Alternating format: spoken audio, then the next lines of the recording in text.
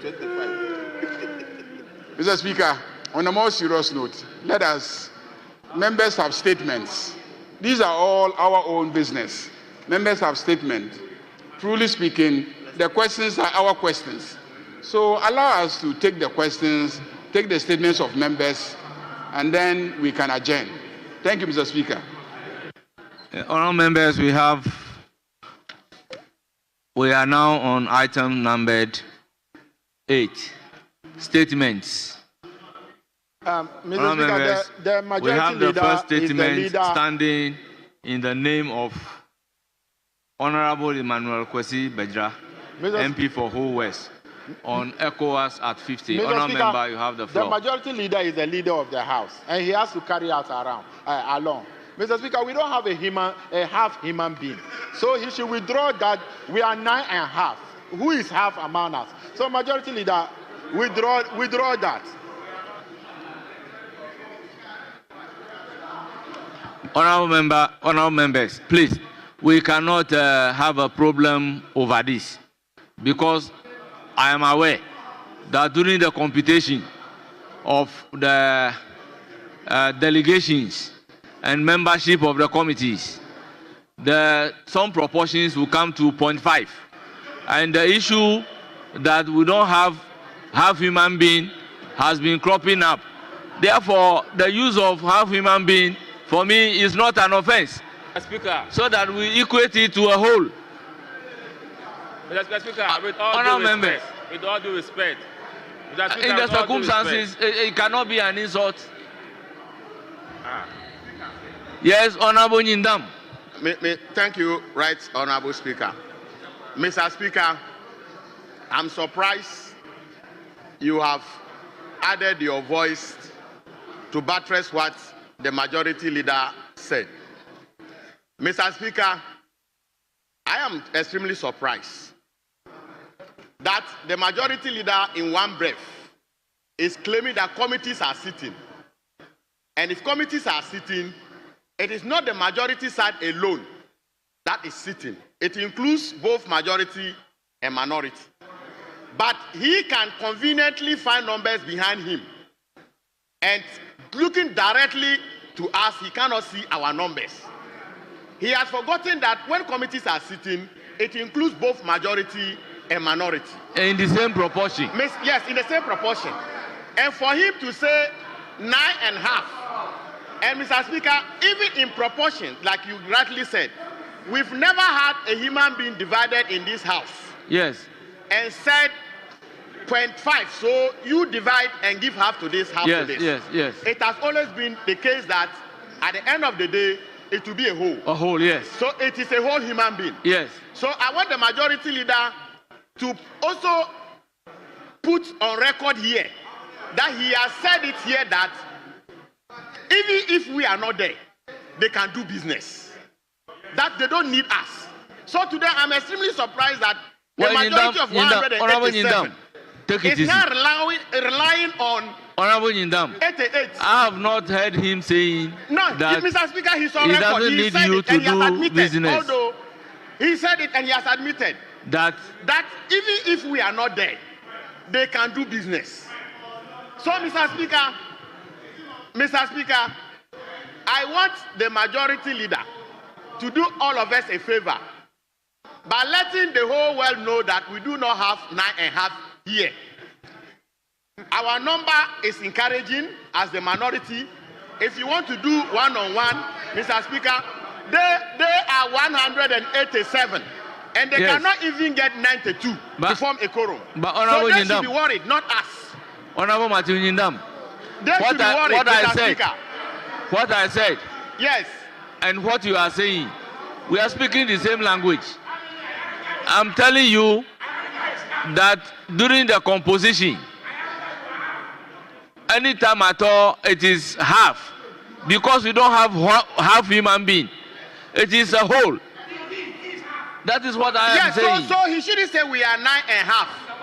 But what I am saying, so, Mr. Speaker, I want is you to put it to him that we he do not shouldn't say have you a are half 9.5. human being. I just want you to straight away put it to him that we do not have a half human being. Well, that's honourable all, members, Speaker, I'm asking you to do.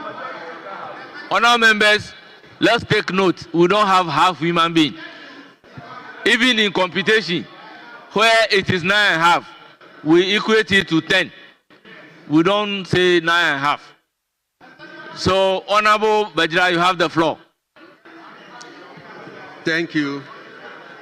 Thank you, Mr. Speaker. Mr. Speaker, thank you for the opportunity to make this important commemorative statement of the 50th anniversary of the Economic Community of West Africa States, ECOWAS. I must say that we are not merely celebrating a milestone, we are compelled to engage in a profound and unflinching reflection on the trajectory of our journey.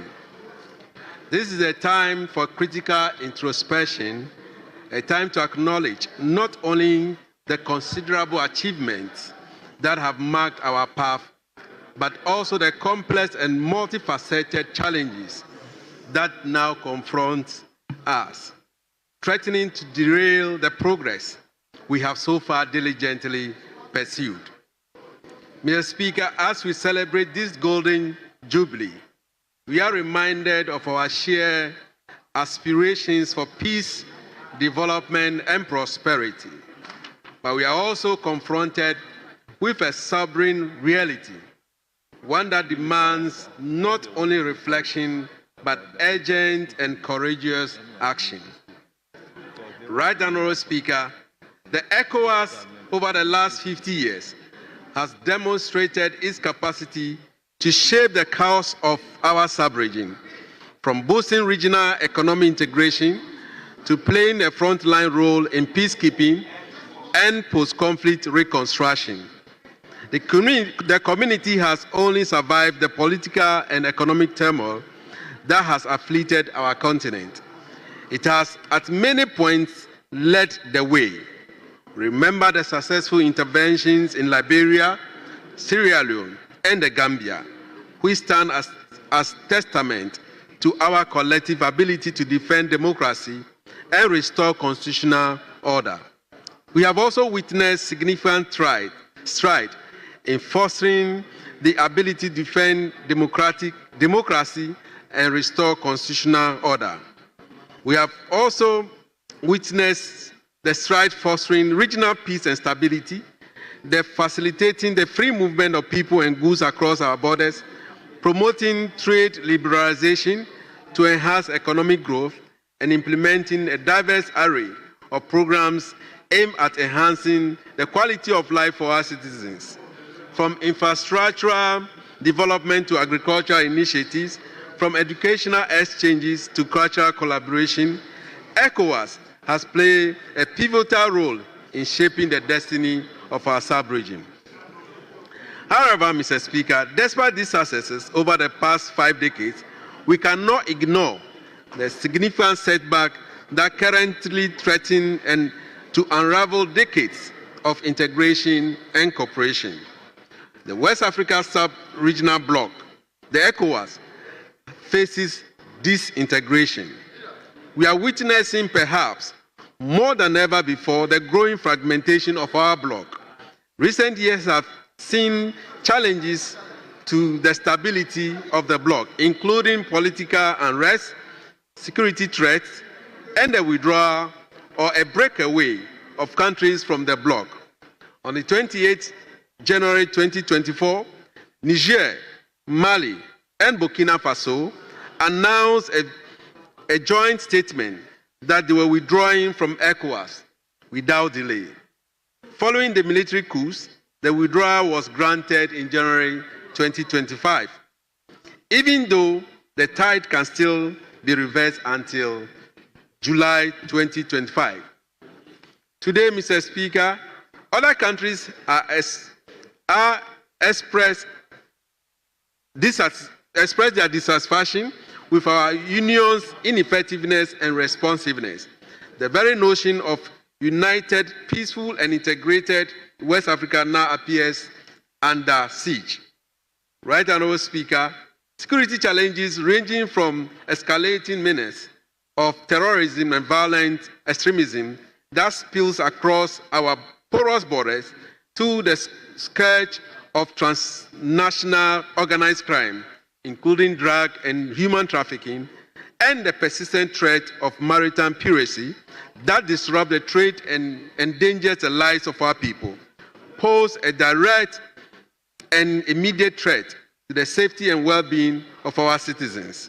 The proliferation of this threat has not only created a pervasive climate for a fear and uncertainty that undermines investors' confidence and hindering economic growth, but also diverted scarce resources away from the critical development priorities such as education, healthcare, infrastructure, further exacerbating the vulnerabilities of our populations and perpetuating a vicious cycle of poverty and instability.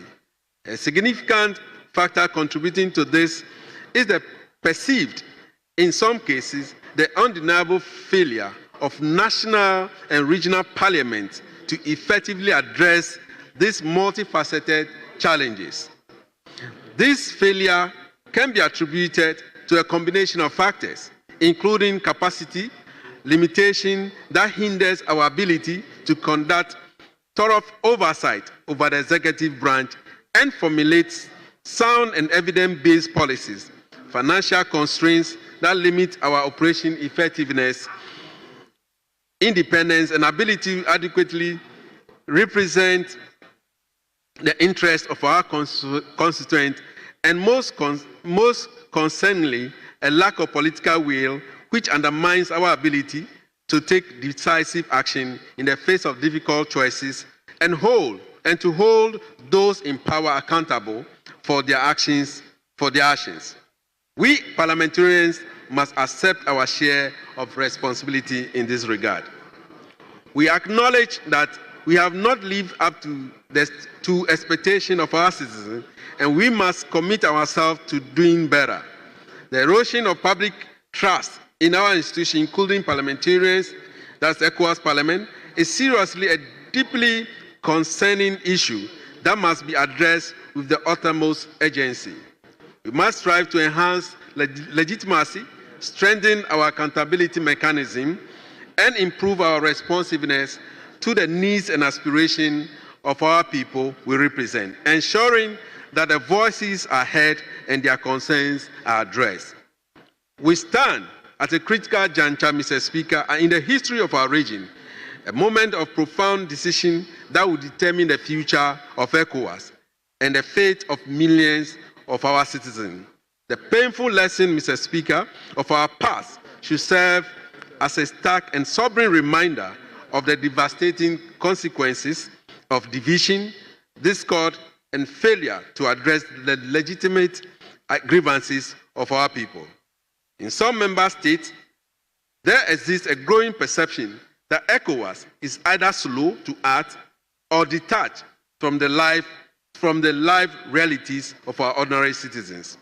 Others feel that the mechanisms that we skew are skewed in favor of certain political and economic elites, leaving behind nations whose concern may differ with due to geographical security threats, ensuring government's accountability and safeguarding the rule of law. Yet, to many instances, national parliaments have been sidelined, weakened, or co-opted by narrow interests. The ECOWAS Parliament itself, although a symbol of regional cooperation, has often lacked the teeth to act decisively in moments of continental turbulence.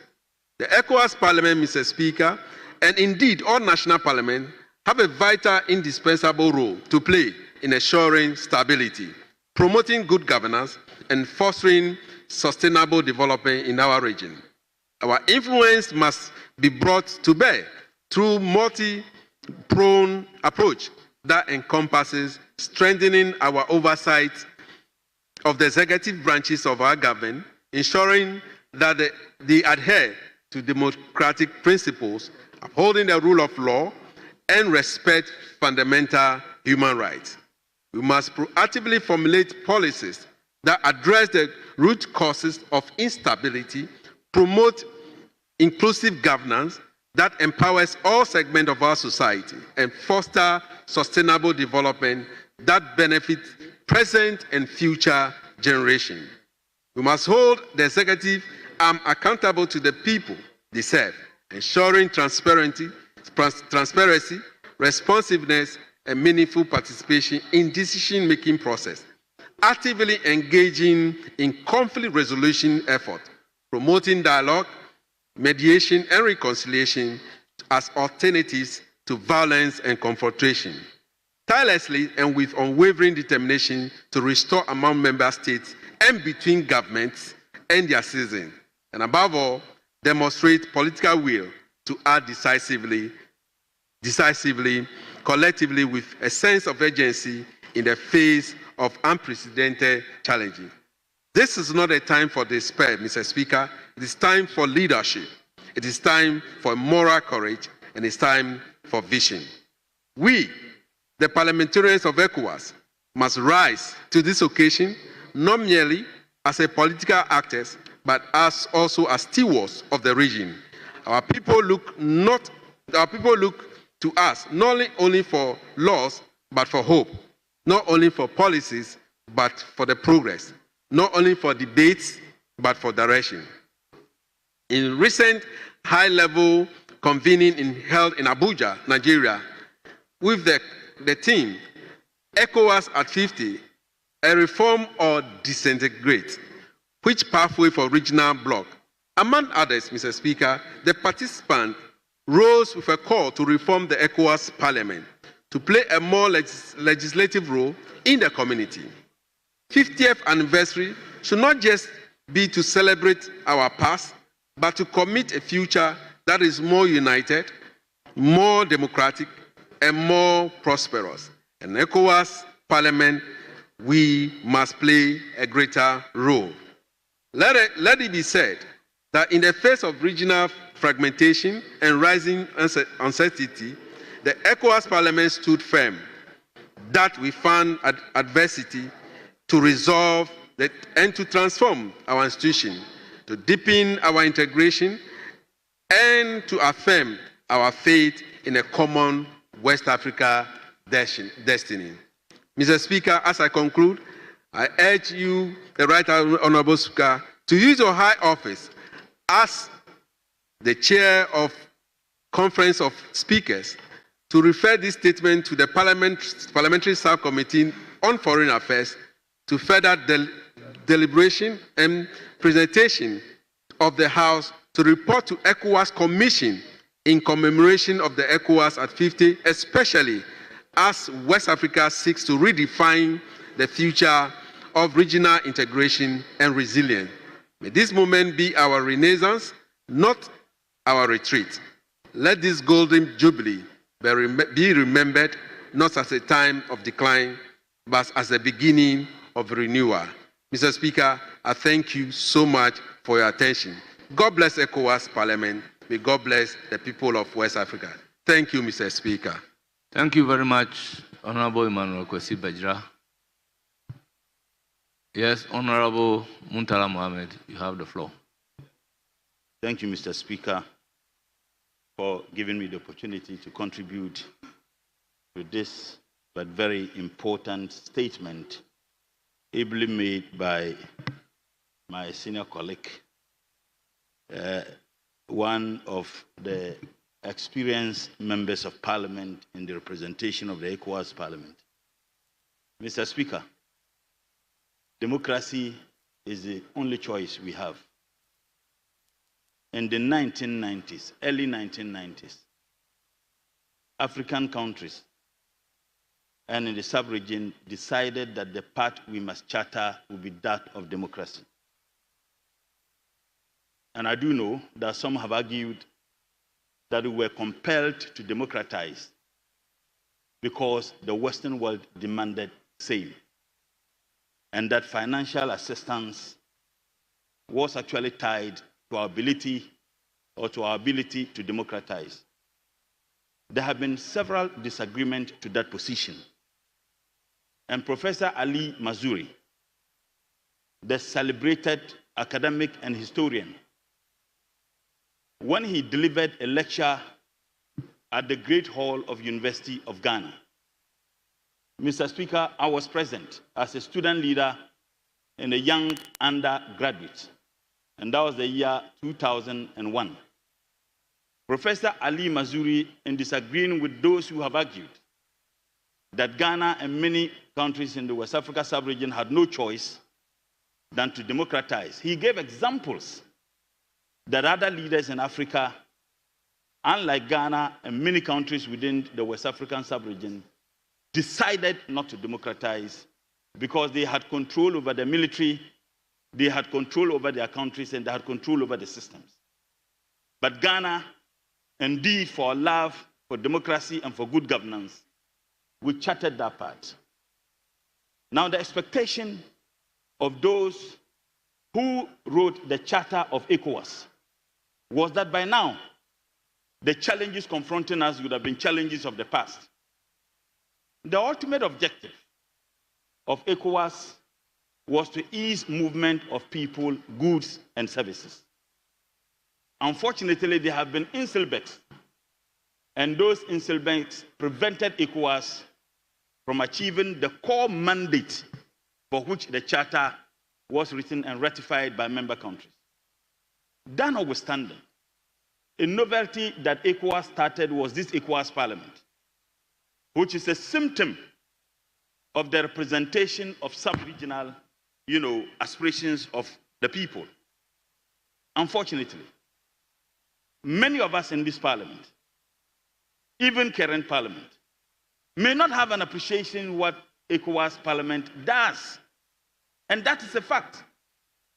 May not even know what the representation is. And I am challenging myself and challenging all of us, and particularly my senior brother, those of who are members of the ECOWAS Parliament. There should be an avenue for members of Parliament to be presented as to the works and dealings of ECOWAS. We have had parliamentary retreats for fresh members of Parliament.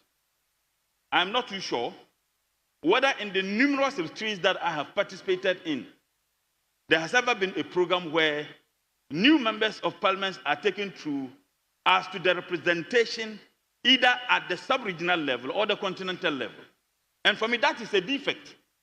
Now, if we could have that imbibe into the retreats that we have had, that as part of the aspects we bring in aspects who will take members through, particularly fresh members of Parliament, as to what constitutes ECOWAS representation and the mandate of ECOWAS as far as our collective, advancement of democratic processes are concerned. Mr. Speaker, I would conclude by saying that we have tried different systems of governance. Ghana, we have tried the parliamentary system to the presidential system, and I guess the framers of the 1992 Constitution haven't considered the defects that we have had in the two systems that we practice. Honourable member be reminded of Order 93.5. Occasioned the hybrid system. I must say the hybrid system also had its defects. And that is why all of us must be interested in seeing the recommendations of the Constitution Review Commission or Committee to ensure that some of the outstanding suggestions that were made were brought to fruition. And with these few words, Mr. Speaker, I want to once again thank my senior colleague for that outstanding statement made on ECOWAS. Taking into consideration we live at difficult times, cross-border terrorism, cybersecurity, the only way we can find solutions is when we begin to cooperate, we begin to work together, we begin to understand that the challenges confronting us as a sub-region, if they are not the same, but they are similar. Thank you so much, Mr. Speaker. Thank you. Yes, Honorable Haji Aladi. Thank you, Mr. Speaker, for the opportunity to contribute to the statement ably made by my colleague, Honorable Bejura. Mr. Speaker, let me Second first of all... Deputy Speaker to get ready to take the chair. Let me first of all thank Ghana for being a member and participating honorably in ECOWAS.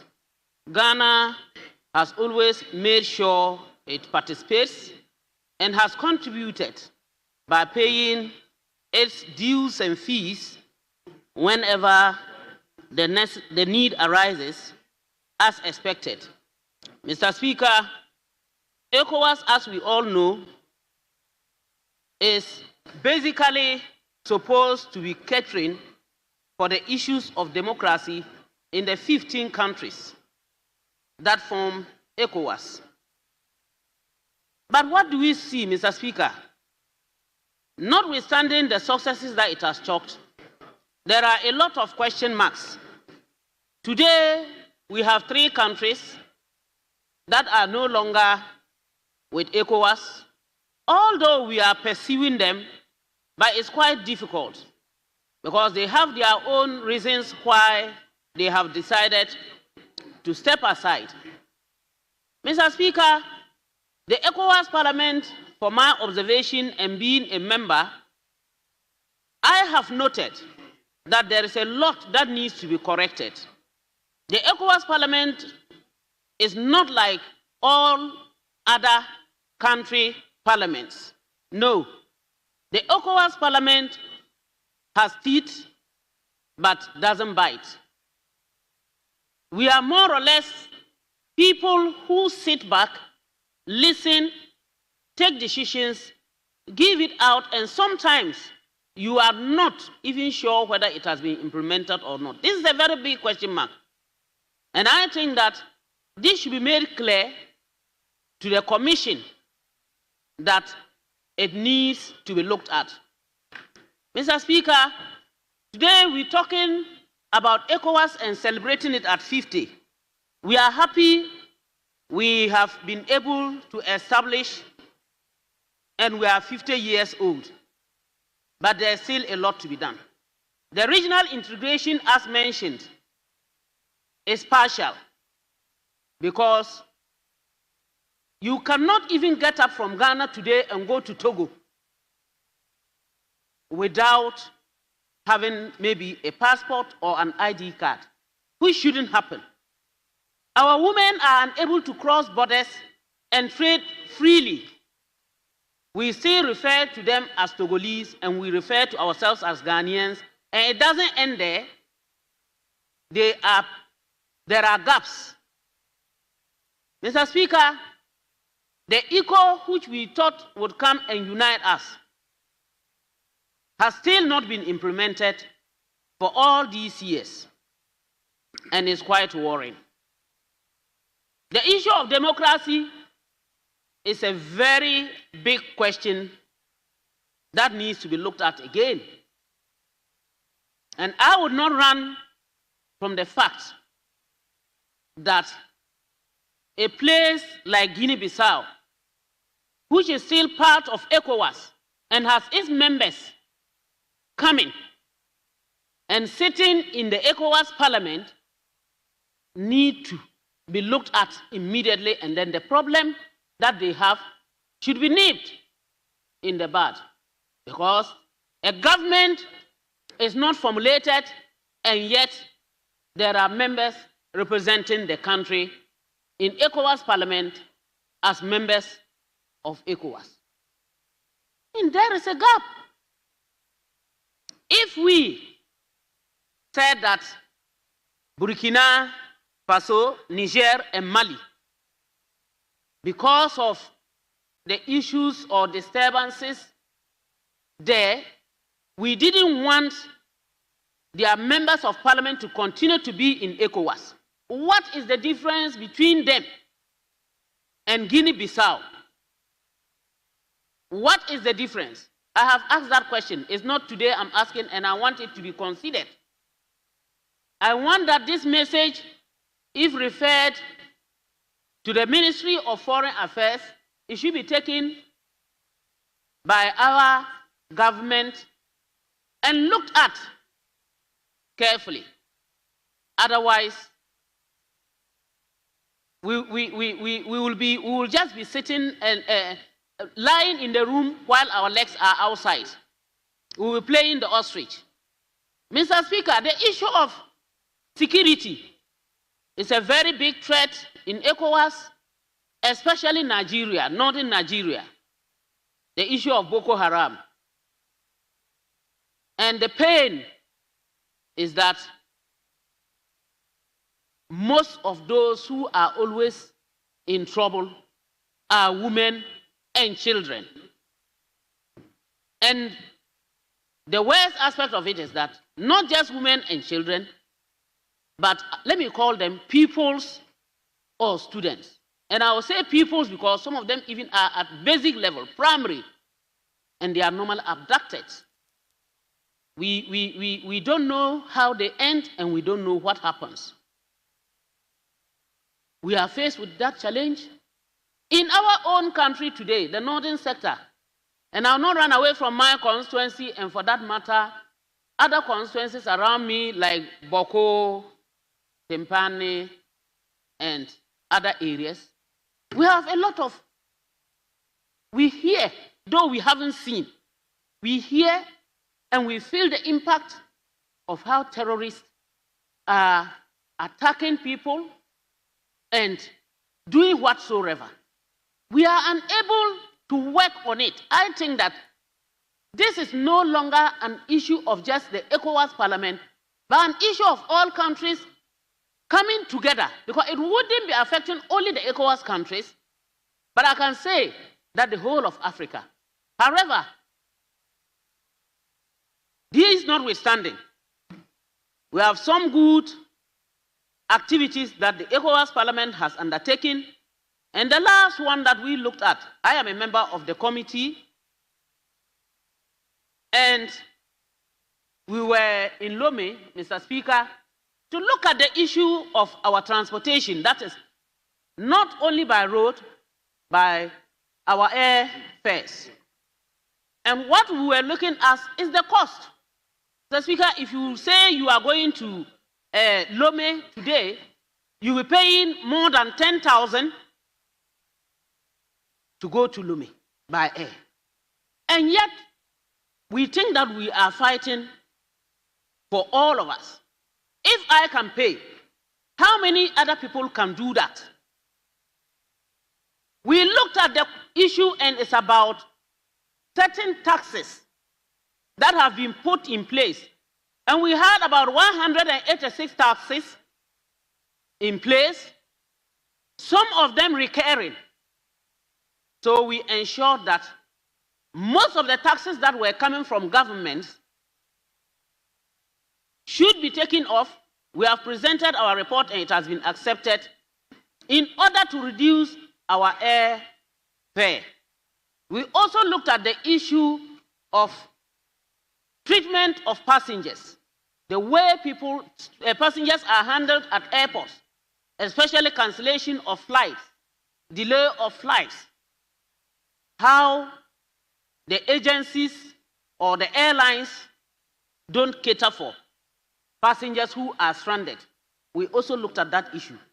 Mr. Speaker, my hope and prayer is that as ECOWAS continues to age, we should achieve our aim of ensuring that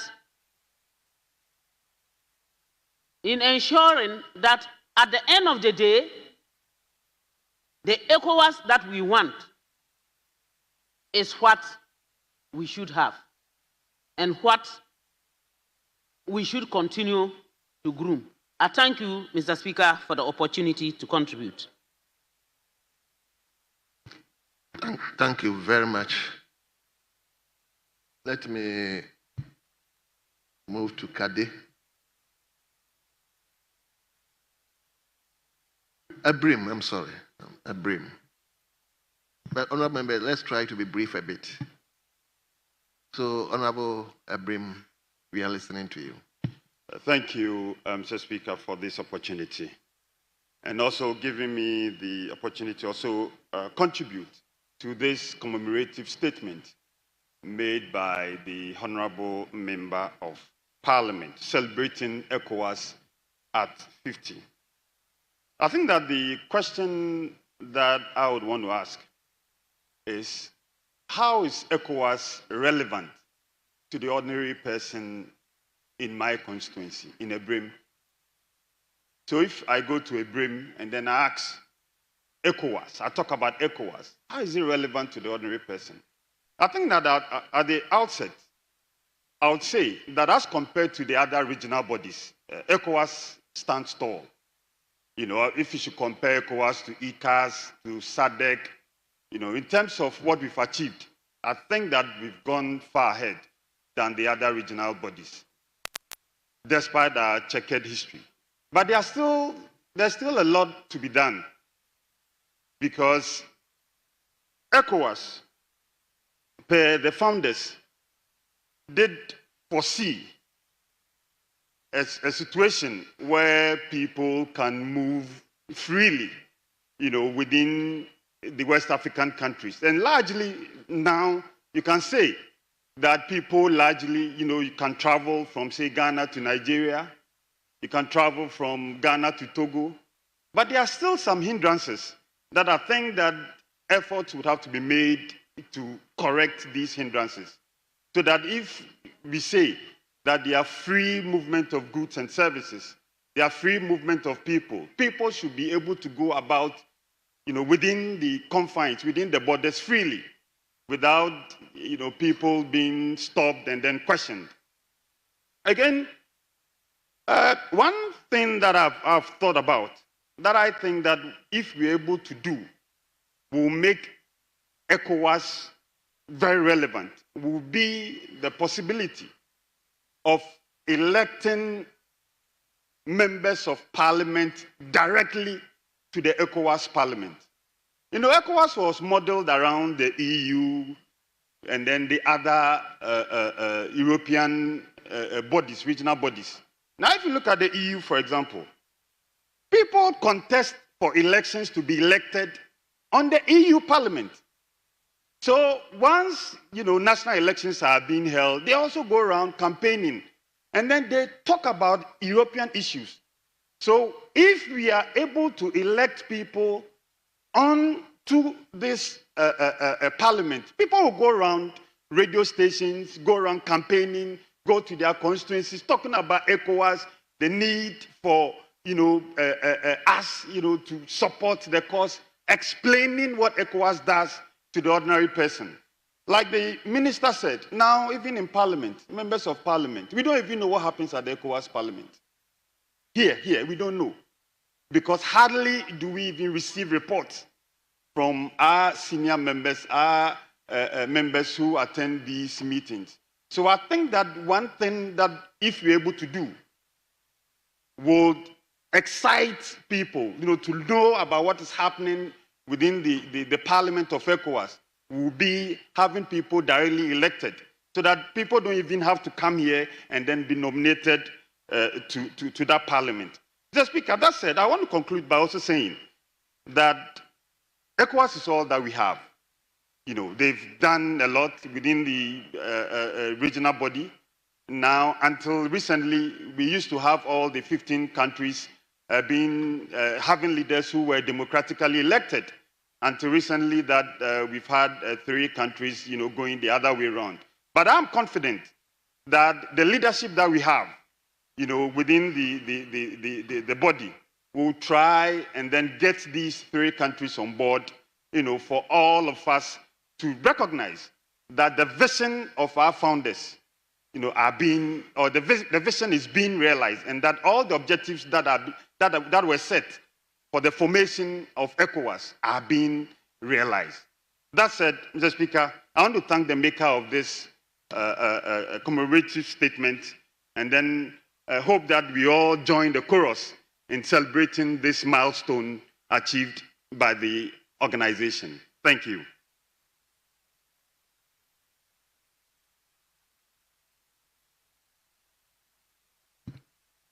Yes, let me take one, then I come to leadership. Yes, Honorable Avenue. Thank you, Mr. Speaker, for the opportunity. Mr. Speaker, let me commend the maker of the statement for the very detailed presentation on the 50 years journey of ECOWAS. Mr. Speaker, as we mark 50 years of ECOWAS, we do so with pride and purpose. Pride in our forebears who saw the wisdom in unity and purpose for the tedious work that lies ahead. Mr. Speaker, ECOWAS was founded on three main goals: regional integration, economic cooperation, and collective self-reliance. And if we are to be frank with ourselves, Mr. Speaker, we know that that dream remains more relevant today than ever before. Because from trade to security, from migration to youth development, all the challenges that we face within the sub-region are interconnected, and so must our solutions be. We must approach issues of youth unemployment and challenges with our economies from a continental or the regional point of view. It is only through that, Mr. Speaker, we can address some of these challenges. But Mr. Speaker, the aspiration for regional integration is often undermined by bureaucratic inertia, by protectionist policies, and insufficient political will. As a member of parliament for a constituency that shares boundary with other West African countries, I must say it is very sad the challenges that our people, especially local traders, even go through just to transact business or to ply their trade across the borders. I want to use this opportunity to call on the government to facilitate processes to make trade within the sub-region easier. And want to use this opportunity to remind the Ministry of Trade and also to remind His Excellency the President that as we promised the people of Ketu North, people of Ketu South, an ECOWAS market which we believe will eliminate the challenges that our cross-border traders are currently confronted with, this is the right time to ensure that such policies are implemented. I call on the House to support the maker of the statement in his wish that this statement be referred to the appropriate authorities, especially the Committee on Foreign Affairs, for some pragmatic actions to be taken. Because, Mr. Speaker, we cannot continue talking about ECOWAS only by making flowery speeches. The next 50 years for ECOWAS must be about impact, real impacts that must reflect in the lives of our people. Mr. Speaker, thank you for the opportunity. I humbly submit. Thank you very much. Let me listen to Bosome Freho, then I come to leadership. Thank you, Mr. Speaker. The Speaker, I rise to also add my voice to commend the maker of the statement, Honorable Bejra, and also contribute or say a few words. The Speaker, just like all the other African economic blocs, the CENSAD, the EEC, COMESA, Maghreb, all of them, the Speaker, there have been some significant achievements, significant progress. But aside the significant progress, there have been some huge challenges. The Speaker, and one will ask, why was it necessary for these economic communities to be formed? Because largely was to help integrate largely in trade, economic integration. The Speaker, but that core fundamental basis for the formation of all the economic communities today are struggling. The Speaker, you cannot have a successful trade among economic members in COMESA. You cannot have same in CENSAD. You cannot have same in EEC. You cannot have same in Maghreb. Same as ECOWAS. Major challenges. Why are these major challenges happening? These major challenges are happening because of something we have not averted our minds to. Mr. Speaker, and that is the migration of everything Africa to the world.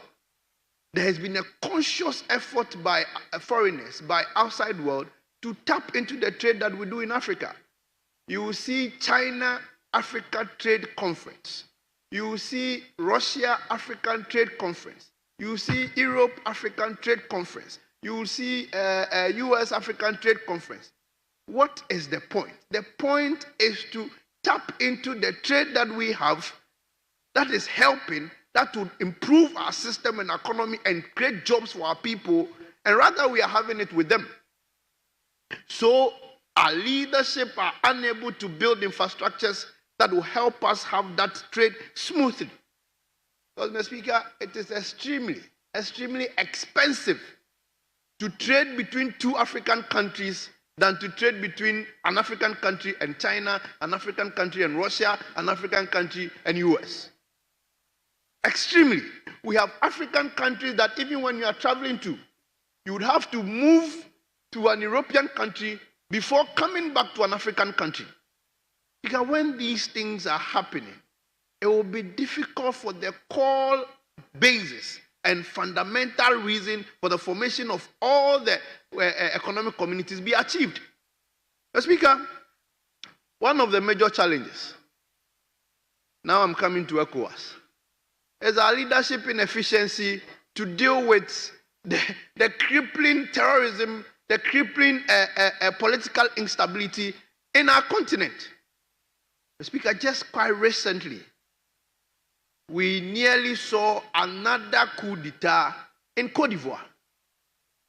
We nearly saw another coup d'etat in Côte d'Ivoire. Mr. Speaker, we have not resolved the ones in Mali. We've not resolved the ones in Niger. We are not done with the one in Burkina Faso. And we are going to have another one in Côte d'Ivoire. Why? Because of a certain influence that the foreigners keep on exerting on us, that our leadership are not able to speak truth to power. That is why we have been in this conundrum. Mr. Speaker, it is important to move forward, to be celebrating 50 years. We must be able to stand on our feet and say that, look, we have come of age and we have leadership that are able to deal with their issues. Mr. Speaker, African Union launched a book and launched a time where we say, African solution for African problems. Mr. Speaker, I am yet to find one African country that practically has found an African solution to its problems. Difficult. We do not even have.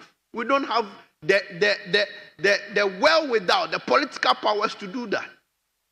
Mr. Speaker, the next thing we'll talk about is the security challenges. It is critical that the stand-up forces that we have in all the economic unions are well equipped, well resourced to be up to the task. A critical example was the Niger one. When we were looking for a stand-up force to go to Niger, we hardly found one because none of the areas, none of the countries had the might or the powers to do so. So we cannot be talking about integration without critically looking at some of these key ingredients that make an integration an integration. Mr. Speaker, with these few words, I want to thank you and then also commend the maker of the statement, and thank you for the opportunity. I'm grateful. Thank you very much. May I now come to leadership? Well. So if minority is not ready, let him come to majority leader. I believe he was a member of the ECOWAS Parliament. He was. And therefore he can say something to us. Leader, the floor is yours. Thank you very much, Mr. Speaker. Let me join colleagues to commend my colleague, the Honorable Emmanuel Kwesi Bezra, for this commemorative statement. ECOWAS is 50 years old, and I think that it is time to look back and see how far we have come. Very often, we don't appreciate what we have until we lose it. I have listened to the comments made, and many of them tend to be skeptical about the prospects of the organization. They tend to be doubtful about what it is that the organization has achieved. But I want to say that I have traveled a bit, and I know that in spite of its failings, the ECOWAS model as a sub-regional organization, an effort at integration by a bloc of 15 countries, is one that is actually envied on the continent of Africa, because none of the sub-regional organizations have achieved as much as ECOWAS has achieved. Fundamentally, at the core of the ECOWAS principle, the establishment principle, is free movement of goods and persons. Arguably, there have been some limits when it comes to the free movement of goods. But as for the free movement of persons, ECOWAS, more than any other sub-regional organization, has been very, very successful. You travel freely across the sub-region. Nobody really stops you once you're able to establish your documentation as a citizen of one of the member countries. Remember that even though it is free movement, it is free movement of only ECOWAS citizens, citizens of the member countries. So at least there is a need to prove that you are a citizen of a member country. And that is why some identification becomes necessary. Because we have 4 other, I think, sub-regional blocks, and there are about 35 other countries. So we need to establish that these are our citizens or citizens of member countries who can then enjoy the right to move within the sub-region unhindered. Of course, there will be challenges here and there, challenges at the borders, infrastructure challenges, but all in all, the principle of free movement of persons is highly respected and regarded in the sub-region. And I think that ECOWAS stands tall when you compare us with most other sub-regional organizations. I believe that the effort towards creating a common market, which is the other key pillar of ECOWAS, an economic community, has been challenged. And the challenge is resulting from the fact that the sub-region is divided between a francophone bloc and an anglophone bloc, and that has tended to stand in the way of getting greater integration, because the francophone bloc tends to be drawn into their relationship with Europe, and particularly France, and then among themselves, their relationships, they are so integrated that they use a common currency, and so that makes them have a stronger tie. But the Anglophone countries don't use a common currency. And the Anglophone countries tend not to be contiguous in terms of territory.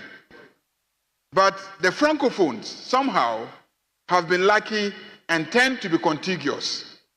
And it's perfectly possible within the sub-region for someone to travel through all the Francophone countries without passing through an Anglophone country. But the Anglophone countries tend to be surrounded by the Francophone countries.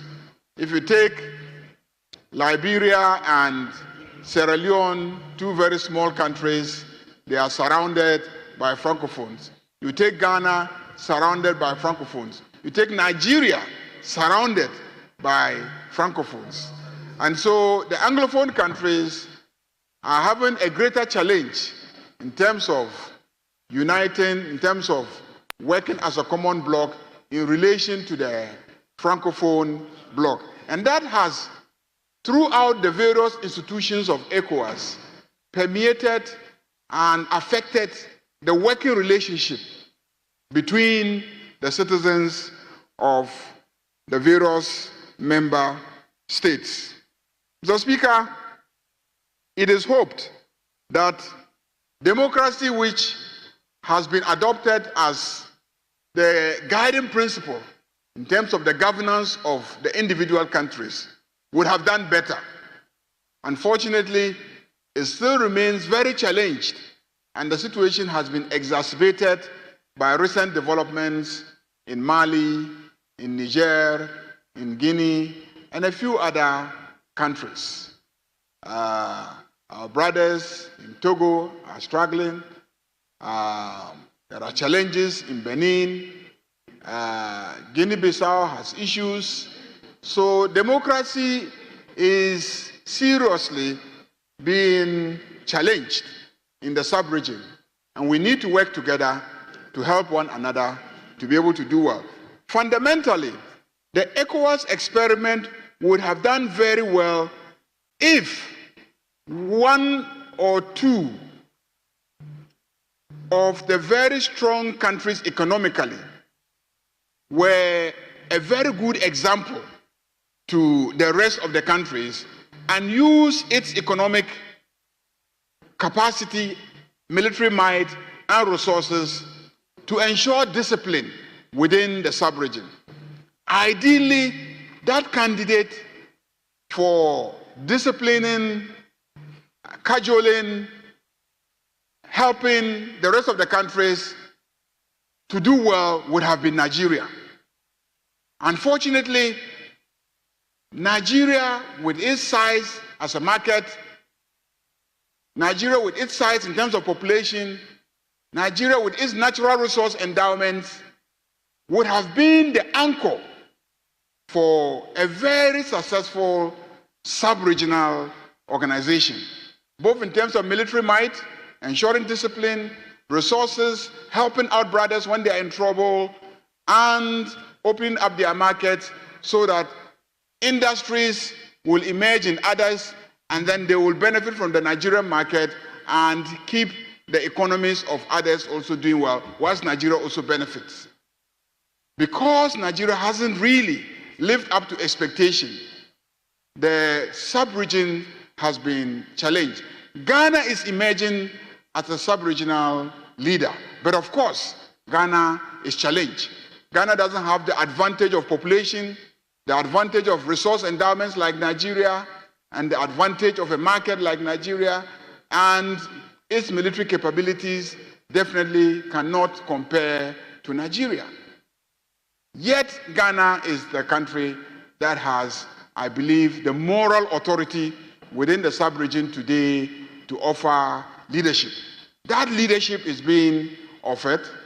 I believe that given our commitments as one of the founding fathers, not only of ECOWAS alone, but of the Africa Union, I believe that we will be able to do whatever we can to bring the sub-region together.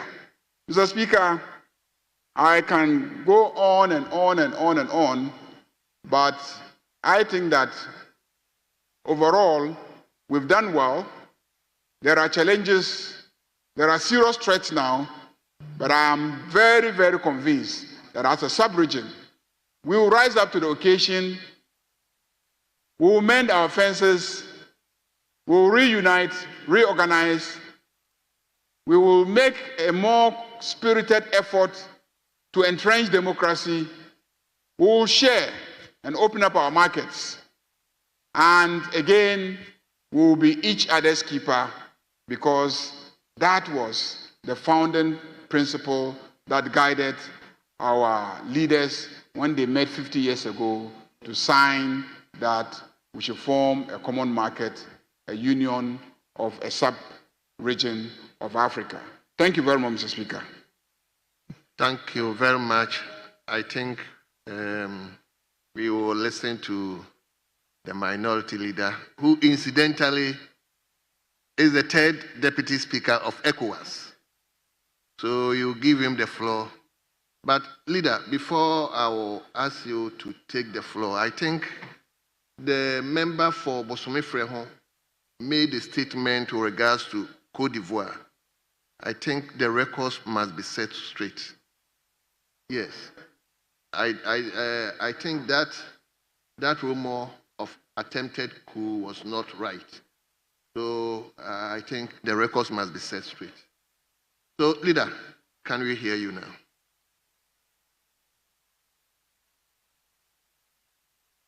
Mr. Speaker,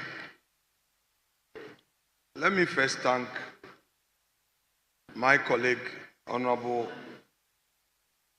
Emmanuel Kwasi Bajira, for a well-researched statement, very insightful. I've had the benefit of reading his statement before my comment.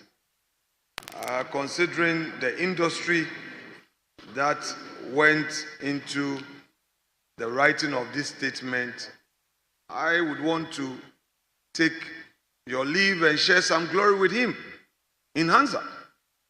I would therefore adopt this statement in its entirety as though they were mine.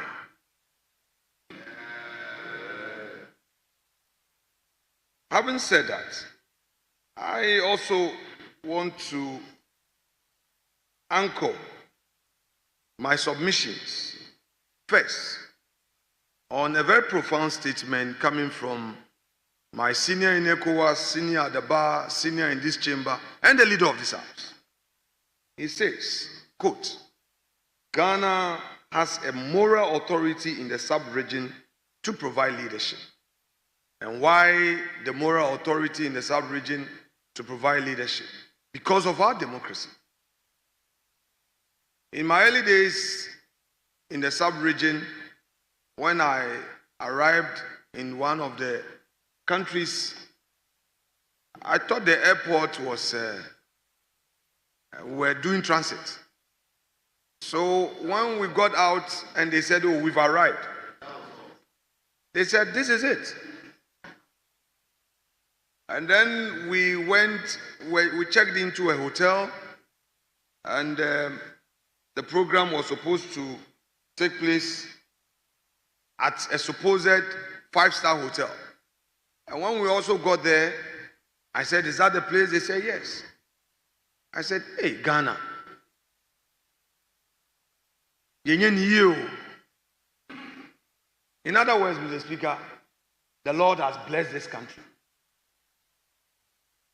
Quite recently, I've been talking about the need for us as a country, particularly we, the political class, to bring an end to this I do you, I do you. This, if you do me, I'll do you. This, if I get power, I'll show you where the power lies. There are certain petty things left for us to do. And if we are done, if we get these things resolved, we would have given it a fine-tuning. And I would say proudly that democracy in Ghana has come to stay. Mr. Speaker, if the majority leader is calling on Ghana to take leadership in the sub-region, what it means is that we need to do a lot as a country. And a lot depends on us as a political class. With the emerging social media and the level of expectation of our youth, if care is not taken, we would find ourselves on the wrong side of history. Let us build the institutions. Let's know the limits of the politics and where national issues begin. If we trivialize issues, one day we may have some challenges.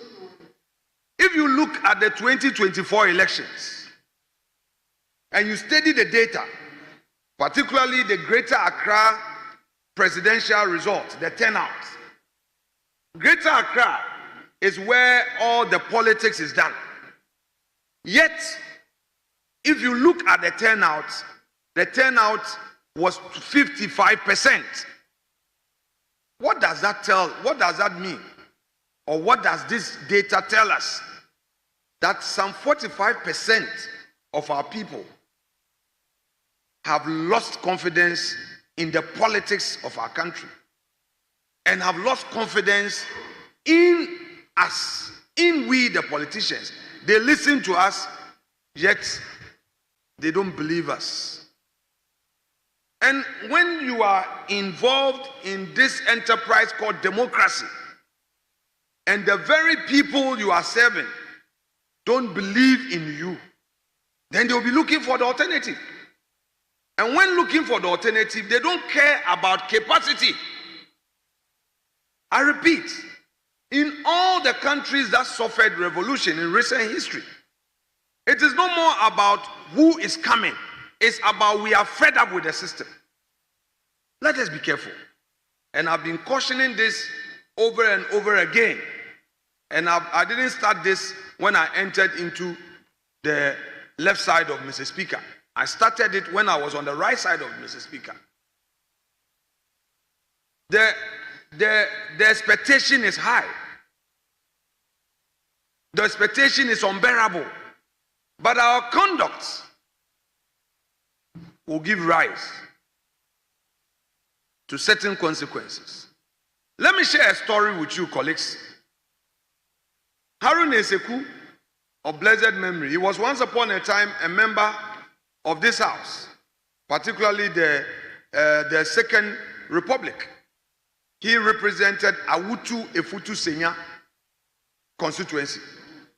Eseku told me that once upon a time, some members of his own fraternity were so upset, including even the opposition. And at a point, it got out of hand.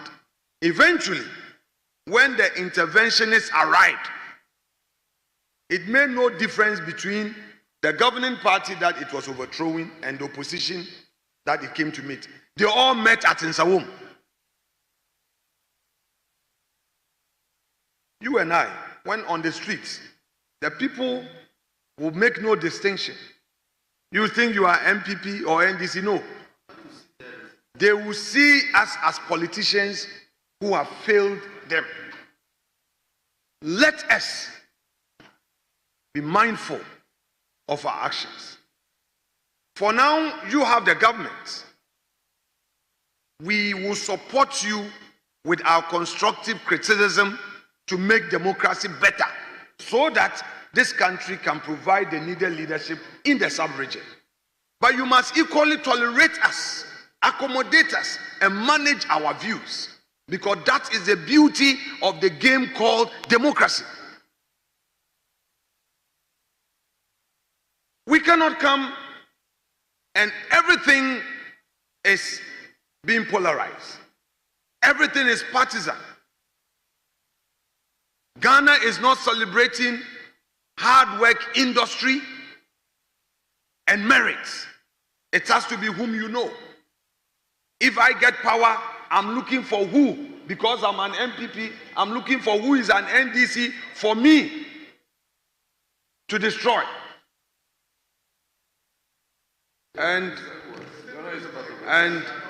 when when the time comes and you also get yours, you now will say, it is your time. It is also NDC's time, let's destroy. All we have is our country, Ghana. If you see the way other countries are failing, if you see the way some of the democracies in the sub-region are having challenges, it's because the politicians in those jurisdictions took things for granted. And Ayana say Eba and Kaio, it becomes sudden. Mr. Speaker, when you are about to suffer a calamity, you don't get any form of notice. It just comes, pam. So the Ghanaian political class, the concern what is happening in the sub-region, which has become the subject matter of our discussions today, should guide us, should remind us in how we posture.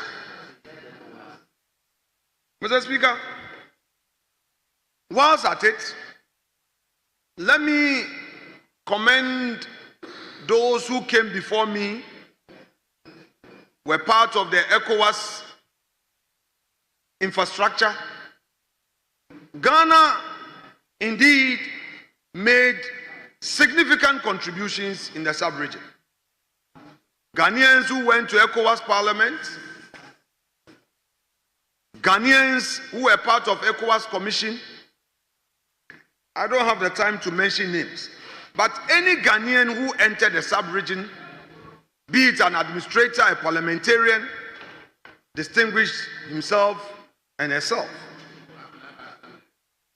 And, Mr. Speaker, all these contributions have made our country, Ghana, a shining example in the sub-region. Mr. Speaker, ECOWAS, as has already been said by the maker of the statement, made some efforts to ensure regional stability. There were several challenges in the sub-region that through its efforts in diplomacy, it ensured political stability. Today, ECOWAS is 50. We've been told of the numerous challenges. I can say that the clear vision that was established for integration, peace, development have seen significant strides in promoting economic cooperation, but we can do more. Mr. Speaker, recently I was doing some business in Tablibo in Togo. I was cutting some gypsum from Tablibo in Togo all the way to Aplao, then to Bupe to support some cement production. And I know the difficulties I went through crossing the border, speaking English in a Francophone country. My drivers, sometimes they get arrested.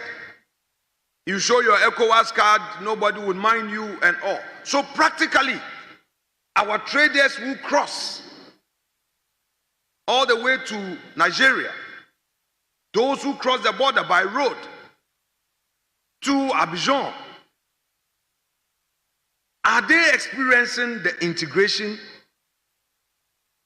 in its real form and shape? So that is a challenge that I believe that we must encourage our government to ensure that integration, free movement of persons, free movement of goods, intra-West African trade is properly enhanced. We trade more with those outside of the sub-region than we do from within. And indeed, is it that some of the goods cannot be found within the sub-region? Today we are concentrating so much on using gold to stabilize our currency. But what we've forgotten is that we can also encourage intra-West African trade. where liquidity remain within the sub-region, and that in itself can also help stabilize our various economies. We need to do that so that we will have a broad spectrum of opportunities for our various countries. Mr. Speaker, unfortunately, ECOWAS established an arm of government called ECOWAS Parliament with only deliberative functions, but with no enactment powers. ECOWAS Parliament has only been a chamber that deliberates, and when it deliberates, it gets nowhere. I am sure that our colleagues who are yearning to go to ECOWAS Parliament have a lot of dreams and high hopes, not to disappoint them. But when you get there, those of you who are coming in new, when you get there, unfortunately, all the things you say may not have any force of law. You only talk, and you leave. I think that our heads of authorities will have to look at this to empower the parliament of the sub-region to have legislative functions. At least they've done that for the judiciary arm. The ECOWAS court now is able to make certain legal pronouncements that are enforced in member countries. If that has been done for the judiciary, then our heads of state, heads of authorities, heads of government may have to look critically at empowering the parliament of the sub-region to look at laws that would enhance integration, look at laws that would help the cause of ECOWAS. Because, Mr. Speaker, the only central force to hold democracy together is its parliament. Democracy without a functional parliament cannot stand. The reason why Ghana, we've survived, is not because of the judiciary, it's not because of the institutions that make up the executive, it's because of parliament. The people's representatives, the people have confidence that when things get out of hand, their representatives will speak for them. Mr. Speaker, I would want to make this strong suggestion, and without more, call on my colleague, the majority leader, to engage His Excellency the President at Cabinet to initiate the championing of the views expressed on this House regarding empowering ECOWAS Parliament with real legislative functions. Yes, Mr. Speaker, I am the third Deputy Speaker, as it's been already said. That comes without doubt. It is so. But what is it about third Deputy Speaker who only presides over a chamber that only deliberates without any legislative power? Mr. Speaker, your gavel becomes effective when what is said can be enforced or become a subject matter of interpretation by a court. So, Mr. Speaker, I know that the respected Ayariga, who himself for many years was part of that chamber and now leading government business, can table this before His Excellency the President so that when he meets his colleagues, he brings this up, because judiciary arm of ECOWAS now has those powers. The only one left is the parliament, and even when we go on mission, because you don't have any powers, you go there and sometimes you are snubbed and you come back home quietly. So, Mr. Speaker, I believe my respected colleague will take that up. That said, let me thank you, Mr. Speaker, for that special waiver because after leader speaking, nobody else I would have to speak, but you granted me that opportunity to speak, and I would want to thank you for being magnanimous in that regard. Thank you so much, Mr. Speaker. Thank you. For your kind Thank you very much. I think all the contributors has made nice contributions. I think we take the last statement from the Minister for Science and Technology on World Environment Day. Minister, I entreat you to be on the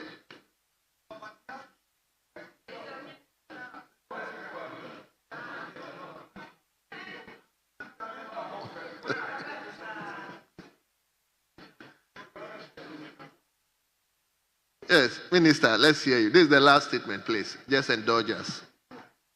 Thank you, Mr. Speaker. I rise today to make a statement in commemoration of the 2025 World Environment Day, which will be observed globally on the 5th of June 2025, that is tomorrow, under the global theme, Ending Plastic Pollution. At the national level, we are commemorating this important day under the theme Repurpose Plastic Use with the slogan Rethink Plastic Pollution, Act Now.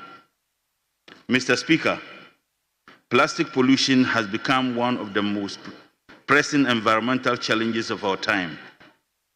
What once served as a symbol of modern convenience has evolved into a global menace, choking our waterways, endangering marine lives, and terrestrial ecosystems, and posing serious health risks to our citizens. As a country, Ghana generates approximately 840,000 tons of plastic waste annually, and approximately 9.5% of what is collected is recycled. The rest ends up in landfills, drains, water bodies, and even in our food chain. Mr. Speaker, Ghana generates 0.979 kilograms of municipal solid waste per capita per day, amounting to an overall daily municipal solid waste generation of 6.1 million kg. About 81% of municipal solid waste generated in Ghana is inadequately managed. Plastic waste, Mr. Speaker, account for just below 5% of municipal solid waste, with a daily generation rate of about 302,000 kilograms, 81% of which is inadequately managed, 6,044 kg per day of plastic waste leaked into the environment in Ghana. Mr. Speaker, currently there are only 25 plastic recycling companies operating in Ghana, with a combined processing capacity of 320 tons of flexible plastic per day, mainly sourced from water searching. Though a few formal waste management companies recover plastic waste for export as scrap, more than 95% of recovered plastics in Ghana is captured by informal waste operators. The recovered plastics, dominated by thin film plastic sachet for drinking water, are supplied to local processors that produce shopping bags. Only 2% of PET bottles are recycled in Ghana. Mr. Speaker, this year we are placing a strong emphasis on repurposing plastic use. Instead of treating plastic as a disposable commodity, we're encouraging innovation in reuse, recycling, and redesigning products for sustainability. We believe that behavioral change is at heart of this transformation, and this is why we urge every Ghanaian to embrace the slogan, Rethink Plastic Pollution, Act Now. A change in attitude can indeed change our environment for the better. To this end, Mr. Speaker, the ministry is collaborating with the Environmental Protection Authority, civil society organizations, academia, and the private sector is rolling out targeted public education campaigns and school-based environmental clubs. Mr. Speaker, at this year's celebration, His Excellency, the President of the Republic of Ghana, will launch the One Child, One Tree initiative in support of government flagship Tree for Life program. This initiative aims to instill environmental stewardship in our children and the youth by encouraging every child to plant and nurture a tree, thereby contributing to reforestation efforts and helping to combat climate change. Mr. Speaker, my ministry is also working with private sector partners to support innovative recycling businesses, improve collection systems, and develop alternatives to single-use plastics. Our goal is to transition towards a circular economy, where waste becomes a resource and sustainable development becomes a lived reality. To this end, Mr. Speaker, the Ministry of Environment has selected some plastic recycling companies who have been supported through the Circular Economy Framework for the plastic sector in Ghana, which is being implemented under the National Plastic Management Policy with funding from the Global Environment Facility. Mr. Speaker, I call on all of us, leaders, and as representatives of the people, government officials, policymakers, community leaders, businesses, and indeed every citizen to unite in this nation effort. Let us be reminded that plastic pollution is not someone else's problem. It is our shared responsibility. Let us rethink our consumption, repurpose our habits, and reform our systems. Let us also encourage and support the children and the youth to support and implement the One Child, One Tree initiative and contribute to greening our environment. Mr. Speaker, let me use this opportunity to inform the House that the Ministry of Environment, Science and Technology will join the rest of the world in observing the World Environment Day, the World Ocean Day on the 8th of June, World Day to combat desertification and drought on the 17th of June, and the African Scientific Renaissance Day on the 30th of June. Let us remember, attitude changes things, and act now. Thank you, Mr. Speaker. Regardless the unnecessary heckling, you allowed me to proceed. Thank you so much, Mr. Speaker.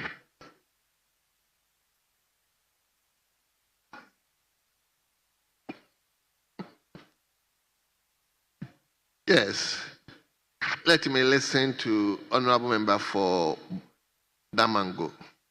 Then I'll come to you. Thank you, Right Honorable Speaker. Mr. Speaker, let me thank the Honorable Minister for Environment for ably making this statement to commemorate World Environment Day. Mr. Speaker, he's raised some very important matters which all of us should exercise our minds on, particularly the issue of plastics. Mr. Speaker, we know that our country over the years has grappled with the menace of plastics and their debilitating effects on the environment. And indeed, Mr. Speaker, it's heartwarming and encouraging that the minister has indicated that he is going to spearhead the effort at formulating policy to deal with plastics. Mr. Speaker, I do know that the previous administration, the Akufo-Addo administration, particularly under the stewardship of Professor Frimpong Boateng and Minister Kweku Efriye had put in place some framework and established a foundation or a basis for us to be able to come to grips with the issue of plastics. Mr. Speaker, the issue of e-waste and their impact, negative impact on our environment, and the other issue of medical waste are all matters that I believe the minister should consider in the formulation of his policies. Mr. Speaker, the final point I'd like to make in respect of how we will preserve our environment and safeguard the integrity of our environment, Mr. Speaker, is the big elephant in the room, the issue of illegal small-scale mining. Mr. Speaker, in our country, Ghana, you will see that illegal small-scale mining is one of the major drivers of deforestation. And as we know, deforestation is what drives or leads us to desertification. And therefore, if we do not get a handle on illegal small-scale mining, almost all the efforts we are making relating to plastics, relating to electronic waste, medical waste, and other interventions to preserve the environment, Mr. Speaker, all of those will come to naught. It's absolutely important that we come to grips with the issue of illegal small-scale mining. And Mr. Speaker, we do know that today the issue of illegal small-scale mining has become a front-burner issue. It's become a major issue. The attack on our forest reserves and their integrity, and the attempt to pollute the river bodies of our country, and the devastation of our landscapes through illegal small-scale mining have all become a major issue. Mr. Speaker, I want to conclude by submitting, and I say so to the Minister for Environment, the Honorable Minister for Environment, that a lot of commentary is being made about how we can tackle illegal small-scale mining from the point of view of the Ministry of Lands and Natural Resources and other ministries and departments. But, Mr. Speaker, I dare submit that the Ministry of Environment has even a much more crucial role to play when it comes to the issue of illegal small-scale mining, because they are the custodians of the environment, and they are the ministry which is charged with the mandate of preserving the environment, any and everything to do with the environment. So if, for example, our healthcare system is compromising our environmental, the integrity of our environment, is the mandate of the Ministry of Environment. If the communication and digital industry of our country is compromising our environment, it's still the mandate of the Ministry of Environment. So is it also that if illegal small-scale mining or mining generally is compromising the environment of our country, is the Ministry of Environment, which is why, for example, by law, Mr. Speaker, you cannot mine in a forest reserve without an Environmental Protection Agency permit. And you cannot literally conduct any activity in our national economy without the authorization or certification of the Environmental Protection Agency. And so the minister requires the support of this House and all of us in the discharge of his mandate to ensure that all the various components which affect the environment of our country are brought under the legislative and regulatory framework to ensure that we protect the environment of our country, our river bodies, and our landscape. With these few words, Mr. Speaker, I commend the minister for this very excellent statement he has made on World Environment Day. Thank you, Mr. Speaker. Thank you very much. Let me come to protocol here. Thank you very much, Right Honourable Speaker, for the opportunity to comment on the statement made by the Minister for Environment, Science and Technology in commemoration of World Environment Day 2025.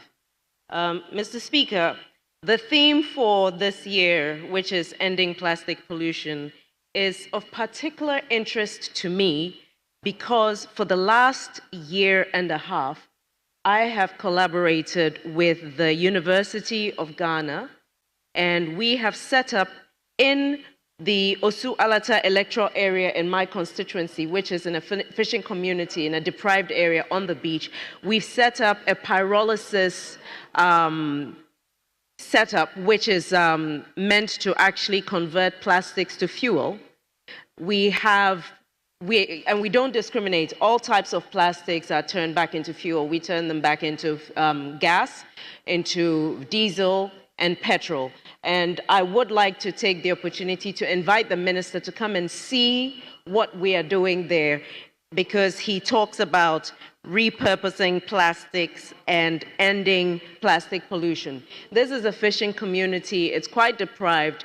And what is amazing is that we are incentivizing people to actually clear plastic waste from the environment and turn it into something useful. So in so doing, they are provided with a source of fuel, as well as the fact that they can actually sell some of the fuel that we are making at the end of this project. Mr. Speaker, the fact is the issue of plastic waste goes beyond the solid plastic waste that we can see. The science currently shows us that we have microplastics in our food chain, and which means that it's making its way into our bodies. What this means is you may be thinking that you're going healthy and eating fish as opposed to meat, and you may be consuming a lot more plastics than those who are not even touching fish at all. So, Mr. Speaker, the issue of how plastics end up into our food chain is something that we need to address. Another thing that we need to look at is single-use plastics. How are we looking at the issue of single-use plastics? What are the alternatives? Mr. Speaker, one of the issues that I mentioned a couple of years ago when we finally debated the bill on the regulation of the cultivation of, I'm trying to think of the alternative word, of marijuana in Ghana, the cellulose can be used as an alternative to plastic. It serves the purpose just as well, and it's completely biodegradable and therefore environmentally friendly. And so I'm mentioning this so that perhaps for some people who may have some kind of a negative impression about what marijuana cultivation in Ghana could be about, it could be an alternative to plastic, which would not be as harmful to the environment, will not enter our food chain as microplastics, and will definitely provide employment, will provide some kind of value addition, and we can look at exporting as well. Some of the vehicles that we look at and think are so special, including, I believe, the BMW, some of them are using in the frame of the vehicles some of the derivatives of the cellulose of the marijuana plant. So, Mr. Speaker, there are alternatives to what has become a real menace to our health, to our environment, and to our lifestyle, provided we're willing to be creative, if we're willing to support the CSIR to conduct research in order to be able to provide alternatives that will be healthy, that will be less damaging to the environment and to our bodies. Mr. Speaker, on the issue of the Tree for Life program, the Accra100.5FM Park, which is one of the last green zones left in Accra, is in my constituency, is currently under the Ministry for Gender. I repeatedly asked questions on its use and unfortunately did not get any positive response, but I would like to reiterate the request that this year, when we are doing the Green Ghana Day, there should be trees planted there. The Accra100.5FM Park should be regarded as a green zone project that I hope the minister will take up and really turn it into something worthwhile to really show what we're talking about if we say we're going green, if we say we're looking at how we improve on our environment. Most major cities in Europe and in the US have a park.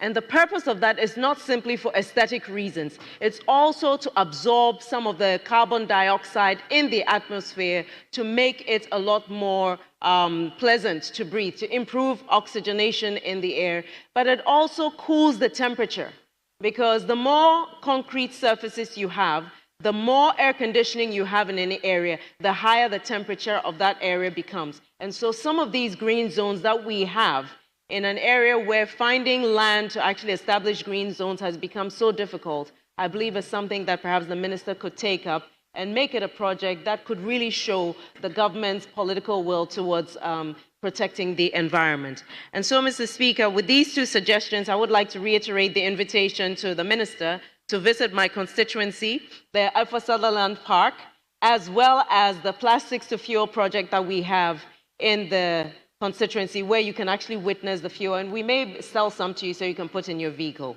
Thank you, Mr. Speaker. Thank you very much. Yes, I'm give it to Honorable Member for Takoradi. Thank you very much, Mr. Speaker. First, I'll congratulate the Minister for bringing this to our notice and celebrating the World Environment Day. Mr. Speaker, I believe that the environment is what sustains us, and it is very important that we also sustain the environment so that it sustains us. Mr. Speaker, if you take first and foremost the issue of rubber, I think that it is a menace that has bedeviled this country for a very long time. And I believe that it is time we scale up all the pilot projects across the length and breadth of the country to make sure that we can reuse or repurpose these plastics. Mr. Speaker, there are a lot of industries springing out of plastic recycling. People are using them for creating new cloth. Others are using them for tables and chairs to supply schools and the rest. And I believe that is one area we should be able to do so. But Mr. Speaker, to be successful at this, I believe that these projects would have to be fully decentralized. One of our biggest challenges we have in this country is that a lot of these projects are always centralized. If it is not Accra, it doesn't happen, say, in Adanse. It doesn't happen, say, in Takoradi. And I believe that we should find a new model to make sure that we can scale it up across the country. And in every village or every town that we are implementing some of these projects, we'll make sure that we put in the right systems in place so that we can really capture and make a huge impact with these recycling projects. Mr. Speaker, if you take a lot of our coasts, they are always full of plastics. Full of plastics. I mean, from the nylons that people are using to fish, to the ice water rubbers, ice water bottles that we are using. You see that they are just littered across the length and breadth of our communities. And when they get into the ocean, we know a lot of these fish also eat them, and we, the human beings, also eat these fish, and then we tend to pollute ourselves. So I believe that where we have this connection from the land to the oceans, we should strategically create a major project for all the coastal towns in this country, village by village, community by community, and make sure that we are able to capture these plastics for recycling. That should be a major project for the Ministry of Innovation and the Environment. Mr. Speaker, the other issue about the environment is that in Ghana, virtually all our mines, big mines, are situated in mining and in forest reserves. We are now currently also having a difficulty of small-scale miners or illegal small-scale miners also entering these forests and devastating them. Mr. Speaker, it is very important that we also look at the way we manage our license regimes. Mr. Speaker, first and foremost, most licenses delay. Sometimes it takes about 3 years for the license to be issued. And when they are issued, because there's no coordination between the national, the region, and the district organizations, you tend to realize that they do whatever they like. Mr. Speaker, I believe that it is time we look at the issue of polluter pays. If we believe that this deforestation is caused by small-scale miners, in virtually every district that we have in this country, we have the Small-Scale Miners Association. We should be able to partner with them. The national should be able to co-create something with them for first anti-galamsey activities. If you take the district mining committees, where you have the district chief executive, we have the police, we have the immigration, we have the chiefs on these committees, we need to activate them and also embolden them, or even giving the power to issue full licenses for miners, so that they can be accountable for the space in which they work. Mr. Speaker, if we are able to do that, this business of the disconnect between the national and the district in managing mining in particular will come to the barest minimum, because then they will have the responsibility to make sure that if you license, you take responsibility for making sure that the right mining is done. And then if there's reclamation, you take responsibility for it and do them. And when the policeman is at the place where the action is taking place, I believe that we have more success than trying to always use Accra operation to manage local activities. Mr. Speaker, thirdly, we also know that when you invest $1 into any reclamation project, you get $7 output. And therefore, I believe that it's time that Ghana as a whole should be bold in investing, because anywhere that has been devastated, if we are able to raise the money to invest, we are going to get 7 times what we have done. Yes, multiple. So I believe that is one area of creating more jobs and more opportunity. And we shouldn't just do it like ceremonial. Sometimes we go and open this program or cut the sword for this project, and then we don't invest the money. But if the communities, for instance, know for a fact that when the 1 million come, they are responsible for making sure it's 7, and then leaving the trees for them to make sure that they supervise them and grow them, Mr. Speaker, it will help us. Last but not least, there are people who also want to go into tree planting privately. In fact, sometimes individually on their farms. They want to be sure that when those trees grow and they are cut, their families or family members or community will benefit directly from these trees. Unfortunately, in Ghana, when you even buy electricity pole to your house, you are not credited with the amount. Anybody can look onto it. So people are not interested in co-investing with government. And I believe that is one area we have to look for tree planting, so that people can individually plant 1, 2, 3, 4, and look after them to grow. And then when government gives the permit for the felling of these trees, at least our people will be able to benefit. Lastly, I know that when it comes to the issue of carbon credit, it's something that is coming up all over the world. I mean, Zimbabwe has made a huge stand in creating so much wealth out of it. It is time that Ghanaians are also educated about this money-making system. When we are able to do that, Ghanaians will be interested to make sure that the forests in their communities are protected. Because if government, for instance, this year is making like $300 million from carbon credit, we should go to the communities that are protecting their lands and say, yours is 10,000, yours is 20,000, yours is 100,000, yours is 1 million Ghana cedis, $1 million. Then the communities will be there to protect those forests against the illegal miners and the galamseyers. And I believe that is one incentive we should be able to deliver to the people of Ghana to make sure that we can get more carbon credits into our country, and then we can use that to protect them. With these few words, Mr. Speaker, thank you very much for the opportunity. Thank you very much. Let me go to Professor Ayensu. Thank you, Mr. Speaker, for allowing me to make this comment on this statement. I would also like to take the opportunity to thank the Honorable Minister of Environment on the commemoration of this World Environmental Day. Mr. Speaker, I would like to take this opportunity to specifically focus on plastic pollution and its effects on the environment. Mr. Speaker, this is a public health menace as well as a serious environmental problem in this country. Specifically, the single-use plastics, especially the sachet water and the bottled water plastics that we use. These plastics end up in the environment, they end up in the landfill. And for those of us who live around the ocean front, when you come to my constituency of Isika-Doketan constituency, and you look at the ocean front, we have Inje-Siampano, we have Bosumtrisam Fishing Harbor, and we have European Town Beach. Mr. Speaker, the environment is full of single-use plastic that is causing a serious health problem. The single-use plastics are choking up every single gutter, it's choking up every single drain, and it's even choking up the ocean itself. It leads to malaria, stagnation of water, malaria, dirty environments, all kinds of bacteria, viruses that are keep growing in these environments. So as we can tell from our health indices, people who live in those communities, one of the biggest problem, the biggest burden of disease is malaria. Malaria is the biggest burden of disease for this country as well.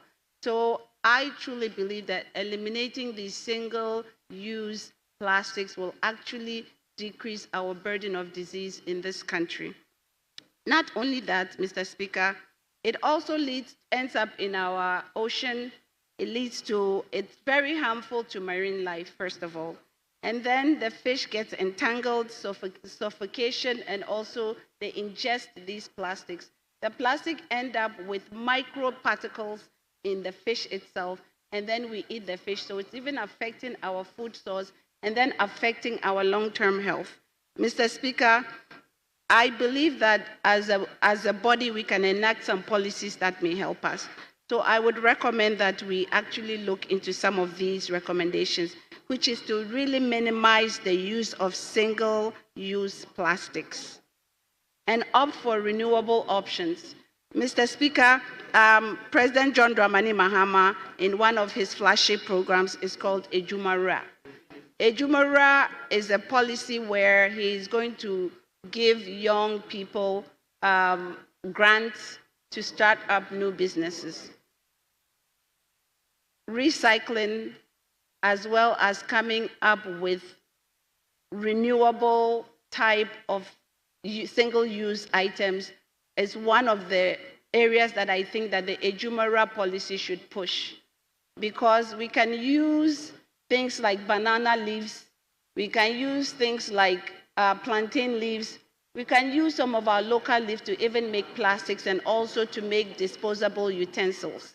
So I'm thinking that that would be one of, if we make good policies, we can actually help so that the youth will also get into that industry. One, it will create jobs. Two, it will be beneficial to our health. And three, it will be very beneficial to the environment. I also recommend that we actually do a major public health education on recycling and separation of trash, especially at home. Because if we separate the plastic from the bottle, from the bio trash, meaning the food items or the food that we want to throw away, we can use the food for composting, and then the plastic can go into proper recycling places. So, Mr. Speaker, on this note, I would really like to conclude by thanking the Honorable Minister again on bringing up such a very important issue.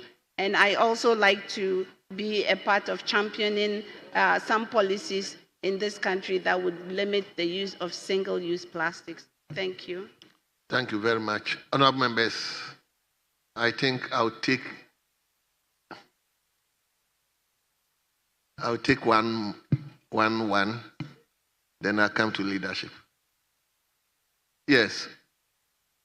Honorable member for Finso North, Honorable Pharmacist, let's hear you. Honorable Speaker, thank you for the opportunity, and let me also appreciate the Honorable Minister for making this statement on the World Environment Day. Honorable Speaker, plastics, we know, is a good master, but it can also be a bad master. The earlier speakers have already enumerated some of the risks that comes with plastic, and if it's not well used, especially when we talk about microplastics, how much it can even invade your hormone and it can affect your entire system and change the human structure. So we all know that plastic and waste management is a critical thing that we have to have a look at. But the previous government in 2020 completed what we call the Ghana National Plastic Management Policy in March.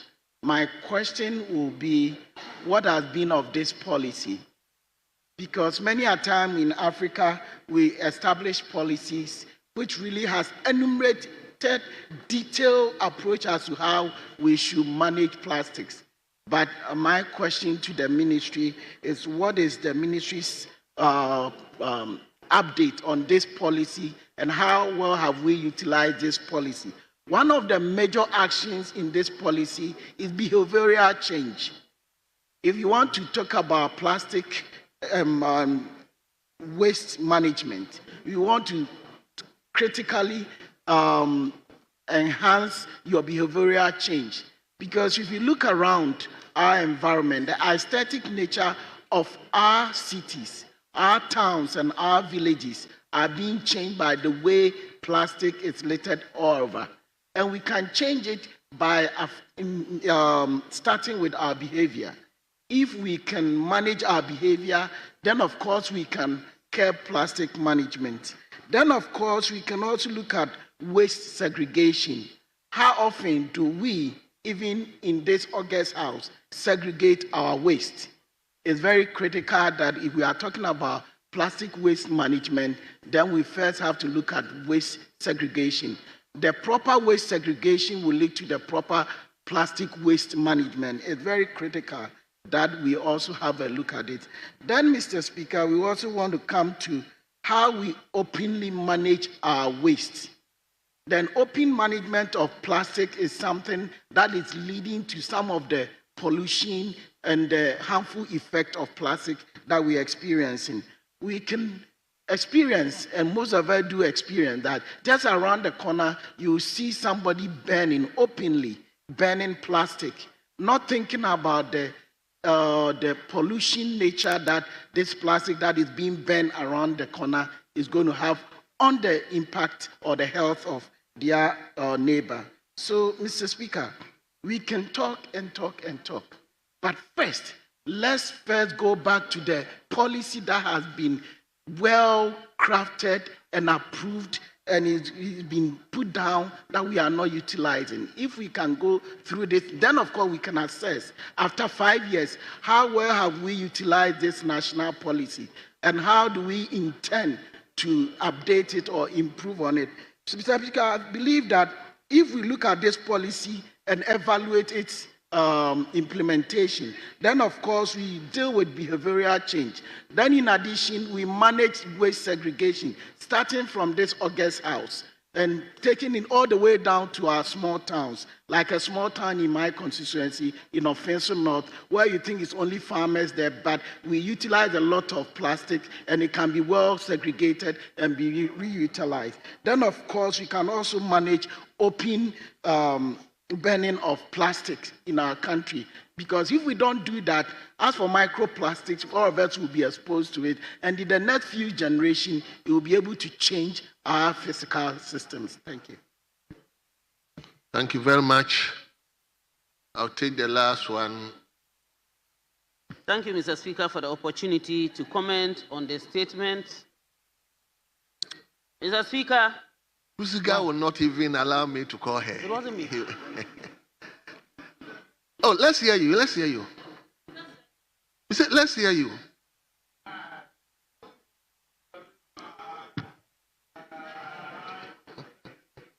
Congratulations to myself.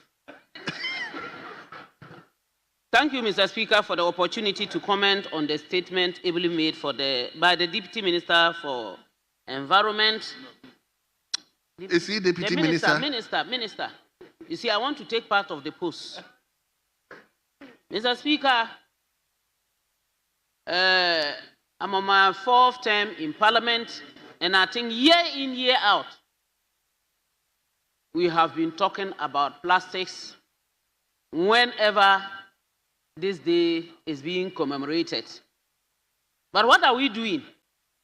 Very little. We do a lot of talking, but no walking.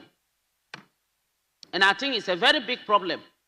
This is not an issue of the cities, the towns, Accra, or any central place. It's the whole Ghana. Mr. Speaker, this issue needs to be handled and taken up seriously. My colleague on the other side just mentioned that there is a policy. Yes, if there is a policy, we need some kind of legal framework, a regulation, to make sure that we are able to make good use of whatever good is in the policy. We haven't done that. And I overheard him say 2020, 5 years down the line. What have we done? Nothing. Mr. Speaker, as for the pollution and what goes into our bodies these days, only God can save us. Because even if you go to buy TZ, Tuozafi, in the market, at any restaurant, even in the homes today, TZ is being served in plastics. So you just tend to wonder what we are doing to ourselves. The soup is being put in a plastic. Water in a plastic bag. You simply cannot, you can't fathom why all these things. And we have been told severally, I'm not a scientist, but I'm fully aware that the heat causes a lot of problems, and we eat it.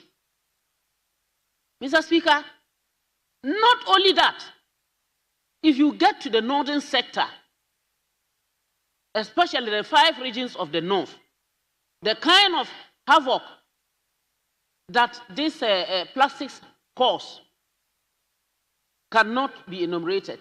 Mr. Speaker, one, the animals go chewing the plastics when they are hungry, especially when salt or some food has been left in any plastic that it contained.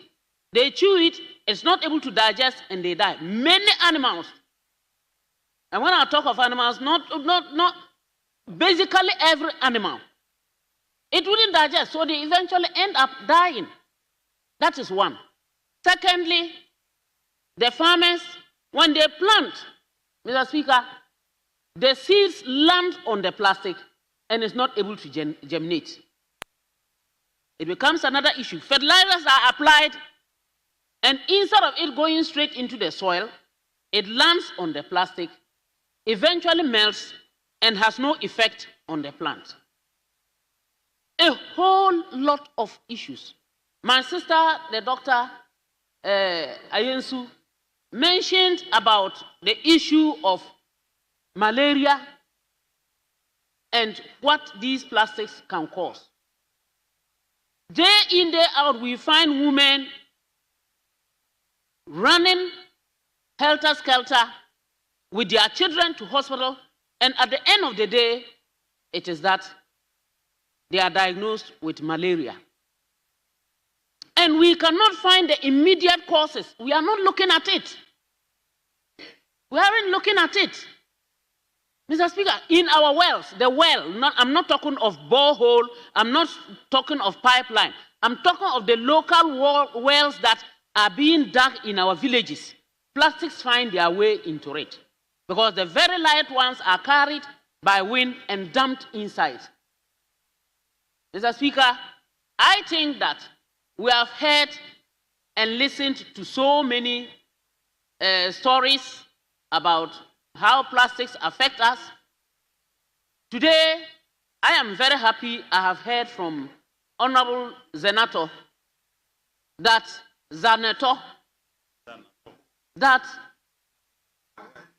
at the end of the day, at least even people can make money out of plastics. If this is the case, there are a lot of people who will want to go into this business. I will wish to urge the minister to support her, not only plastics from around. The minister himself was telling me that only 10% of the plastics around is being collected. Out of 100, 10% being collected, meaning that we are left with about 90%. And the 90% is not just within Accra. The 90% is the whole Ghana and even maybe across.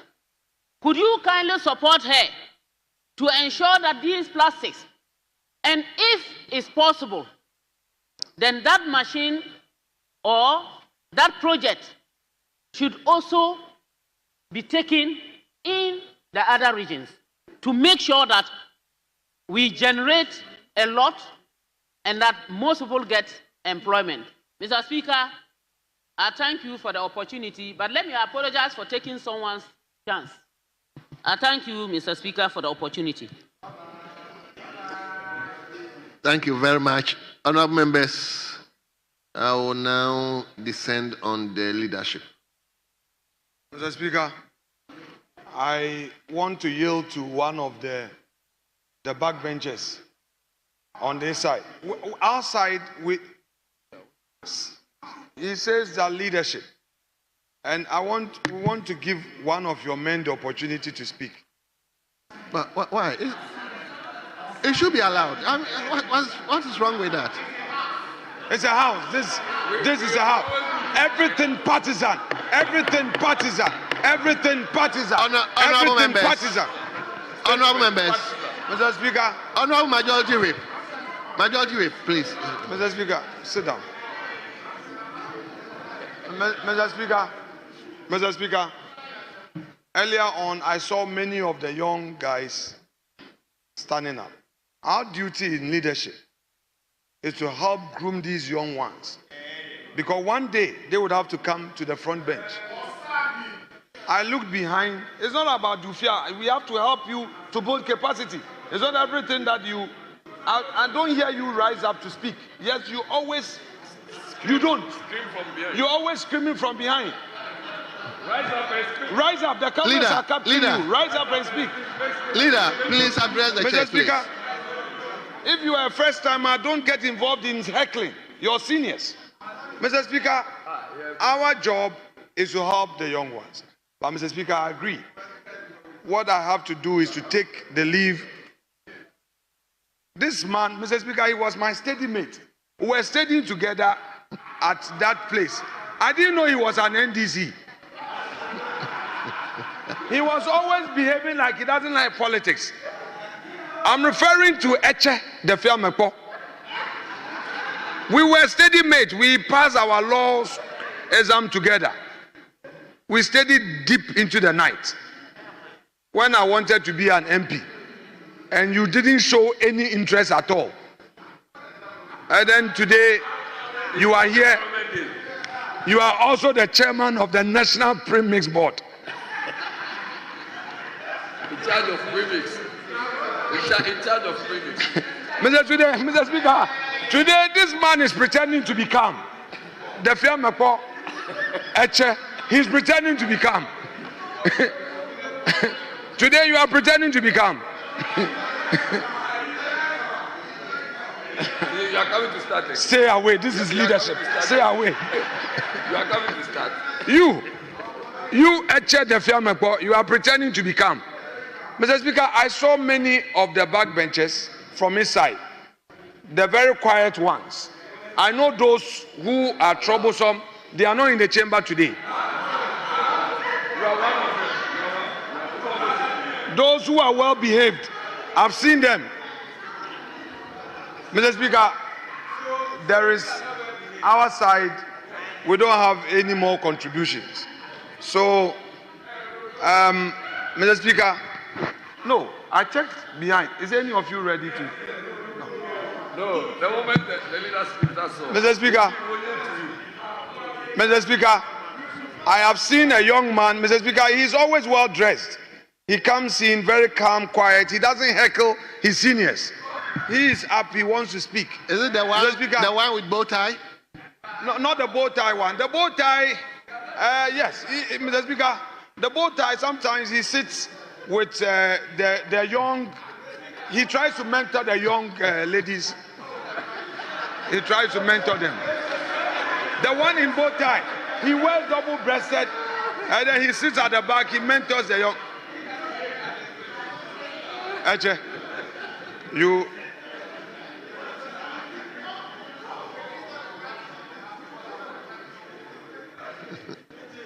Well. So have you yielded to... Mr. Speaker, the way the chief whip is behaving, I don't want... You are afraid? I'm never afraid. How can I be afraid? Afraid of what? I would not want to say anything. I just want him to have an opportunity to give it to two of his young men to make a contribution. But if he decides to attack any of my people, we'll respond to him. Yes. Leader, I don't think there's anything wrong if he finds someone from the opposite side. Mr. Speaker, Mr. Speaker. Yes. With all due respect to my Steady brother, the mate. minority leader. Your steady mate. Yes. Yes. He cannot do what he has just done. He cannot. He cannot. I cannot, please. Please, this house operates on caucus lines. He has his caucus to manage. I have my caucus to manage. If he's given an opportunity, please, would you listen to him in quietude? If he's given opportunity to nominate persons from his caucus to comment on the statement ably presented by the Honorable Minister for the Environment, it's up to him to say that they no longer have members to comment. Then that opportunity will oscillate onto our part. Then we will distribute the oscillation, the pendulum will swing from him to outside. Then we will distribute the opportunity accordingly. He cannot be angling. Mr. Speaker, he cannot be angling over the divide and fishing from my pond. And it, please, Mr. Speaker, he is the leader of this house. I came to meet him, but we are advocates for the rules, and he knows it. Please, Jerry, please. So, Mr. Speaker, I cannot. Mr. Speaker, it is not the practice of this house for me to be giving opportunity as a leader, and I say that I want to yield to a member from his backbench. He cannot do that. Can you keep quiet? He cannot do that. So he will say that let us do this properly. And I know that he did it on purpose. He's been trying to prick my anger, but he won't get me. So no, the fact that I am speaking forcefully to reject the new introduction of a certain practice doesn't mean that I'm angry. I'm not. I'm just putting him right. So he must allow me or the leadership to distribute the opportunity. Mr. Speaker, if you can accommodate two more, why not?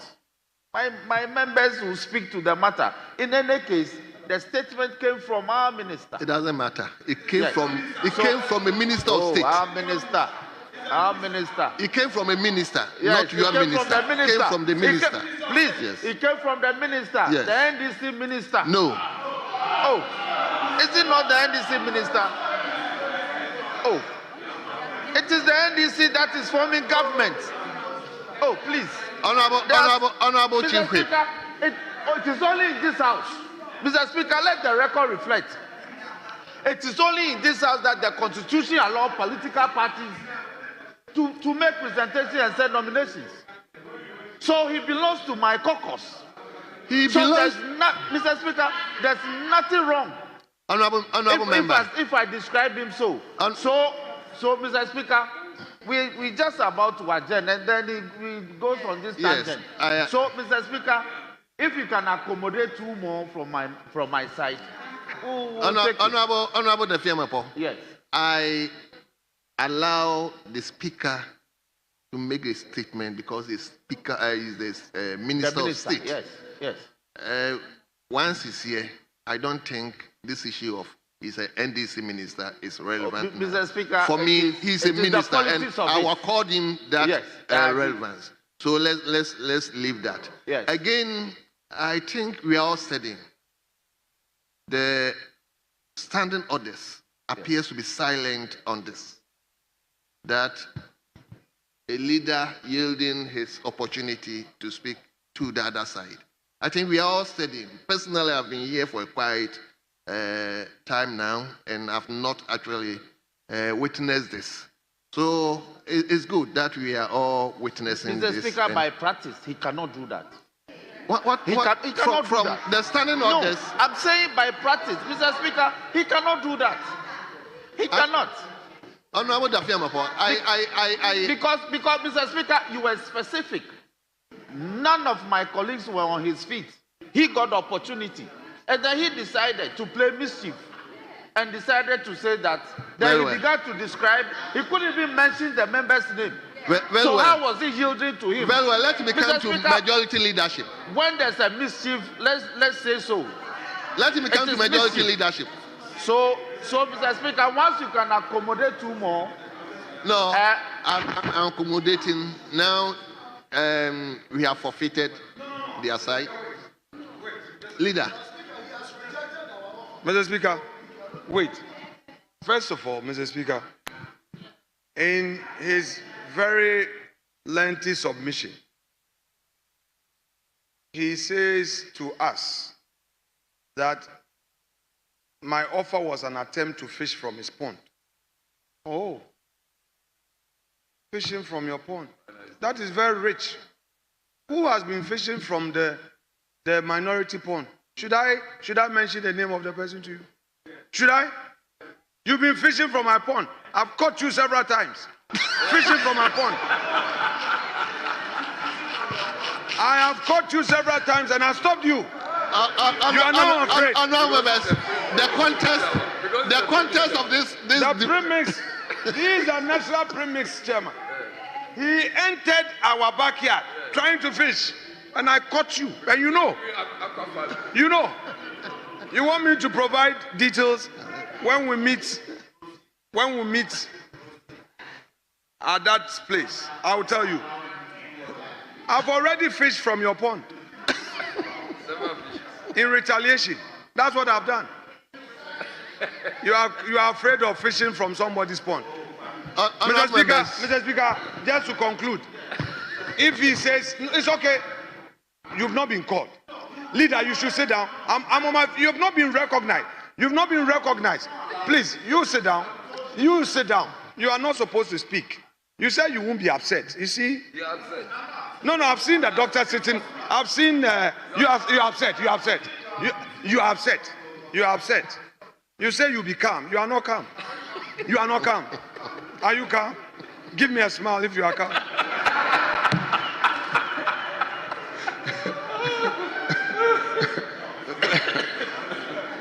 Mr. Speaker, I hold a view that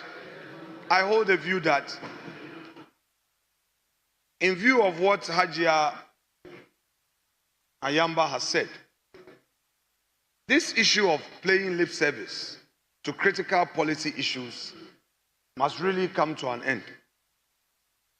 Our friend Mutala, who is a Minister of State responsible for the sector, would need support.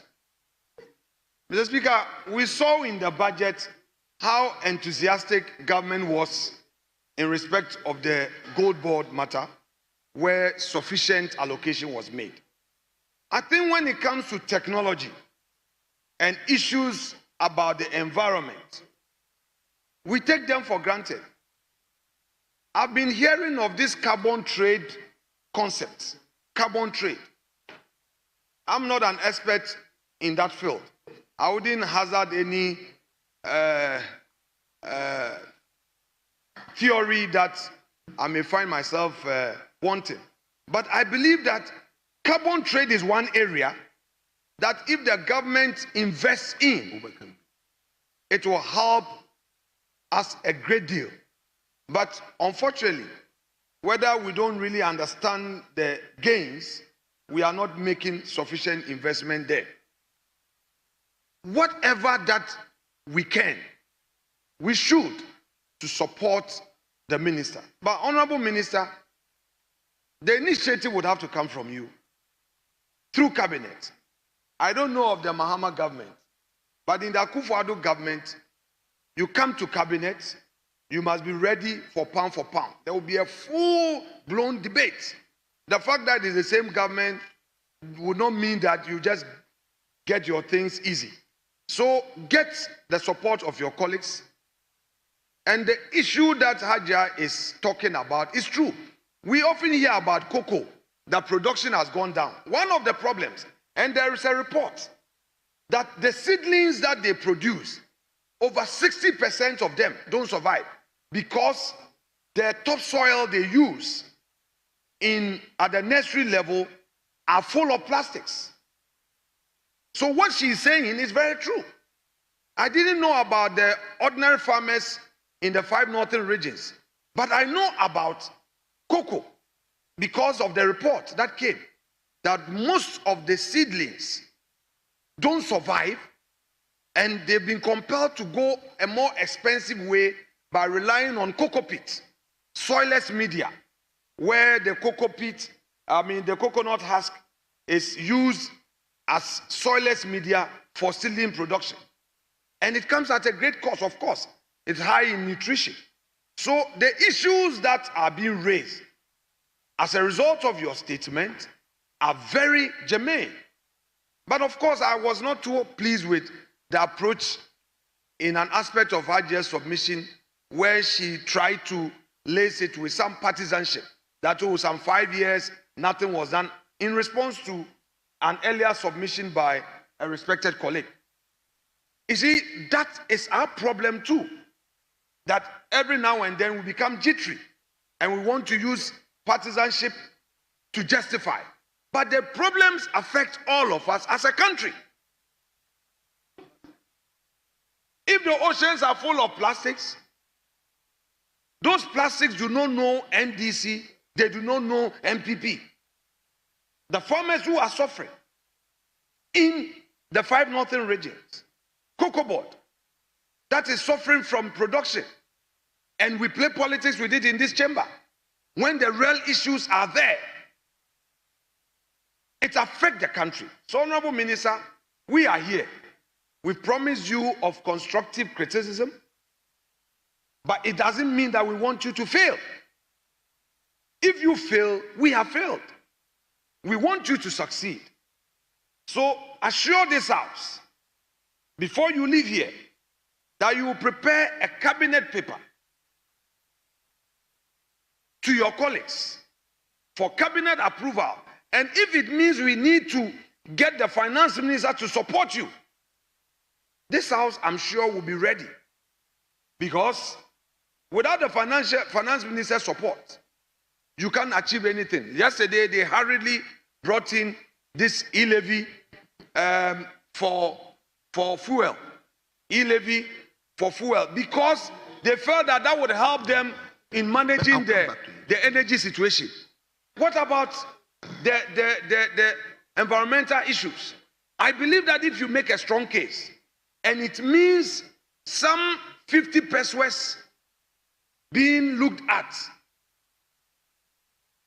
we can all look at supporting you, because this is a national issue. Well, it depends. It depends. It depends. Because you yourself, you are not too, sincere on national issues. That is true. Yes, you can rise on your feet and then debate it.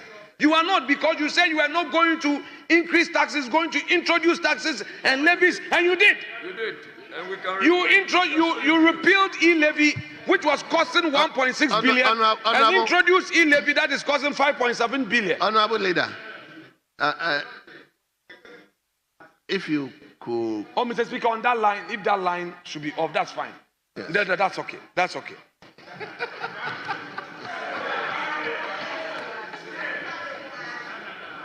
That's... Mr. Speaker, Honorable Atemils is my uncle. Honorable Atemils is my uncle, and he knows how we relate to each other. Please, I've moved away from that dangerous part. You say that. You are my uncle, and you know. So, Mr. Speaker, I believe that as a House, if we really want to tackle national issues with a sincere heart, we would advance the cause of democracy. The partisanship is our problem. The partisanship is our problem. Excessive partisanship. We overimpose partisanship on us.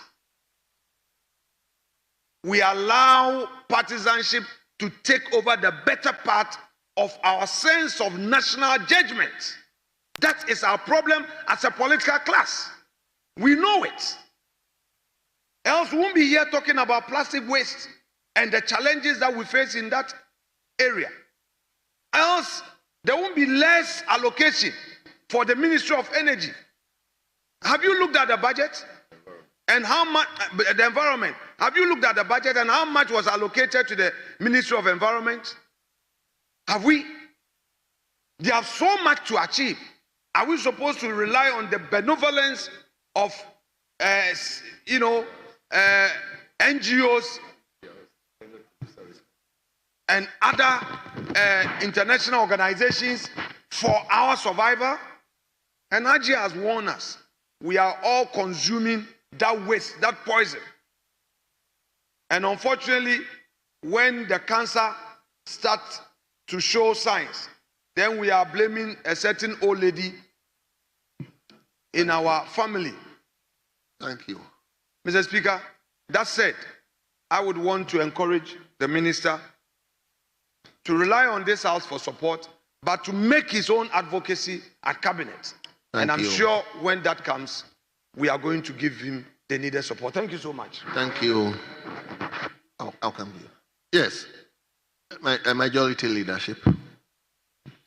Speaker, may I yield my opportunity and time to the chairman for the Agric, the Honorable Jasau. Doctor. Thank you. Is it Wa West? Wa East?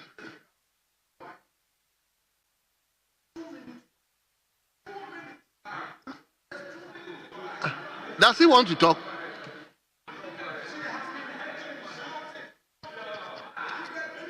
Honorable member for Wa East, let's hear you. Mr. Speaker, I would like to thank you for the opportunity to contribute to this important statement commemorating the World Environment Day, ably made by our Honorable Minister for Environment, Science and Technology. Mr. Speaker, this year's Environment Day is on a theme that is so relevant, ending plastic pollution. Mr. Speaker, as you know, the challenges of the environment that we face in contemporary times are so challenging that action is required for us to tackle these challenges and save our planet. Mr. Speaker, these days, you hear the frequency and intensity with which we experience disasters in this country and elsewhere around the globe.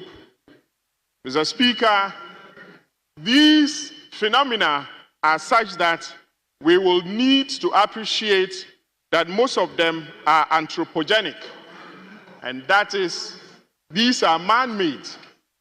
And because most of these factors are man-made, it's important that we take steps consciously to be able to face this.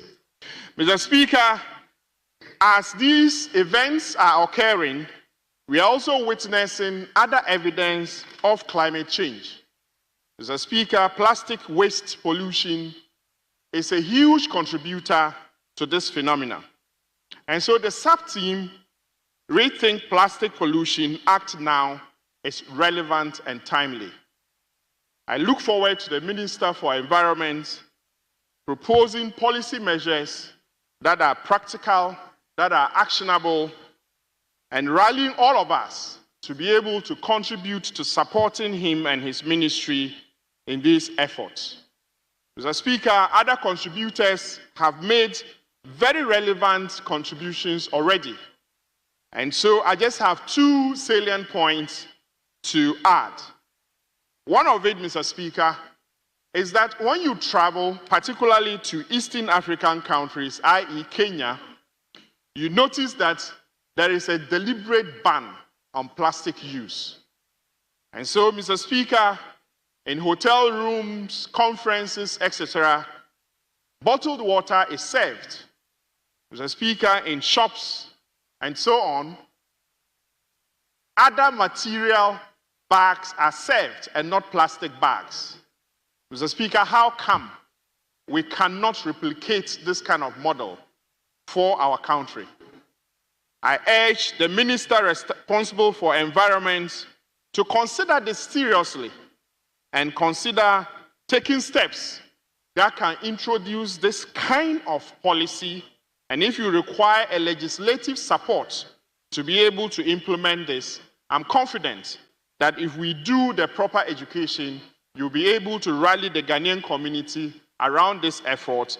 And by the end of your tenure, you can proudly look back and say it was your time that we introduced a ban on plastics.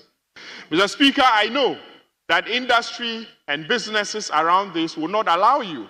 But if you are determined and can rally a critical mass in this country, I'm confident that we will do this to be able to save the planet.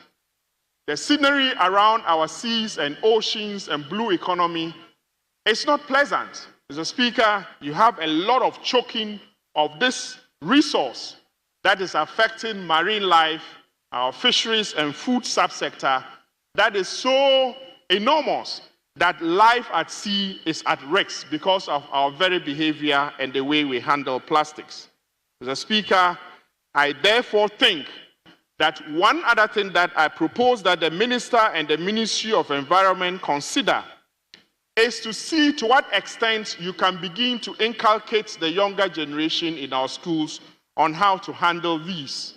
And so one of the things we are not doing well, Mr. Speaker, obviously, is the way we handle waste. It's difficult to see how we even segregate these wastes between organic, plastic, and other inorganic waste. And so I think that if on a day like this, we can have some activities that can truly serve a foundation and plant a seed of good behavior on some schools that we can adapt, get them to look at how important separating these plastics will be. Mr. Speaker, that can be something practical that these schools from either primary or JSS can be able to replicate within 3 years. And we can begin to affect the mindset of this younger generation, and hopefully that will deliver some hope for the future generations. Mr. Speaker, you are aware, finally, that plastic waste is being recycled and used in very innovative forms that we so need in this country. Mr. Speaker, I have seen situations where plastic waste have been converted into coal for them to be able to use in tarring roads. I have seen plastic being converted into materials where they are used as pavement blocks to be able to pave other locations and outdoor locations. Mr. Speaker, to what extent can we forge an industry-plastic relationship such that these linkages can be exploited to be able to use this plastic not just as a waste, convert it into a usable resource that we can convert to more productive and economic use for our country. Mr. Speaker, as we commemorate this day and celebrate the importance of the environment, I think that it will be important that we as policymakers are able to deliver on some specific, practical, actionable steps that we will leave this generation with, so that next year, when we come back to commemorate these days, we can count successes that we have chopped in the effort to reduce plastic waste pollution in our country and the continent at large. I thank you very much for the opportunity to contribute to this important statement. Thank you. Thank you very much. Minister, we want to let him give you 2 minutes. Provide some information. Yeah. Honorable, the minority leader asked some questions, and I think that we've started something to that effect, the carbon trading. If you look at the amendments of the EPA law, there is something we're factoring into it. And I was shocked that when I went to the ministry, there are a lot of very important issues we are handling that we don't have laws, regulating the conduct. Shockingly, we don't even have a law on climate change. Some of them, we have policy frames, but we don't have legal frames. We don't have regulations. So we have engaged a legal firm to work on 5 very important instruments. and we'll be bringing it to Parliament. And I'm happy to hear my good friend who now says that they are more than willing to help. It is my prayer and hope that these assurances will be honored, and once we bring them to Parliament, we would have a smooth sailing as far as those instruments are concerned. So, Honorable Minority Leader, about five very important things, we are bringing them, and certainly the Subsidiary and Legislative Committee of Parliament is handling the EPA, some amendments we are effecting in the EPA law, and I know it will be brought to the House, and those issues are issues that you look at. But as to Cabinet, he talked about fire, they give fire. I think that when you do your homework properly, you wouldn't have a banter in Cabinet. And that is what we're seeking to do the work very well, engage the necessary agencies and ministries and colleagues, so that when we come to Cabinet, it will be chaotic as you explained the experiences you had. We do not look forward to have that, because we would have done our work very well before we come to Cabinet. Thank you, Mr. Thank you very much, honorable members. We are all friends. We are all friends. We are brothers and sisters. So once we are here, we are family members as well. So on that note, let me thank all of you. You've brought statement to a close, and we will convey here tomorrow. Is it at 2 o'clock or 12? Mr. Speaker, 2 p.m. 2 p.m.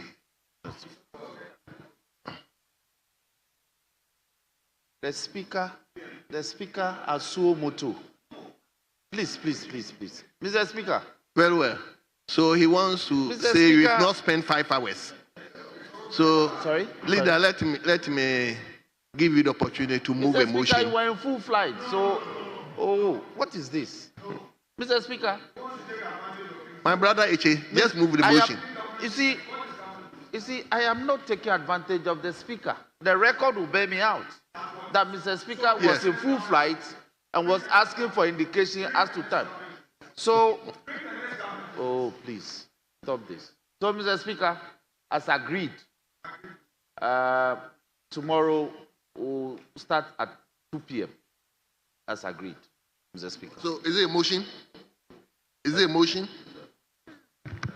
Mr. Speaker. He wants to go legal.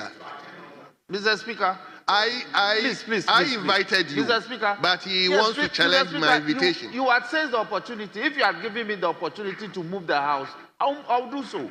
But you had taken the opportunity. You see, once he wants to challenge my invitation, just move the motion. Thank you, Mr. Speaker.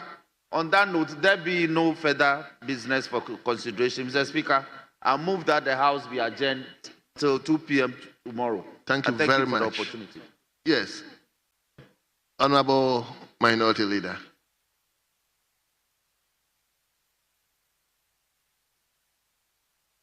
Yes.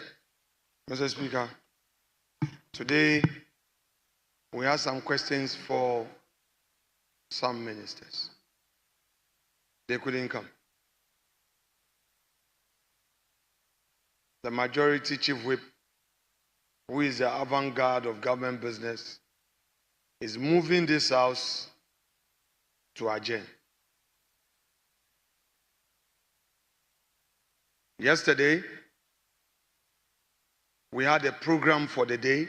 They sprung a surprise on the nation in the dead of night when Ghanaians were asleep.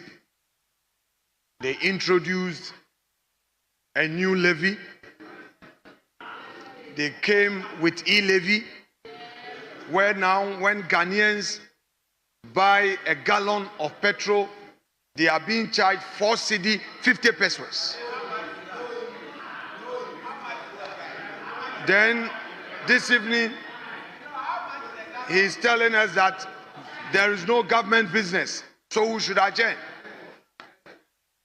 It's not a matter of there be no government business. This house, members have questions that ministers were supposed to answer. Equally, members have statements. So you cannot just come and say you are moving the house for an adjournment, as if the house is yours. Honorable Leader, I invited him to move the motion. Well, Mr. Speaker, then he should decline your invitation. Let us move on to the next government business. He should decline your invitation. You came into office, you promised Ghanaians that there will be no tax, no tax. You repealed the e-levy, you introduced another e-levy. You said no tax. You said you are going to do one job, 3 shifts. I'll give you. You said one job, 3 shifts. Then instead of concentrating on the people's job, you say we should adjourn. Adjourn for what? Honorable Minority Leader, I invited the Chief Whip to move a motion for adjournment. So if, Mr. Speaker, because there's no government business, is there a government business? Let's do it. Honorable, if there's a government business, Leader, let's do it. I am on the chair and I have decided that we are bringing proceedings to a close. And therefore I've asked him to move a motion. He has moved the motion. Mr. Speaker, let me understand you. Mr. Speaker, let me understand you. Mr. Speaker, you are saying that so motto. You want to bring proceedings to a close by yourself. Mr. Speaker, is that what you just said? Yes, that's what I said.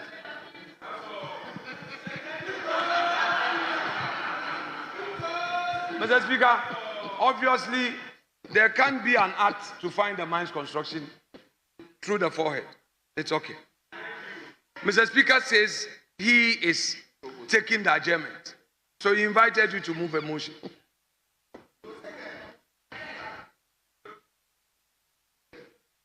You were campaigning, one job, 3 shifts.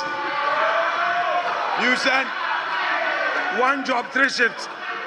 Today, the people who relied on you for jobs, where are the jobs? Leader. Well, adjourn and let's go. I will not second this motion. Get somebody on your side to second. I will not second this motion. I will not second this motion. Yes, the one in the bow tie. The one in the bow tie.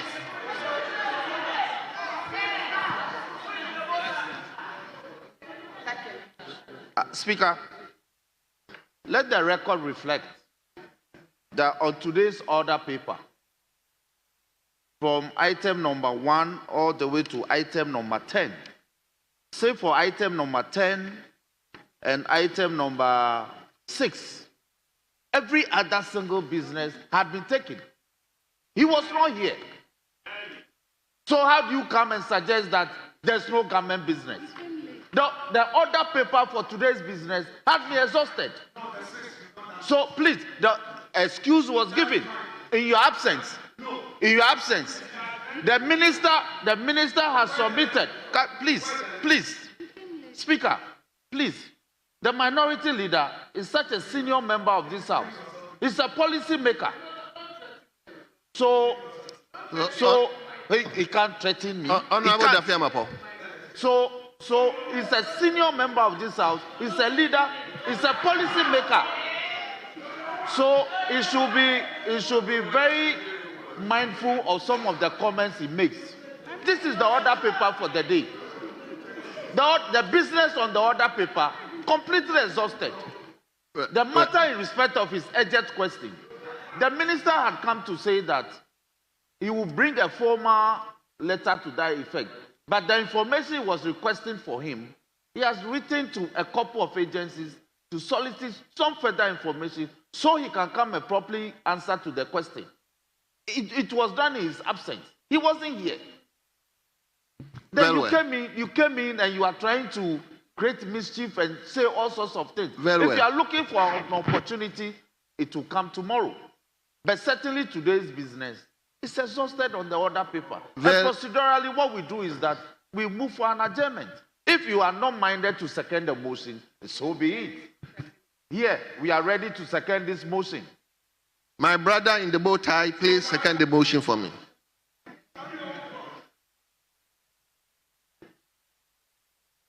Thank you, Mr. Speaker.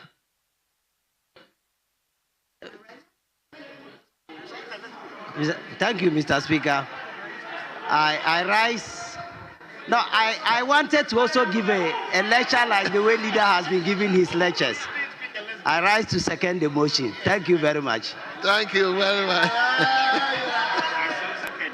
Honourable members, let me thank you once again for your cooperation. The the proceedings has come to a close. The House is accordingly adjourned to tomorrow, 2 o'clock in the forenoon.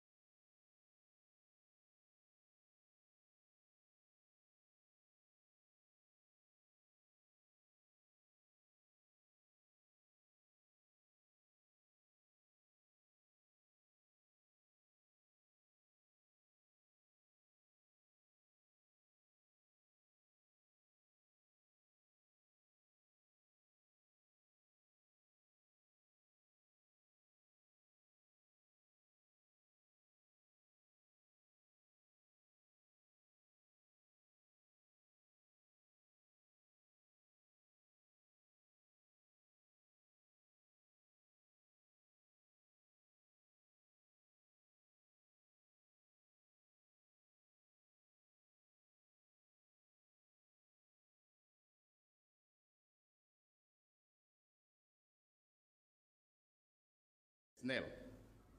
Ladies and gentlemen of the media, and my fellow countrymen and women, having concluded our investigations, we'll be filing charges against 12 suspects who worked as directors and staff of the NSA.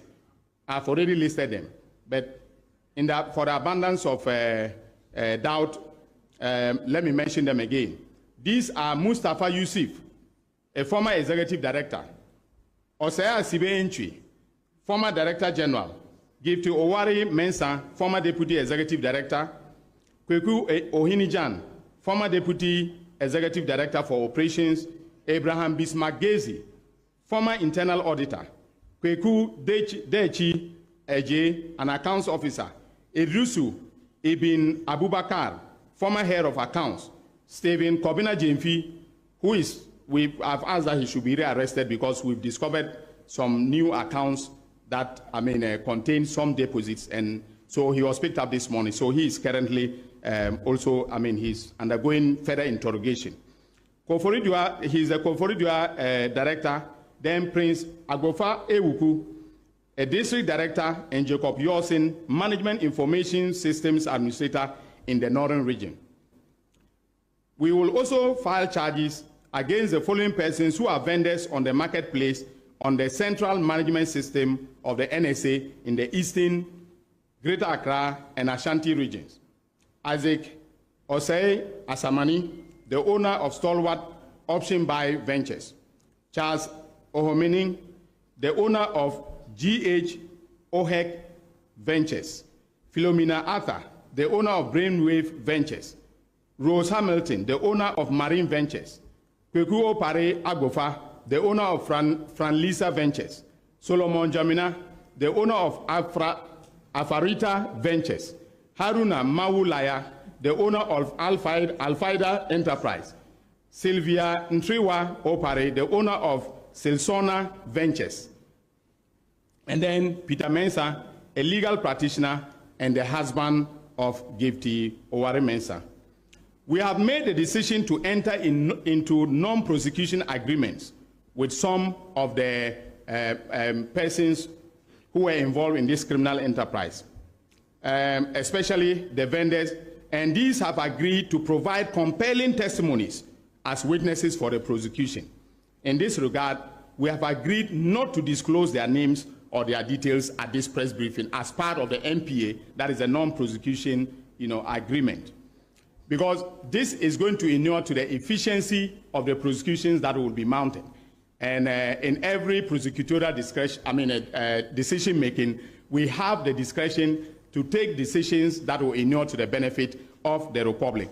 And we have decided in the office, together with the investigators, that some of the marketplace vendors and some other directors and staff who came to us may be serving as prosecution witnesses. Some of them offered to be prosecution witnesses, and we rejected their offers. They came, met with my deputy. We evaluated the evidence and thought that it will be inimical to the entire prosecutorial enterprise if we accepted their offers to serve as prosecution witness. So, given the numbers that we're offering to serve as witnesses, it can tell you where we are headed with this investigation. And when the trial starts, with this prosecution, when the trial starts, you'll get to know the evidence that we have meticulously gathered from February, when I took over the oral report and handed them over to NIB to the present.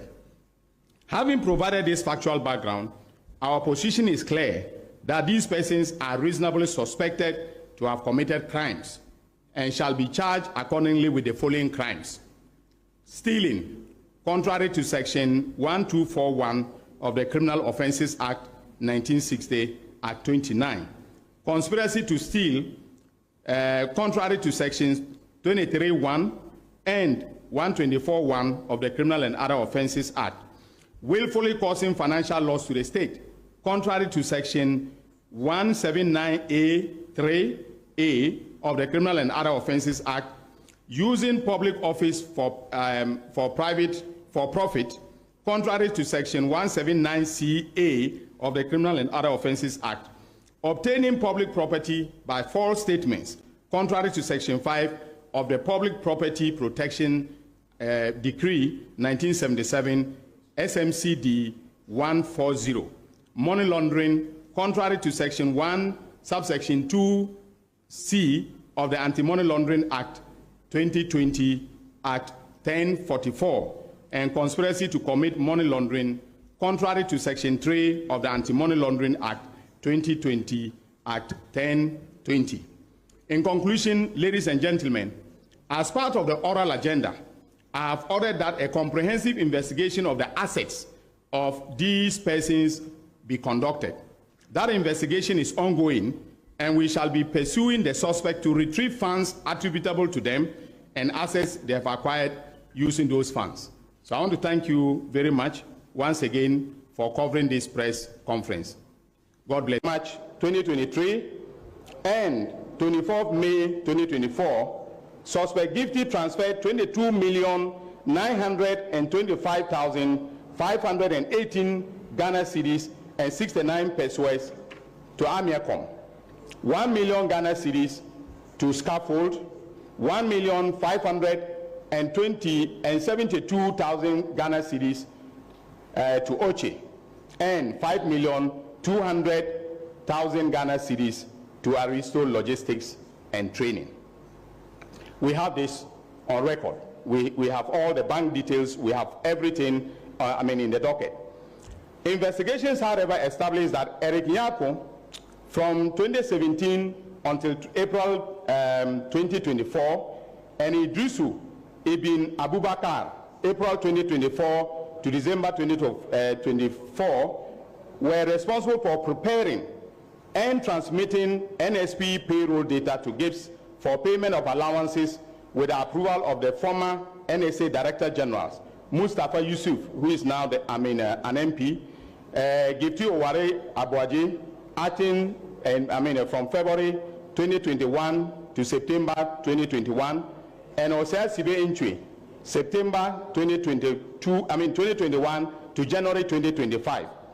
Without their explicit authority, nothing was possible. In other words, all these transfers could not have taken place without the authorization of the chief executive officers and or the director general, depending on the nomenclature that was used to describe their roles. The criminal enterprise that resulted in the loss of this colossal sum of money to the state involved the creation of ghost names within the NSA payroll system by some directors and staff, which they subsequently exploited to misappropriate state funds for their personal gain. This they did in direct collaboration with vendors and other accomplices. Ladies and gentlemen of the media, our investigations have revealed that prior to the commencement of each new service year, the directors would submit to Parliament for approval a budget figure representing the number of prospective service personnel for that particular service year. Consequently, or consistently, these figures were inflated by huge numbers. During the fiscal year, the directors will write to the Minister of Finance requesting permission to utilize excess funds allocated in the budget of the National Service Authority. Once authorized, the directors will transfer the funds into NSA's project account at the Agricultural Development Bank, and under the pretext of executing projects, will divert the funds into private pockets. Another criminal scheme hatched and exploited by the directors and staff is the deployment of ghost names onto the NSA system. Once deployed, the directors will then request that both ghost names and genuine names be transmitted by the head of accounts to the Ghana Interbank Payment and Settlement Systems, that is GIPS, for payment. These payments included payments to Eastwich cardholders procured for the fictitious national service personnel. Our investigations compared monthly data of verified national service personnel generated from the Central Management System and submitted to the NSA Accounts Office, and the data of the NSA personnel who were actually paid through the GIFT system for a period of 6 years. That is from 2018 to 2024. It was established that a total of 587,543 personnel were to be submitted to GIPS for payment of allowances. Meanwhile, data from GIPS showed that a total of 650,165 personnel were paid, indicating that 63,672 constituted ghost names. These consisted of the following categories of personnel. That is, national service personnel who were blocked on the CMS system during the registration process. Then personnel, national service personnel numbers that exist in the payment records but do not exist on the central management system. And then, of course, NSA or national service volunteers, and then some management staff and marketplace vendors. We will also file charges against the following persons who are vendors on the marketplace on the central management system, SNEL. Ladies and gentlemen of the media and my fellow countrymen, whilst working around the clock to resolve the impasse, the Ministry of Health has taken the following steps to mitigate the suffering of Ghanaian patients unduly affected by the strike. The ministry will, in the next few minutes, publish a comprehensive list of facilities to complement facilities where nursing services are lacking and where patients can seek health care.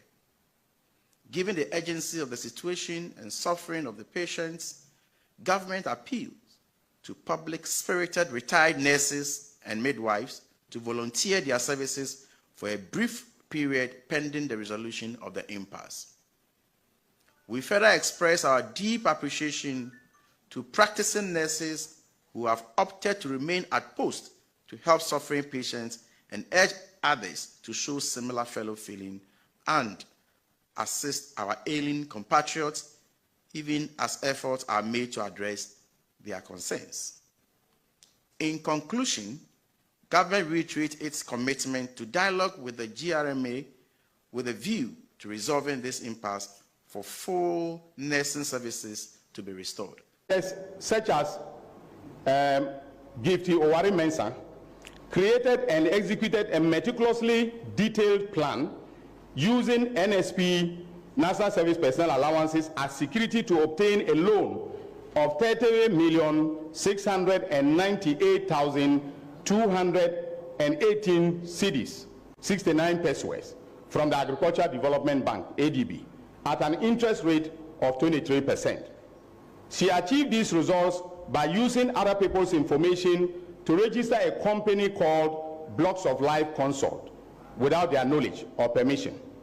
Subsequently, she presented Blocks of Life Consult through a middleman in the person of Maxwell Akwesi Ofori-Mintah to an official of the Agricultural Development Bank, and listing her husband, Mr. Peter Mensah, a lawyer, to act as one of the directors or representative of the said company.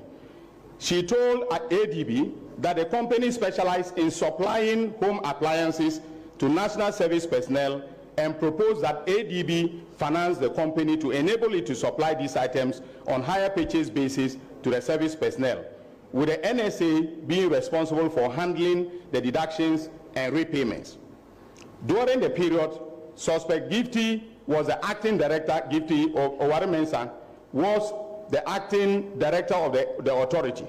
However, on the marketplace of the authority, there was no indication that Blocks of Life was a registered vendor. Within 2 service years, suspect Gifty Owari Mensah used a total of 9,934 ghost names to misappropriate the aforementioned funds. Investigation further established that after ADB transferred the funds into the account of the company, she subsequently transferred the funds into 4 different company accounts with the names of Amiacom, Scaffold, Oche, and Aristo Logistics and Trading. It was further established that suspect Gifty is a director of Amiacom, and Scaffold Company Limited belongs to suspect Abraham Gezi. That between 3rd March 2023 and 24. So we are going to do our best to restrain leakages I know you've talked about the issue of the Auditor General, and truly when you look at that, that includes all sorts of obligations from the previous government, but also 10 billion of it is really collections and loans that are being taken care of. So it's not money lost, as you would say, but certainly in all areas that we are reminded. To get there, we must reset, and reset with discipline, with purpose and unity. On government's part, I wish to assure you that we'll maintain the current fiscal discipline and work to maintain a conducive environment for your businesses to thrive. Let me take the opportunity to commend those of you who have responded to the cedi's appreciation by reducing prices of your products and services, and thereby passing some of the relief from the hardship to Ghanaians. And so, Oka and all of you, thank you very much. GPRTU, thank you very much. And so for those of you who have not responded yet, please pass on some of the cedi appreciation to Ghanaians. My brothers and sisters, the problems we face are real, but so are the solutions. We can rebuild our economy, we can create jobs, we can restore faith in governance, but we must commit to the hard work of change. You were not appointed to occupy space. You were appointed to solve problems. Let me remind you of the social contract we have entered into. The Ghanaian people expect us to deliver, and we must not with excuses, but with results. I've said before, and I repeat now, this is the legacy term of my presidency. I intend to make it count. I intend for it to matter, and I expect that every member of this administration will do the same.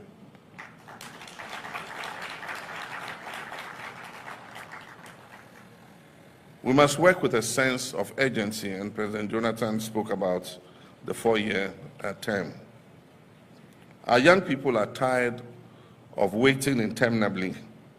Our farmers, our workers, our entrepreneurs, especially our women and youth, want to see policies that work for them. They want fairness, they want opportunity, they want to live in dignity and prosperity. Indeed, they are not asking for handouts. They're asking to be given a fair shot. And let's give them just that. The task before us requires leadership that is empathetic, that is disciplined and accountable, leadership that is not defined by titles, but by service, that is not defined by slogans, but by substance. And so I issue this challenge to each of you to lead your sectors with vision and integrity, to champion innovation, make decisions based on facts and data and not on guesswork. Spend public funds wisely and judiciously. Reject opulence. And never forget, your first duty is to the people of Ghana and not to your own political survival, not to the applause you will get, and not to your personal gain. I want each of you to leave this retreat with a clarity of purpose and with the humility to keep learning. This job is not about knowing it all. It is about listening. For example, I'll stay true to the values. And please remember, when any of us fall short, I will not hesitate to act. I didn't think that was what you would clap for. Let us leave here with renewed determination. Let us work not for applause, but for results. Let us lead with honor, and let us remember always that the true measure of our success will be the lives we touch and the legacy we leave behind. And finally, let me remind us all that the destiny of our party and our future success depends on the legacy that this current administration will establish. And so we must give it our all. We must work together to make our party's future successful. I therefore have the privilege and honor to declare this executive leadership program duly open. The Bar Association is a very prominent association amongst all the professional bodies in Ghana. And you have been strong advocates for the rule of law, for respect for human rights, for respect for the Constitution, freedoms, and all that. And I believe that that role you play is important for our society to progress. We have started the National Constitution Review exercise, and we expect that the Bar Association will take a great interest in it. I believe they've started, they're going round, and when they have finished, I'm sure that they're calling on different groups. They probably would call on the Ghana Bar Association to find out if you have any views about it. And one of the issues we're confronted with is the issue of corruption and accountability in office. And so the expectation of Ghanaians is that this government will mount a stronger fight against corruption. And that is why we set up the Operation Recover All the Loot. It's not meant to witch hunt anybody, but it's supposed to be an instrument and a vehicle where it is possible for people who are whistleblowers and have evidence of corruption to be able to channel their reports to the appropriate source and have them investigated. And so before I took over, I set up a small committee. It was very helpful. We put in a hotline. They got more than 2,000 calls from different people alleging different things. Of course, some of them were useless allegations, but others too were important allegations. And so after synthesizing all the reports that were received, we received the official reports from the committee and we handed it over to the Attorney General. And some of what the Attorney General is dealing with are some of the issues that came up in the oral. And so I just wanted to clarify that it's not an instrument for witch hunting anybody. It's an instrument for assisting in the fight against corruption. We're committed to the protection of human rights and investigation of significant killings or murders that have remained uninvestigated. And so I've urged the police and the investigative organizations to look more actively in cases like Ahmed Swali, and that is how come a first suspect has been arrested. We're hoping that his interrogation will lead to further arrests of people. There are several other cases like the J.B. Dankwa murder case, and we're asking that it be expedited in terms of the prosecution that is taking place and for investigations to be carried out to find out if any other persons were involved in some of those. And so those are ongoing, and then we also have the issue I thought I should raise of the judiciary and the perception of the judiciary. I believe that it is not anecdotal. I mean, several surveys asking Ghanaians, what their opinion of the judiciary is have not come out positively. And I believe that it is a duty for all of us to work to make sure that we have a judiciary that is respected.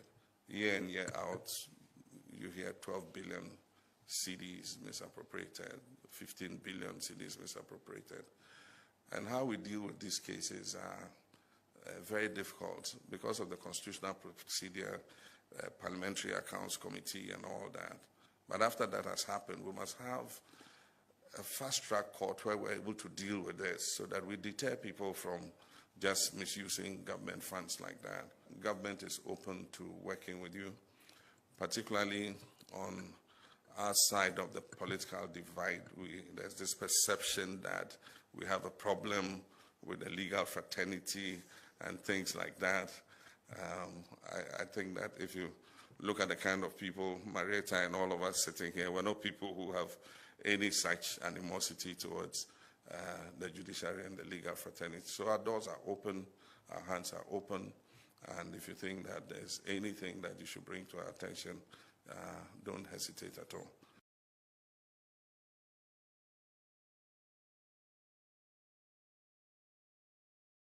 Of the absence of an effective justice delivery system, or delayed justice, or bias, justice is certainly a threat to national security. And indeed, when injustice abounds, particularly in situations where the bench, which is considered as the final arbiter of disputes, is deemed to be biased, citizens tend to take the law into their own hands, most times without recourse to the established systems of justice delivery. And similarly, the failure of the criminal justice system to ensure effective and expeditious trial of criminals adversely impact the morale of law enforcement agencies. It also emboldens criminals to perpetrate more crime and breeds lawlessness among the citizenry, developments which threaten the internal security of the state. If you are going to be able to address the security challenges that we have, especially the domestic ones, we need to be able to ensure that there is a judicial system that works. If we do not have a system, a judicial system that works, many people will simply take the laws into their own hands and misbehave and do what they want. Therefore, in trying to manage the security situation, it is important for us that we do get a judicial system that works. And we are all lucky that in the sub-region, we are perceived as a country where the judicial system works and where you could expect justice. If the interpretation of the law is still that so much in our favor all the time, people will start accusing the judiciary and will not have the confidence that they need. 150. Mr. Speaker, I beg to move that the Electronic Transfer Levy Repeal Bill 2025 be now read the third time. I so move, Mr. Speaker. So, is this seconded? Honorable members, question numbered item 50 at page 12 of today's order paper, accordingly moved by the minister responsible for finance. Any seconder? Yes, I second the motion.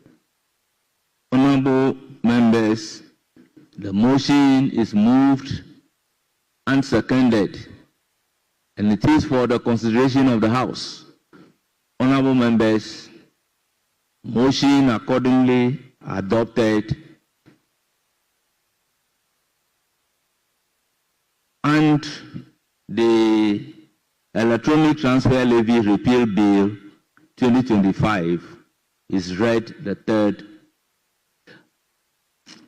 Honorable members, the question is, those in favor say aye. Those against say no. The volume of the work is making me speed up. Honorable members, the ayes have it.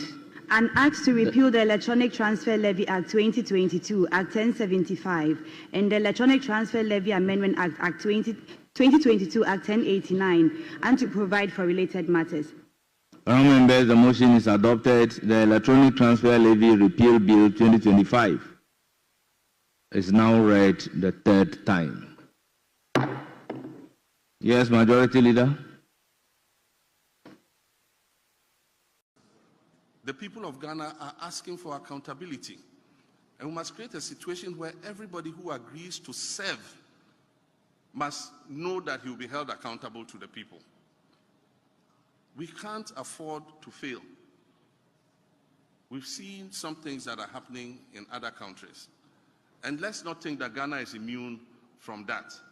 And I can tell you, our young people are getting frustrated and desperate. And if we don't take drastic action, and we think that it's going to be business as usual, we will be shocked at what would happen in this country.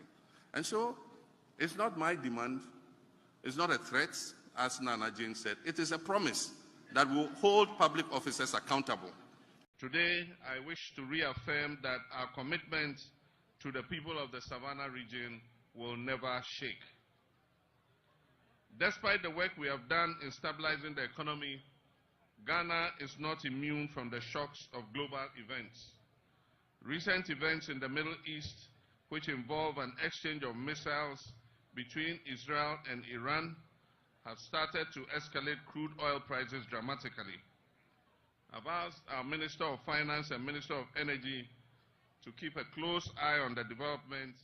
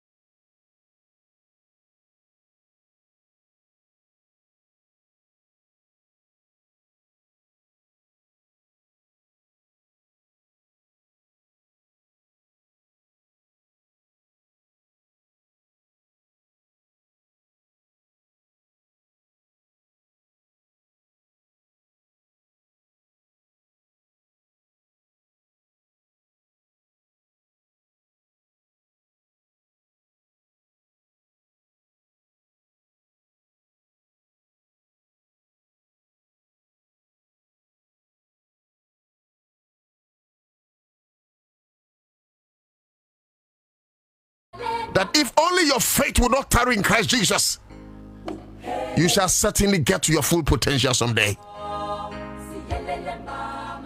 Ladies and gentlemen, boys and girls, Okwain way anamefa so na mama mu akwaba aba ene ewia jumedi so.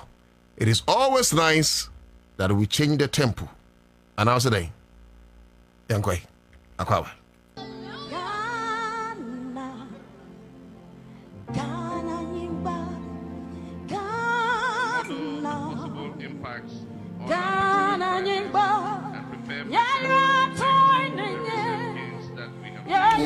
That our commitment to the people of the Savannah region will never shake. Despite the work we have done in stabilizing the economy, Ghana is not immune from the shocks of global events. Recent events in the Middle East, which involve an exchange of missiles between Israel and Iran, have started to escalate crude oil prices dramatically. I've asked our Minister of Finance and Minister of Energy to keep a close eye on the development and model the possible impacts on our petroleum prices and prepare measures to protect the recent gains that we have made. Education remains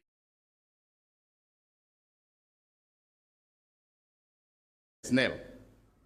Ladies and gentlemen of the media and my fellow countrymen and women, having concluded our investigations, we'll be filing charges against 12 suspects who worked as directors and staff of the NSA. I've already listed them, but for the abundance of doubt, let me mention them again. These are Mustafa Yusuf, a former executive director, Osea Sibe Entry, former director general, Gifty Owari Mensah, former deputy executive director, Kweku Ohinijan, former deputy executive director for operations, Abraham Bismarck Gezi, former internal auditor, Kweku Dechi Eje, an accounts officer, Idrusu Ibn Abubakar, former head of accounts, Stephen Kobina Jemfi, I've asked that he should be rearrested because we've discovered some new accounts that, contain some deposits, and so he was picked up this morning. So he is currently was MPPs for the pocket. Where the human beings are in charge and the standard is supposed to be high. Very well. Where's the issues-based analysis with accurate information? Kofi, thank you. Emmanuel Akosan, I'm watching you live from a Kumfi Srakrododo. Okay, so a Kumfi Srafa Kokodo. Central region. Did I get that right? We say, and this is the future for Ghanaians and people never again. Ghana, oh Ghana, Latililai says, this one says, good afternoon, Nana Utudako and the team. About frame post more fire watching you from Broadcasting Castle Road. James K ability say more fire. The go Papa Asano what for the World Cup, James K ability. Listen, are you loud and clear inside Tema? Thank you. It's me about to joining you on Facebook Live on Accra FM 100.5. Who do Honomu and Washamai? Yeah, baby, you maybe. But me one penny phobia, you mutia said you made you pa. And every Mr. and Mrs. Akulmoga. Mr. and Mrs. Akumolga. Moti in Sakina, Mokwa Soro Evangelical Church of Ghana. In fact, I sorry no in Sakina branch, the Biamuti Citizen Show, Icham Crusade every Sansuna Efo, Mr. Ohene or Furniture Shop. Amasama Stadium Road, every what but him Utie, thank you. And Yepus, I swear, yes, Shamunyana Mutie.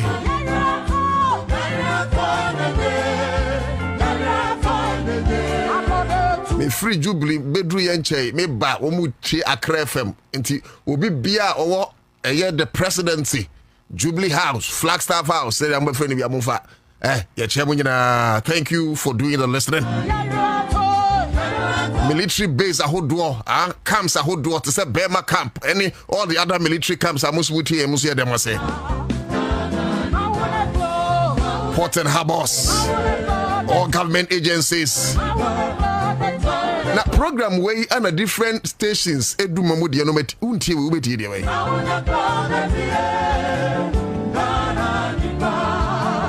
Gana nyigba. Abidjafo so beye krado na ye normal so edi nkomo enchekra. Baba feel at home, relax, I feel na ebeke play no. Kai give it to.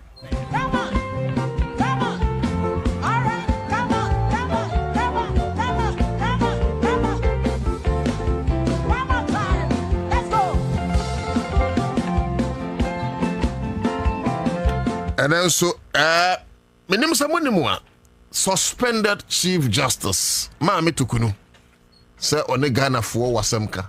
Ini masemo maame person ne ka. Enti ye be picking the life. Lizzy say be for the life. Ye be picking the life wa. Enti me ba to obi anya krado.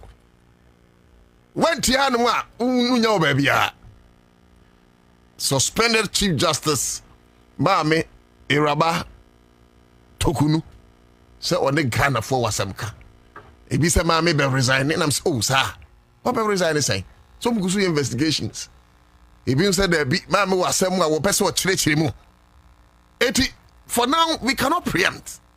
Yenimia suspended Chief Justice. And I'm adding suspended Chief Justice because you're acting Chief Justice. Irabafo. Aha, eti Chief Justice akonya na de. For now, enkosi say committee beka se Maame hu son eko. All right. I'm told to say ye Maame asase enti ye work it out na ye picking it live na ye TV na ye din komo o fianom. Of course, minority say omo approve bason atemwafo no you nominate woman, and it's so funny. I'm sure see bedi eno ho komo, but I want us to pick the Chief Justice one. We are na afi ye di san komo. Ayi ma honya ha na yam pick we pick e no wa kan ye pese ti ni nyina wi. Enti ye hwese ye betimi apik, because look how you see minority in parliament and kasano minim say ye be school from omwa. And Ora Sam George Kasembi was it they must take a year freshers orientation on your new MPs, no? They must take it serious. In your time, her judges are nominate here. Accept one our parliament. Pussy one call Supreme Court. MPP, non-justices. To say Justice Jewumpo, one no Supreme Court. Non-MPP judge to say Justice Jewu, what do you call Supreme Court? Nan campesa hotel for way mo. Ayi kaja gumna yere tamia ma dia na so why slow san. Commissioners and heads of independent constitutional bodies set up to protect the freedom and justice of Ghanaian citizens as guaranteed under the 1992 Constitution. In building Ghana's democracy in the Fourth Republic, the framers of the Constitution identified public officials who must directly serve the citizens of Ghana without being afraid of unjustified punishment or reprisals from influential people or members of the executive or legislature. The framers of the Constitution identified that it is only when these public officials we can work without fear, control, or at the pleasure of influential people that freedom and justice will reign in Ghana. The law did not provide for the termination of their appointments by any authority.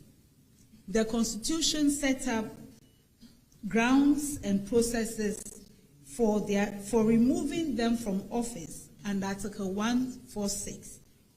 And these grounds must reach the standard of, quote, inability to perform the functions of their office. The officials include, apart from Superior Court justices, commissioners of charge, commissioners of NCCE, commissioners of the Auditor General, and the chairman and the vice chairman and members of the Public Service Commission. The third reason for this statement is that in order to address the troubling violations of the Constitution and illegality of the proceedings that have become obvious to me, that became obvious to me from the beginning of the process, I started an action in the Supreme Court. I applied for the proceedings of the committee set up by His Excellency the President to be held in public, so that in the interest of transparency and for the truth in the matters being raised to be made known to the people of Ghana. I did so because I knew that the secrecy of the proceedings for removing justices was not created in the Constitution as a cover-up for any agenda. The Constitution expects that only reasons for removing the Chief Justice and public officials as set out in Article 146 will be the reason for doing so. And especially, such reasons must affect public sensitive national interest or public order or safety. I realize that in my case, should the public be made aware of the allegations in the petition, they would realize that none of the allegations made border even remotely on matters of national interest or matters of public order or safety, or anything that indicates that I'm unable to perform the functions of my office. An example is an allegation that I failed to retire accountable interest of $14,000 when I traveled. When I did retire that accountable interest 2 days after I returned from my journey, I was given $14,000. I could only spend $4,400, and I returned $9,600 2 days after I returned from Ghana, from my journey. And so I knew that it was necessary that the issues being thrown around as petitions against me needed to get into the public space. I swore to a supplementary affidavit alerting the Supreme Court also of human rights violations that I had started encountering when I went to the Article 146 hearings. However, the members of the Supreme Court that had the action for the hearing in open, and they also struck out the supplementary affidavit at the request of the Attorney General. I have decided to make this statement today because the violations have not stopped. Indeed, they have escalated beyond anything I could have imagined as possible in justice delivery. These violations include the committee's refusal, in breach of the rules of natural justice, to recognize my lawyer on the first day of proceedings, simply because I was not personally present with him. And they went ahead to make arrangements for the hearing without involving my lawyer while he was sitting in front of them.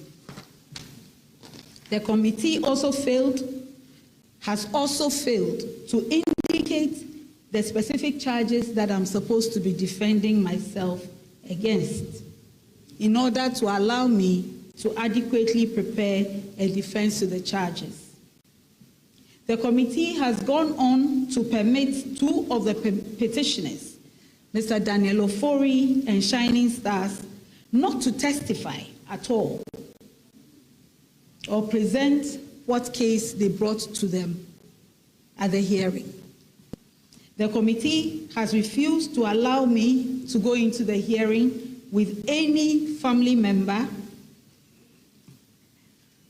Before you enter, there's a thorough search of my body and my handbag in violation of protocols and courtesies extended to any Chief Justice, which protocols and courtesies are honored in the name of the nation, both in Ghana and outside of Ghana.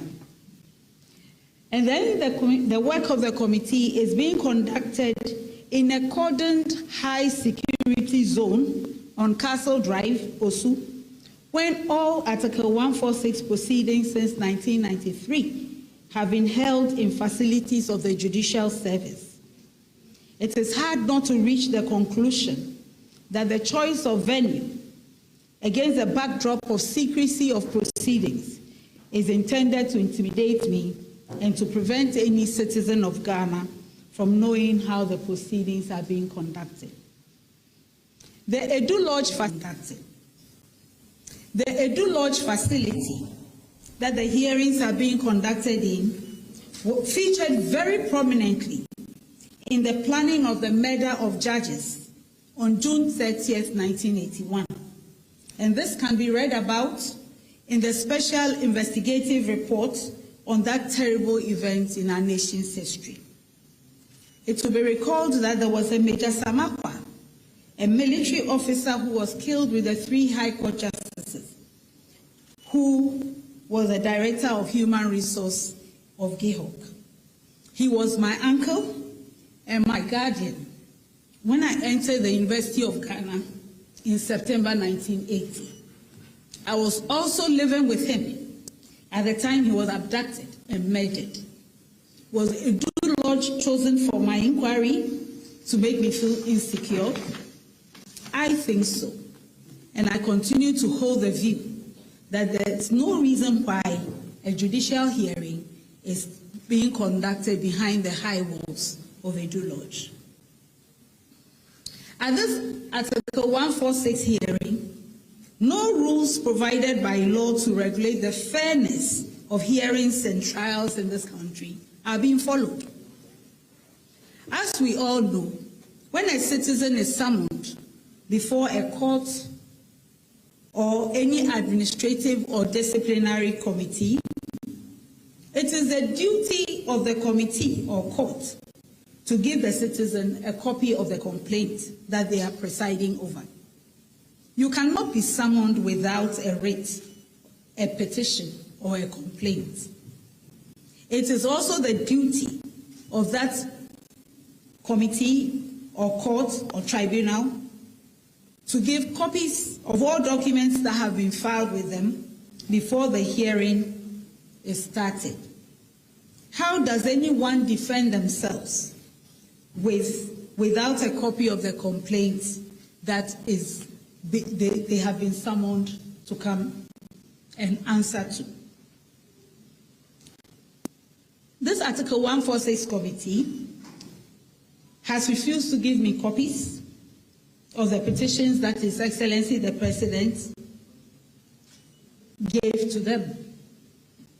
They refused to give me copies, a copy of the prima facie determination that His Excellency the President is supposed to have given to them.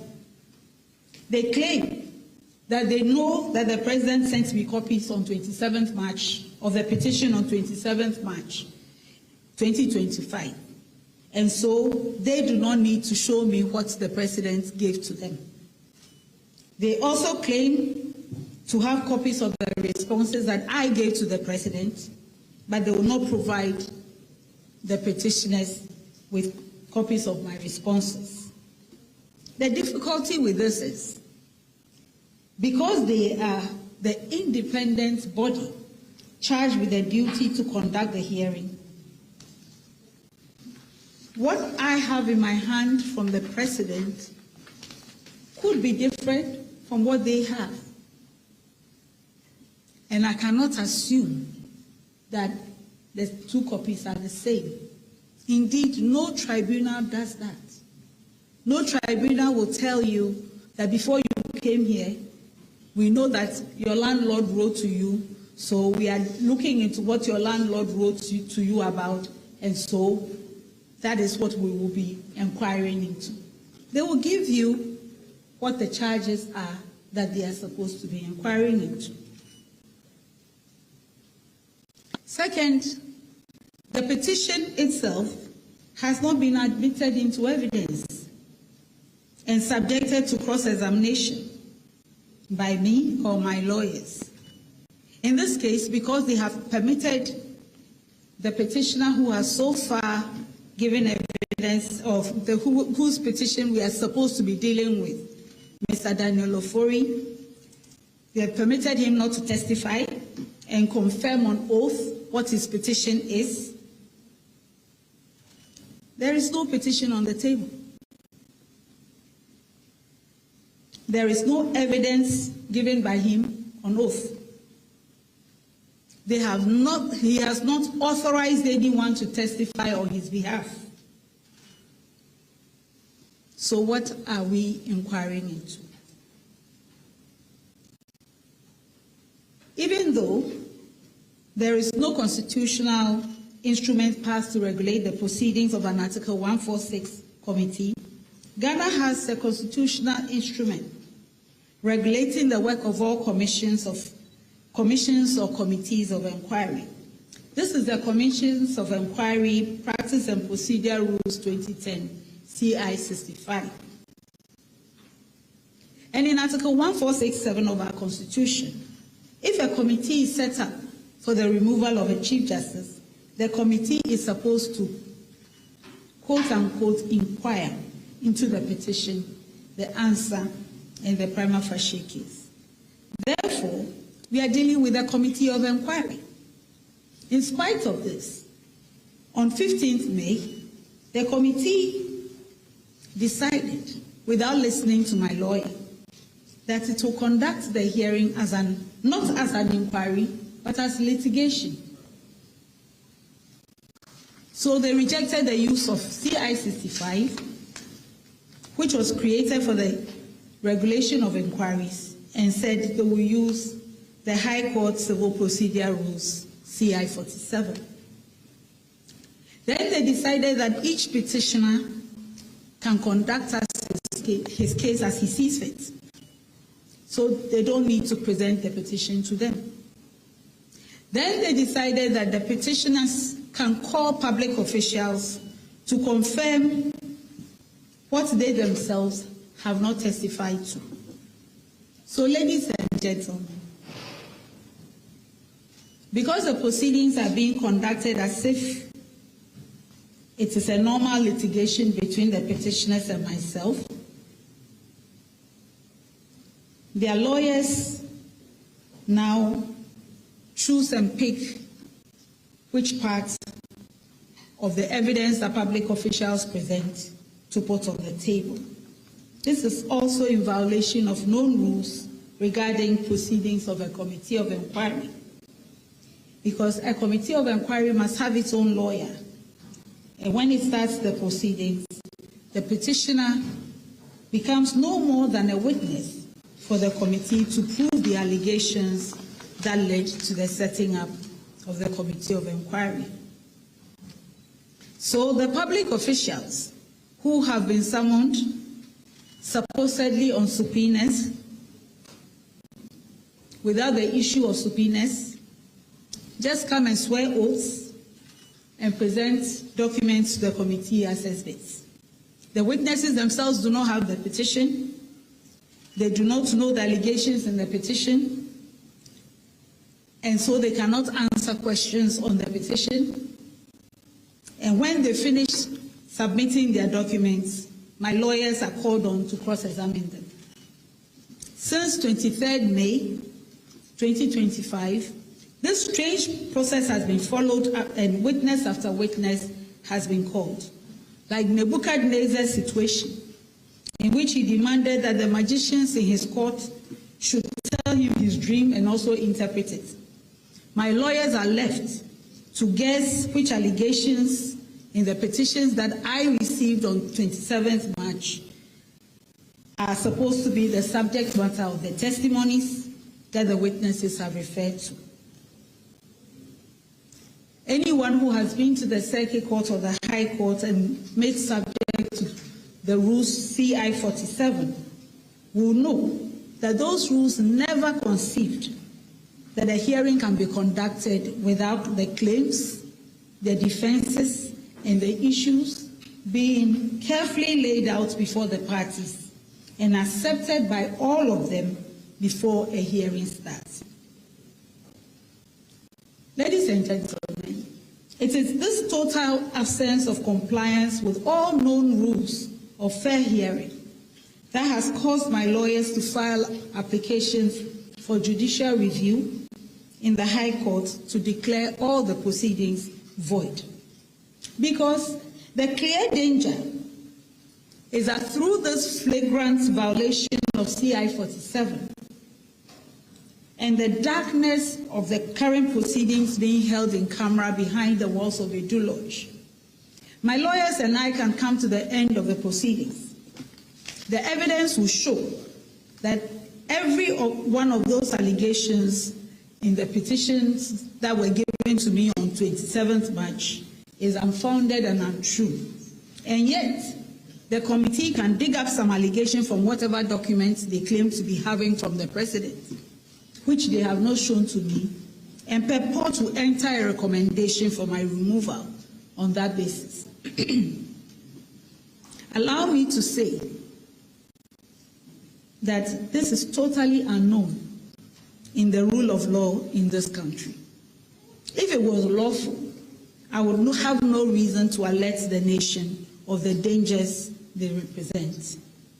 It is the violations of law that have forced me to bring these matters out in the light of day. The final and fourth reason for this statement is that I have heard on several occasions from loved ones, persons who care, persons who may not know me beyond my public duties, and many who think that since these proceedings seem to be carefully staged to result in my removal as Chief Justice, it would be best if I just retired or resigned rather than subject myself to an ill-motivated process. I have also received threats and veiled threats to the effect that if I fail to resign or retire voluntarily, I will be made to suffer some harm or the other. I've also heard commentaries in the media about how this process was born out of a stated political agenda to remove me and control the judiciary, and that it is a political effort that can only result in an outcome that was decided long before it started. I thank everyone who has engaged in this conversation out of concern for my safety and well-being. Let me assure everybody that I am not seeking to cling to a title or a position. However, as a lawyer of 38 years standing, a judge of 21 years standing, and Chief Justice who has served the rule of law all my working life, in fact since I was 25, it is my onerous duty and obligation to speak up concerning anything that is extremely wrong with the administration of justice in this country. This is what I do every day. The situation I have been confronted with has shown me a model of injustice that I would never have thought possible if I had not been exposed to it. This is why, despite great personal discomfort, I have decided to marshal every effort in law and leadership to answer to the situation. Again, resigning or retiring while Article 146 proceedings are being conducted to remove a judge is not an option any judge or public official can even have. There is a decided case on the matter by the Supreme Court. The suit number is J6/02/2019. Again, no one has the authority to walk away from proceedings started by the state. Judgment can be entered against you because you failed to defend yourself. And a judge who resigns or retires would still lose all entitlements that they have worked for because they failed to defend the claims and resigned or retired while the proceedings were still going on. Therefore, if false claims are made against a judge or commissioner or other public office holder subject to Article 146 proceedings, just to achieve a political agenda, the solution cannot be to resign or voluntarily retire out of frustration, pressure, or fear. You would only subject yourself to two cruelties: a judgment based on false claims and loss of everything you have worked for. It may well be that the efforts being made are intended to frustrate me so that I resign, so that the architects of the scheme can go back into the media and say that the wild and unfounded allegations were not defended because they were true and I had no defense to them. As Chief Justice of the nation, who has been given the privilege and obligation to lead administration of justice, I should not turn tail and run when I know the implications of not defending false and unwarranted charges.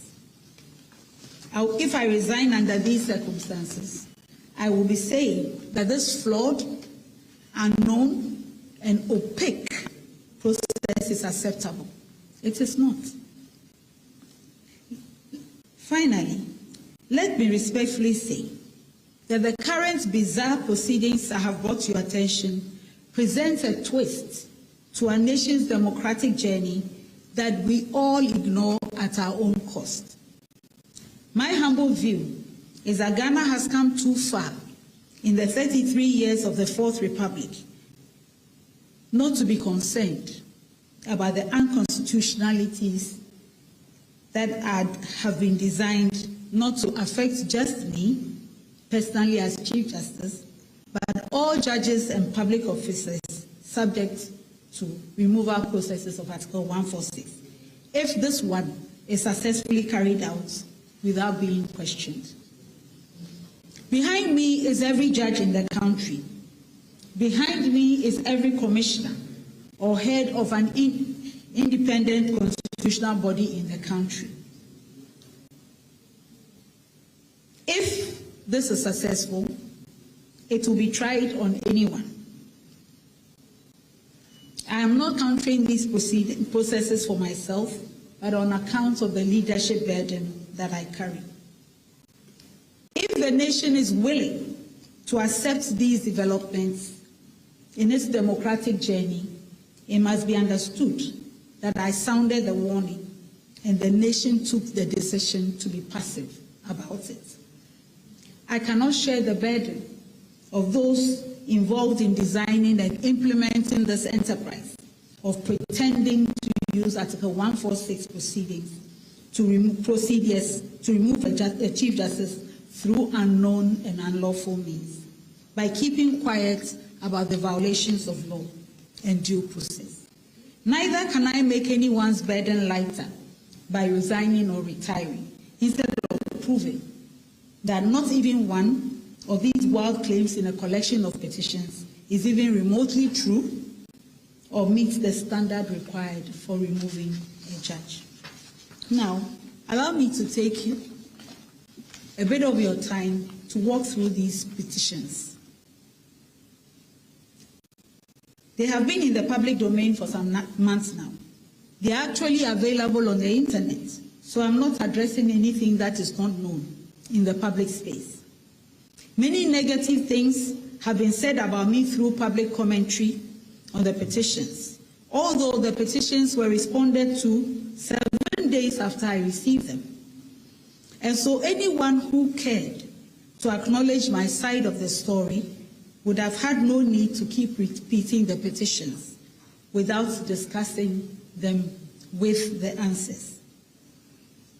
And when I provided these answers, I also added with evidence to prove that each allegation was either a lie, a wrong opinion about how work is conducted in the judicial service, a wrong opinion on the work of judges, or a wrong opinion on the duties of a Chief Justice. I'll start with Mr. Daniel Ofori's petition. It is a petition with the most claims. Only 2 out of the several allegations he's making involve him personally as a court user. In one of those allegations, Mr. Daniel Ofori is urging that I should be removed as Chief Justice because I transferred a case in which he's a party from one judge in the High Court to another. That is a crime. What Mr. Ofori did not seem to know, which I stated in my answer to that allegation, is that the judge his case was transferred from had a family crisis and had to leave Ghana suddenly for an extended period. This is the only reason why cases she was handling, including Mr. Ofori's cases, were distributed to other judges to handle. In the second allegation, Mr. Ofori accuses me of transferring a case related to the first one so that to the new judge who took over his case, after a petition had been sent to me to have the 2 cases heard together.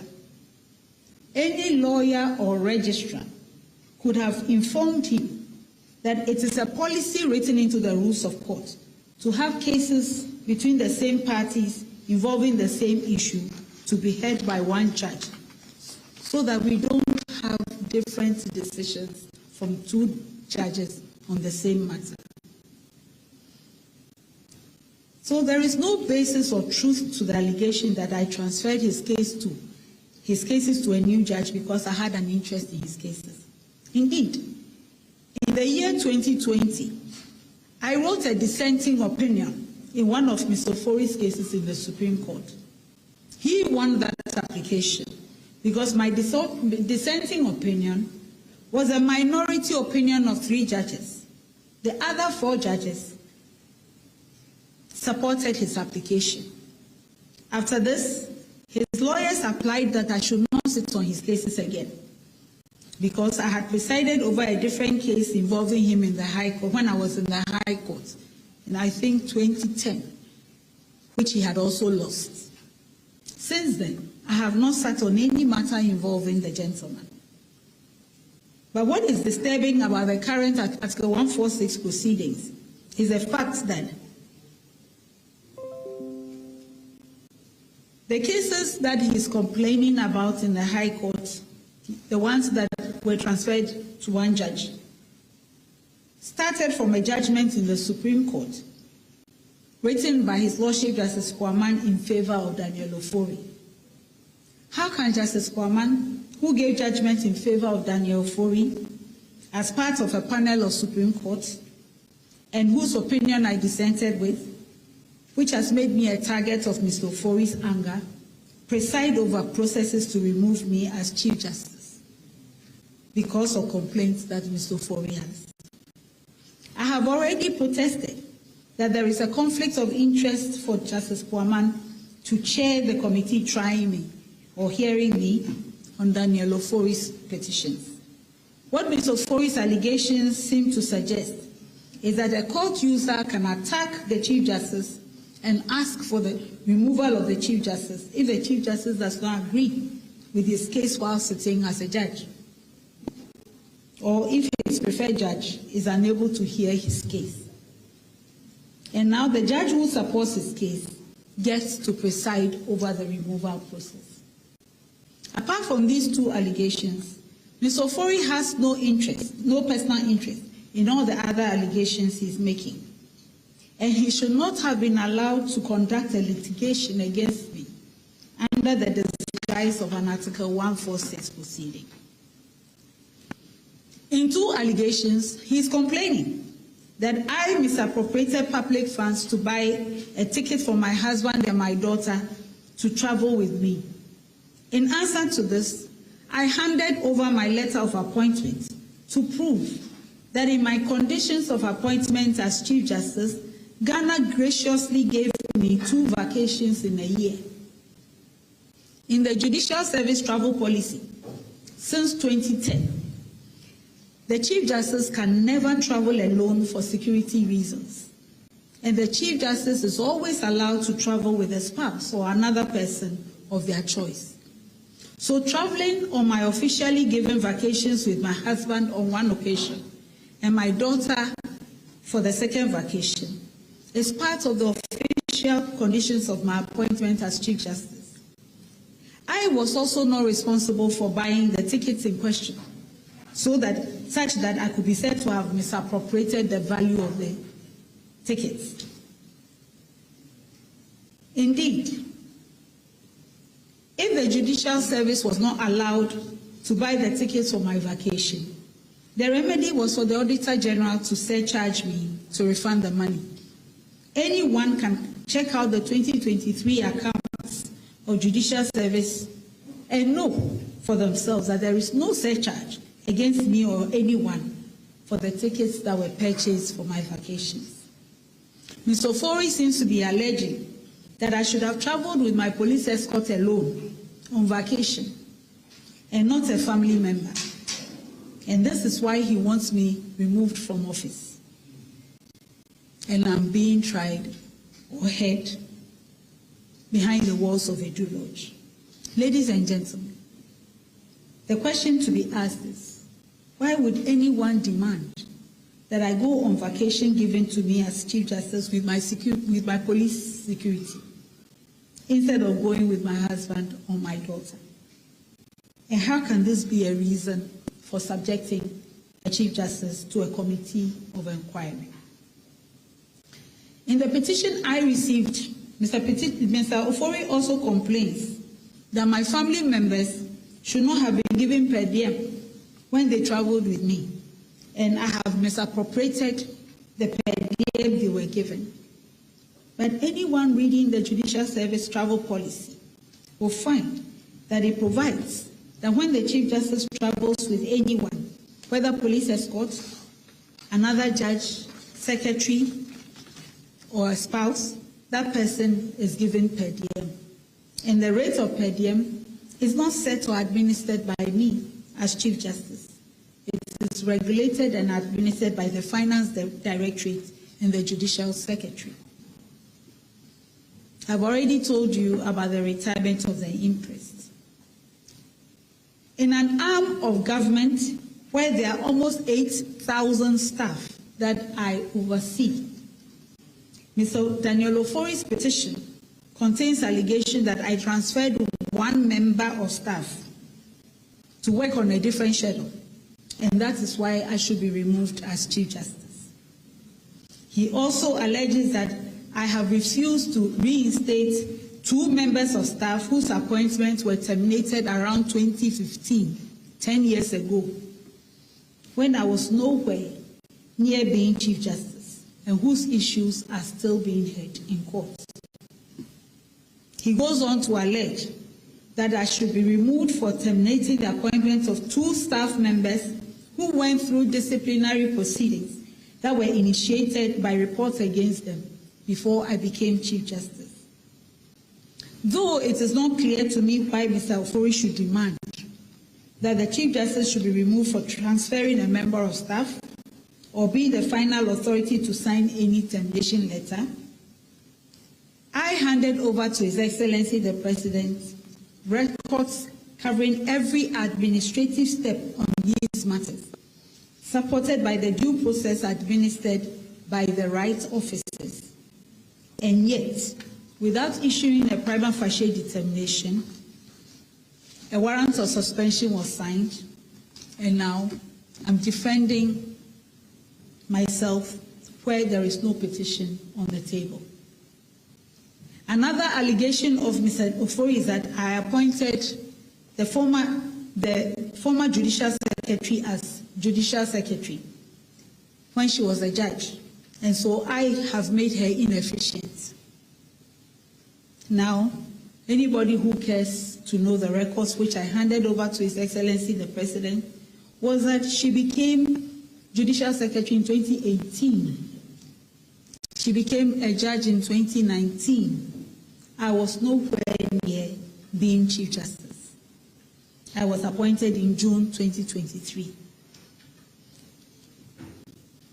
Ms. Ofori also alleges that I have appointed judges as registrars, and this has introduced inefficiency into the management of courts.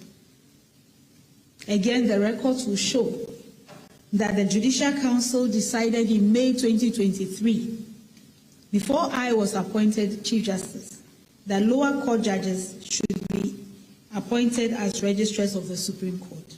So what I did was just to implement the Judicial Council's decisions. Then, Ms. Ofori alleges that a certain gentleman, not himself, but someone, who had a case in the Supreme Court in January 2024, met a different panel in May 2024, 5 months later. So I should be removed as Chief Justice. He also claims that I refused to fix an application in a case that did not involve him in Accra, which case was pending in Koforidua. So I should be removed as Chief Justice.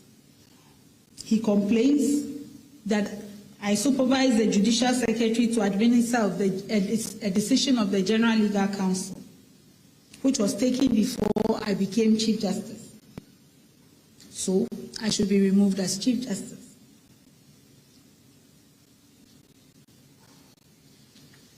If you read all my responses, you'll find that I provided all the records behind these decisions.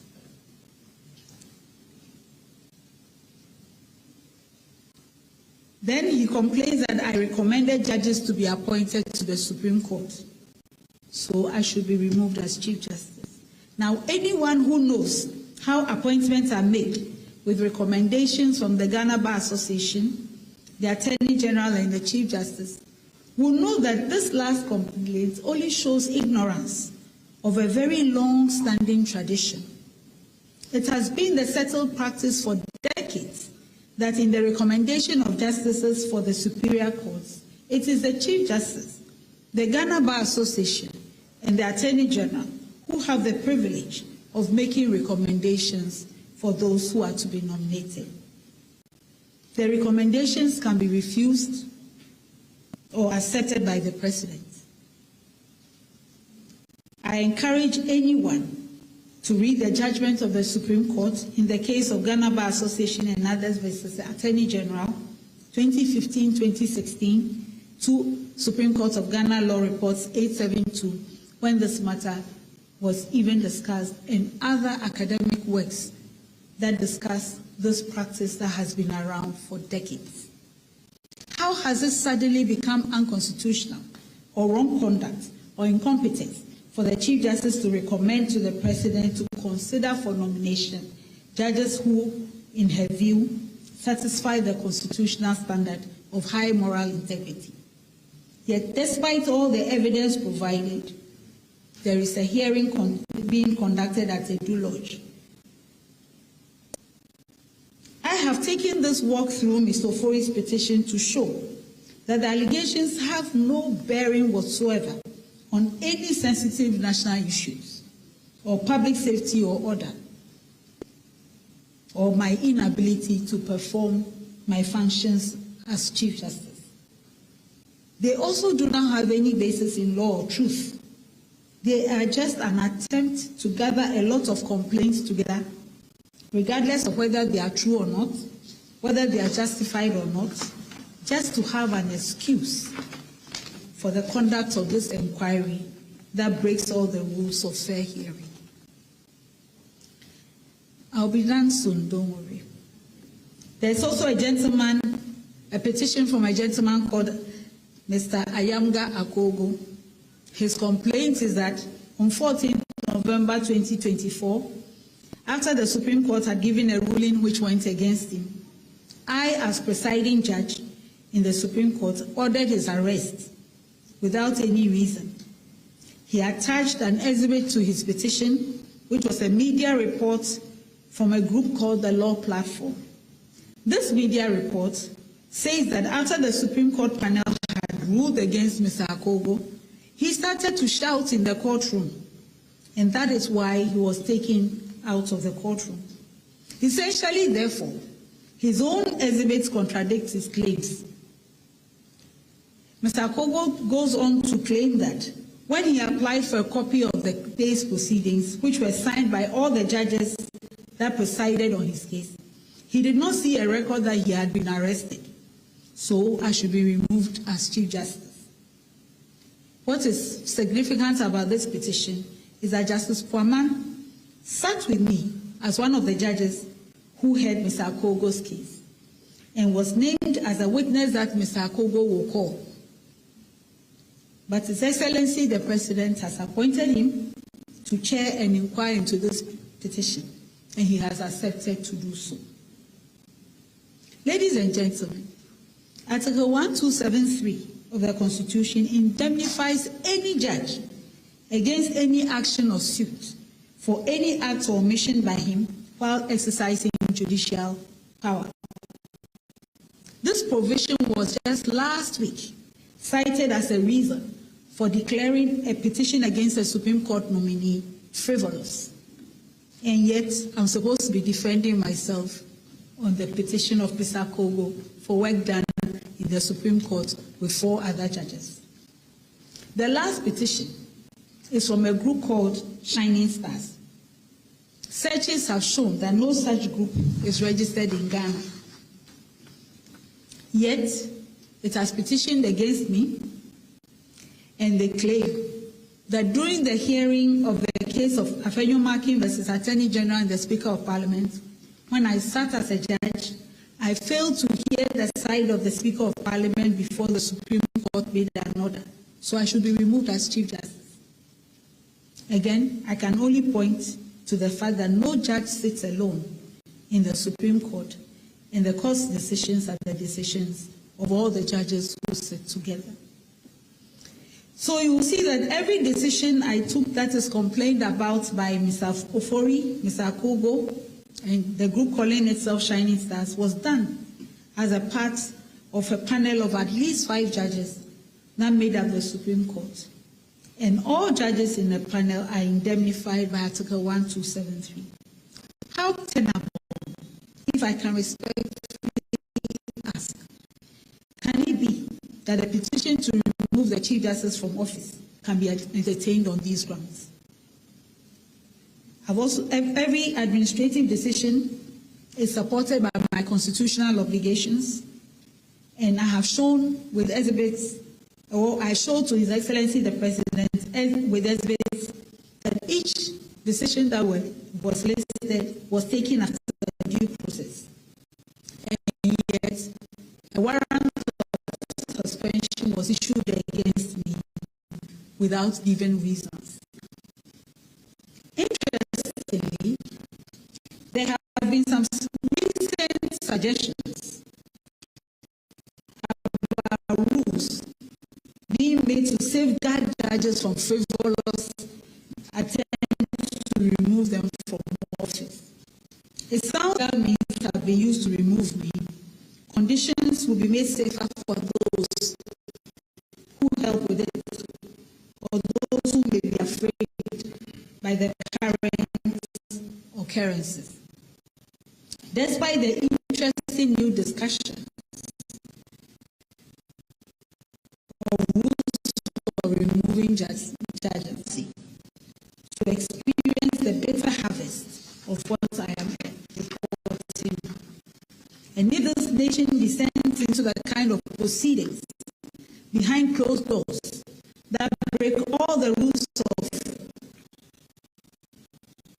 adjudication or inquiry as we know them, after all the progress that we have made in the rule of law,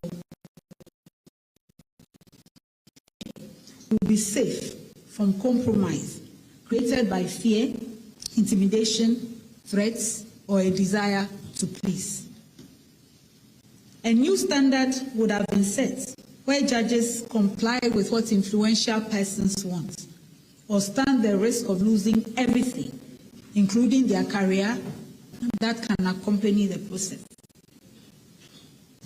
Any petition would be enough to invoke the danger of being removed by proceedings that are not supported by law and which can be shrouded behind high security walls.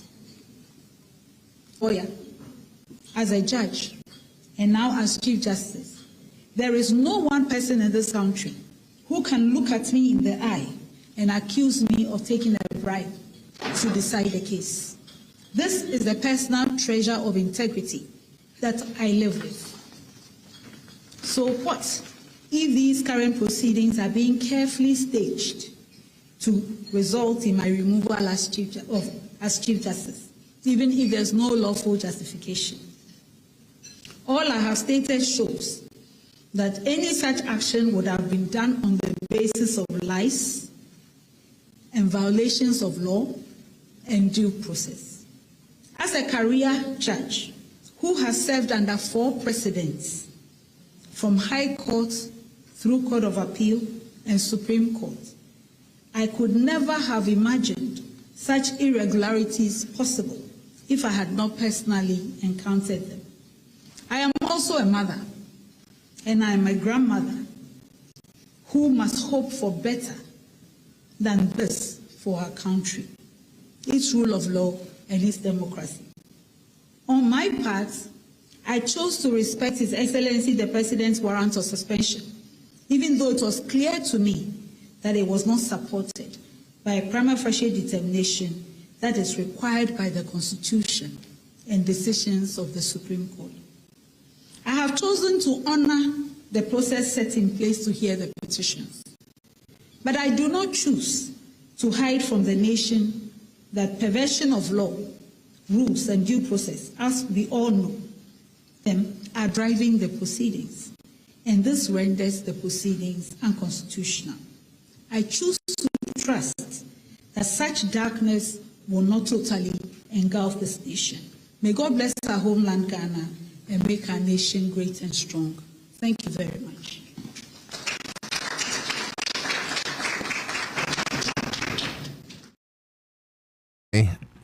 Tokuno, I didn't come up on Ababy. I'm sure, sir, they will be opening up for certain questions, but you answer your feelings, so you answer your questions. Answer your questions. Answer baby, sir.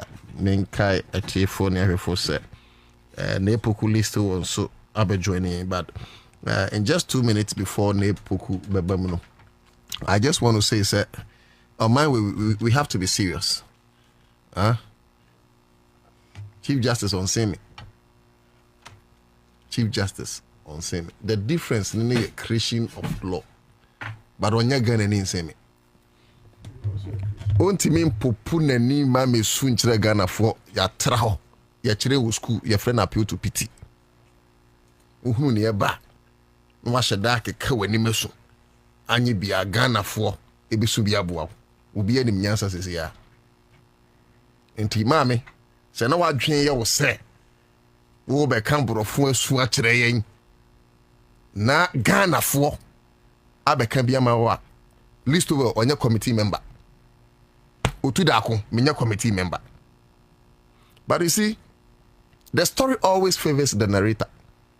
In Tipotoka, someone say, until the day the lions learn to tell their own side of the story of the hunt will always glorify the hunter. It is semi walking, and a committee no. Jumane Canada, and can you understand? I want to state here now. Say, Mami, Mama who said she's always carried away by emotions. Wow, to baby. Asemwa ye. Asemwa committee teso. What gave you the power? Say Brabontin. Me offer.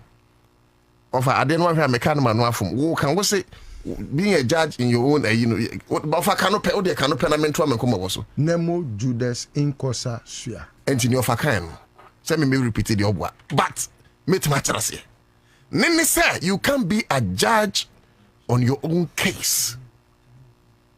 What she did now, she's been a judge on her own case.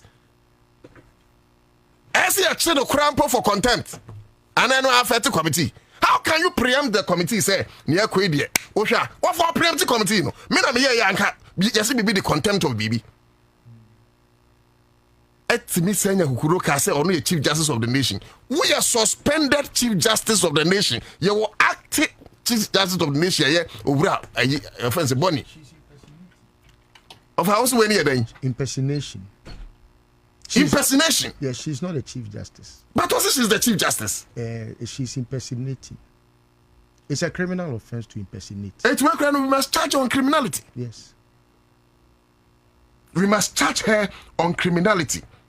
Over Odie, Mena may come be say, Yemfa Brofi or Kenny in Antunche, and into of our house, on a bit much. No mind the cardinal sense of Tukunu. But see, in Antunche, Article 146, no. A Hefana Mahama, Council of States, and our committee in Afon. The Article 146 is clear. Some petition, Kosa, when it involves a normal justice, the petition will come to you as a Chief Justice. Now I'm panel. When it involves a Chief Justice, committee in the I can't say, petition in the President Hua, in consultation with the Council of States. Later, a committee will be formed. Under provision 10 of that very article was it the President may, which is discretionary, suspend you, and in line with Article 146, when who hears a law school, a common sense. Actually, the president has what the Emrana Juma. And over how can she say, like, Ninkoba winning na, yes, you know, preempting the position of the committee. Committee, why not obey you? Assembly and ye. And it all confirmed by your demeanor, say indeed, what the bonny be, it will be you. It's you are Ghana for who say, and same be saying to me ye war, because committee will be anchor say ye be you, being part, committee never support you, and you be reinstated. It on hot grounds, na mammy to Kuno, who didn't say be you, a dear no winning my enemy. Oh, in Kutri no necessary daya. Oh, Akukutre, really a Kukutre, no worry. Nesusuma daye. Anyways, live on Accra100.5FM. Mami joining Nama of an epochal na umyebim. But what I can say, following your mami can say, me pass a bit to be a fundamental human rights. So, anyways, but to say yes, today.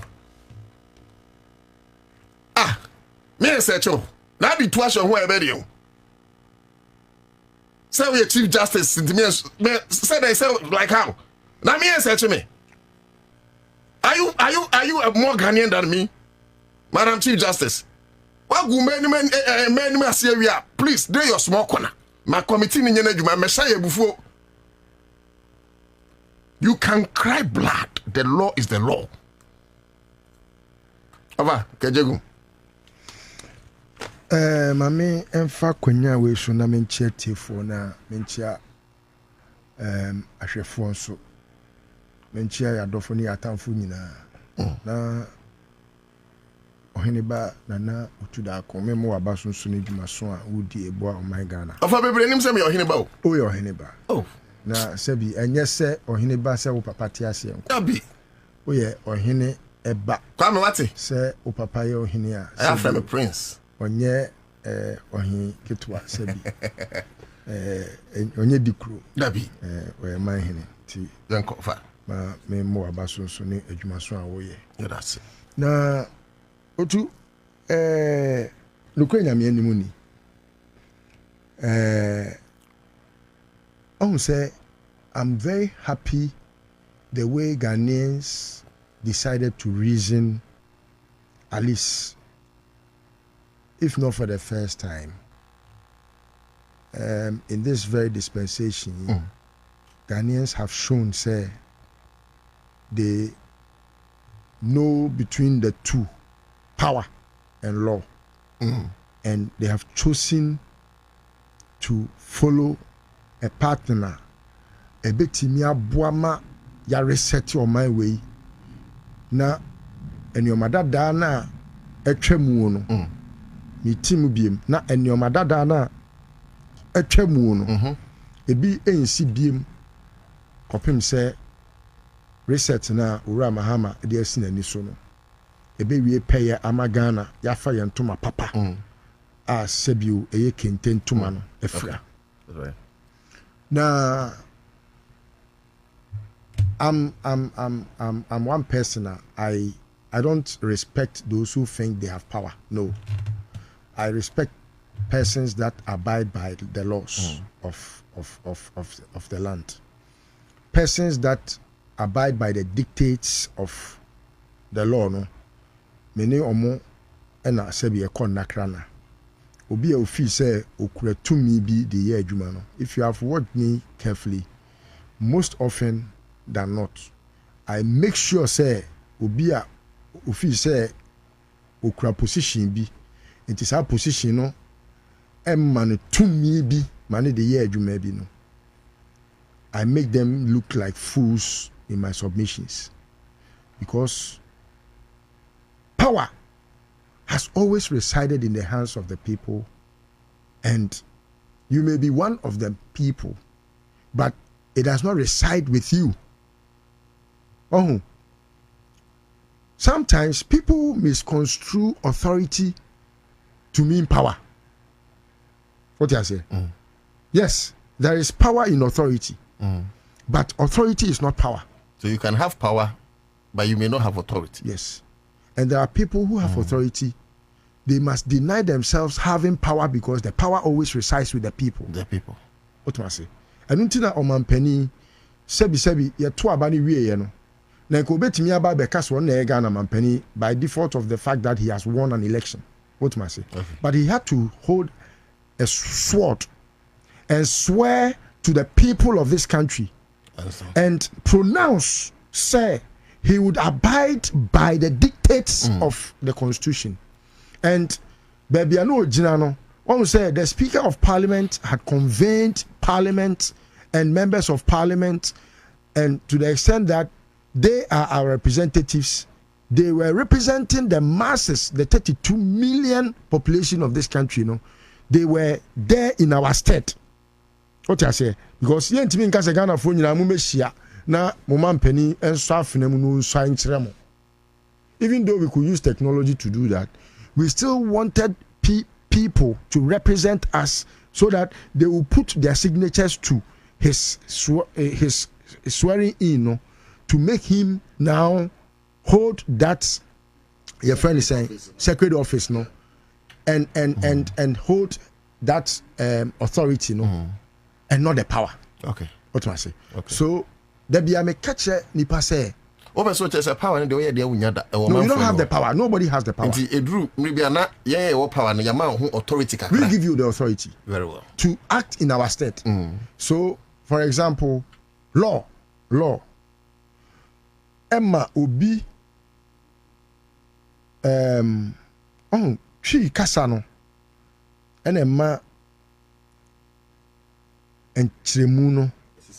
Eye to say eye pet. Oh, okay. Say, me mal to me. Yeah.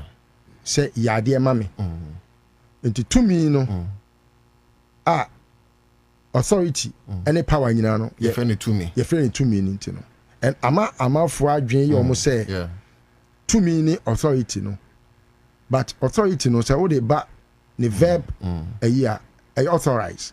So it means, say, and you will pay, Ubina, mau.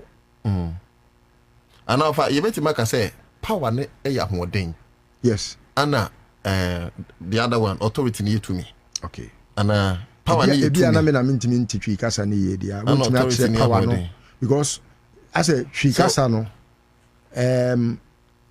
it's not developed as. It's not as very well. So, but I mean, if you are very technical, and you know, a man for a dream, you almost say, Ebia oman penny crano, ukre to me be. A bro or man for 2 minutes. So there be or man penny nimpo now or no the executive your friend is saying authority no in some instances no crampo no your friend power no. Okay. Due to how Akwai say yes CD to him say I feel ono na mfam to neoma no. But you see, so we are very technical, we are very technical. Nipa bi no mu a omo di to me, yeah, authority, yeah, the omanfo dia fem wo mo. Yeah.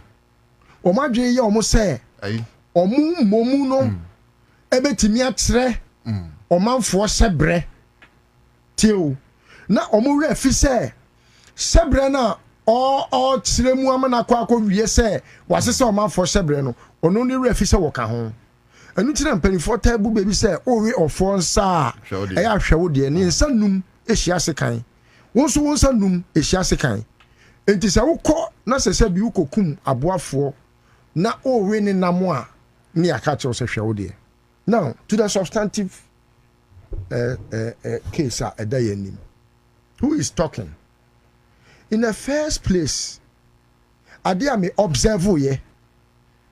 Ewo ne poster or the bar bonting say enevie obeye press conference no. Any that to say. Sa poster no. By any stretch of imagination, you know, she is impersonating say or Chief Justice. But on you reckon was me get to or Chief Justice Gertrude Tokunu speaks. On your Chief Justice, Ghana and Chief Justice, no. On your Chief Justice. Debbie. Oh, say we posting na ye mount interdiction. Say, kotene fie, wabra ye hwehwe won semu a. Untimi nkwa bontin koka se we posting still. Wabra ye hwehwe won semu. Debbie. Odo waka ni bi answer. Ye wo ade bi abroni frɛ no adjective. So by describing who you are no. Ebi abekisima ka say may ye suspended Chief Justice because that is what you are. Because you knew wedi. You are not sacked. That you're suspended. Yes. You may be thinking say whatever wakeka medru ho. Yeah.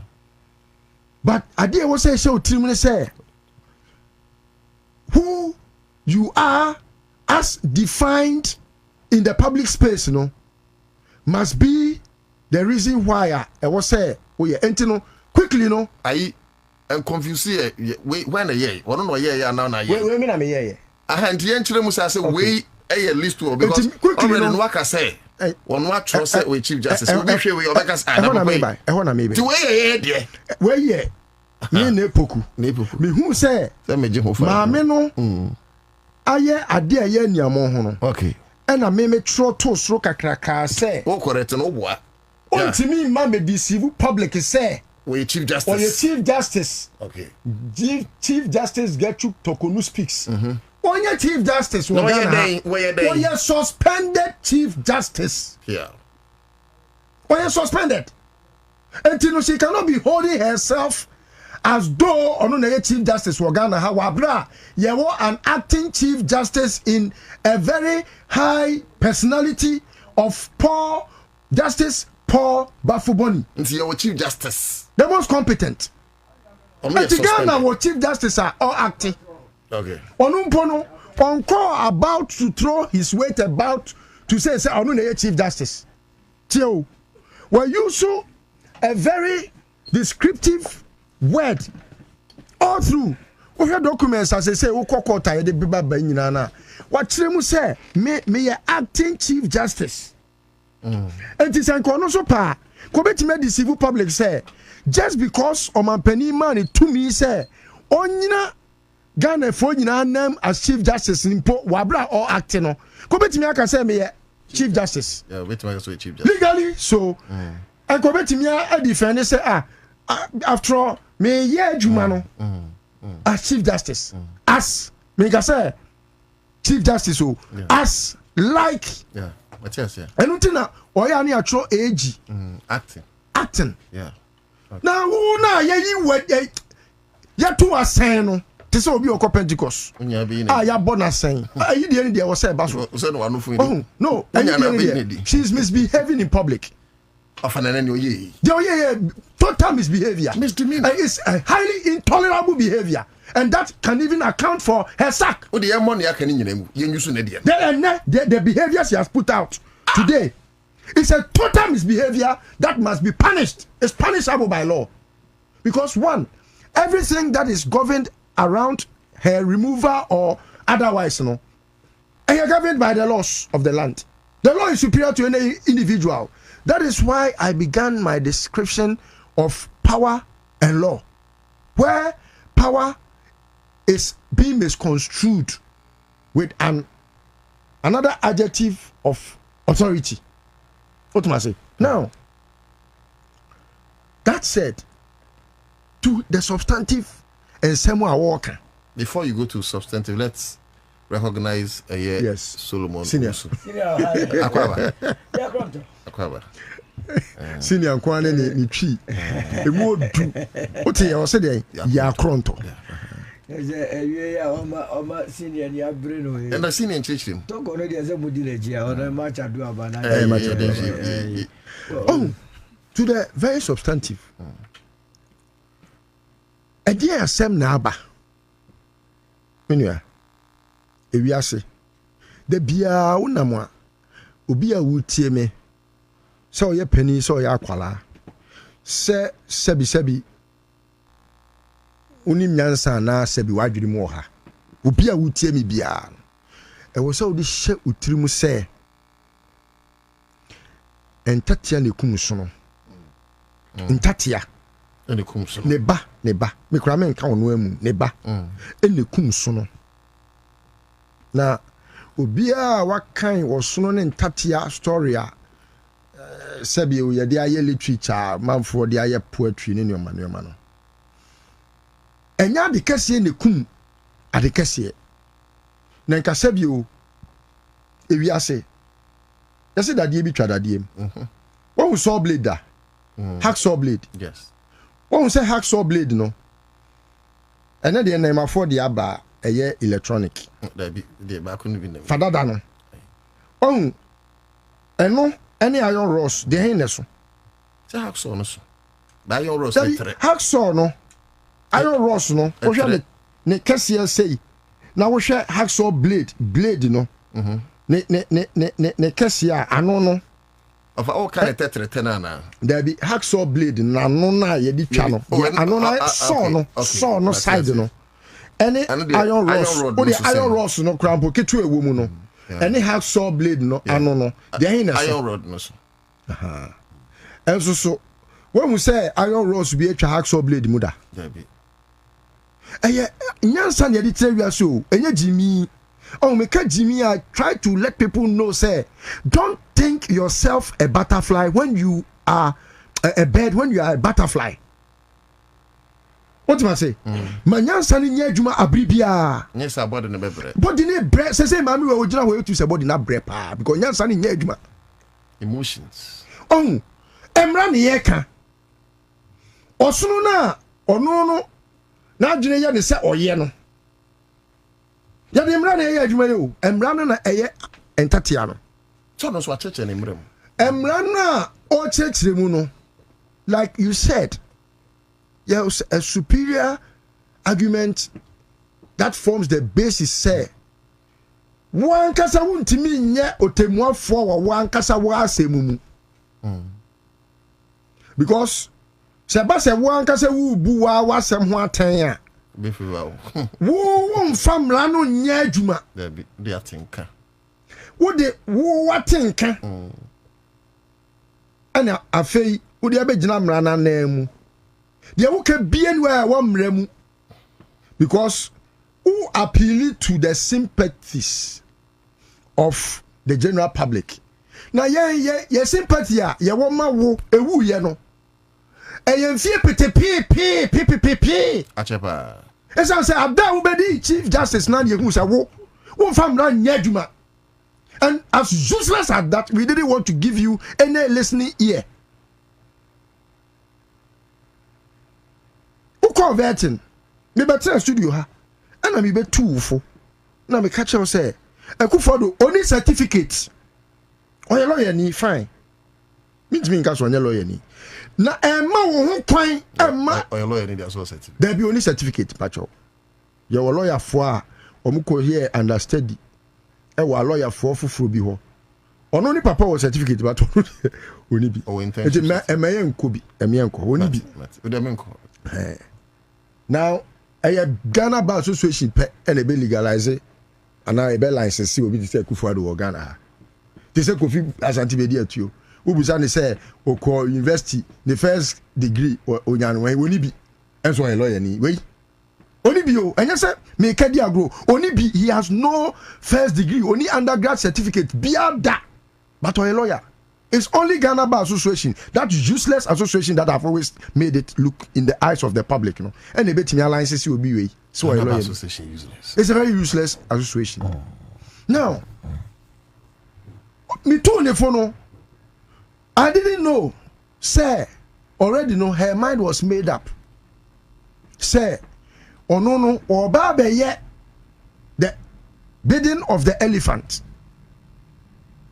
Na onim say entatia ne kumuso no on say charges here ya kan ho asemi nyina no enka entatia ma okay normal eyade a so do obi atu ade na waye odi wukura tu kwan we kanya asem bia o but a sense we so ban boni ni woni ye boni a uda na die e wo Ghana abranka wo ye e ka kitwa bi kama mi we ya ma wo ye na ba o ma we mu ade na ye hwede odi ye speaker no one wants to say your friend is saying your vacuum you can say cry a constitutional crisis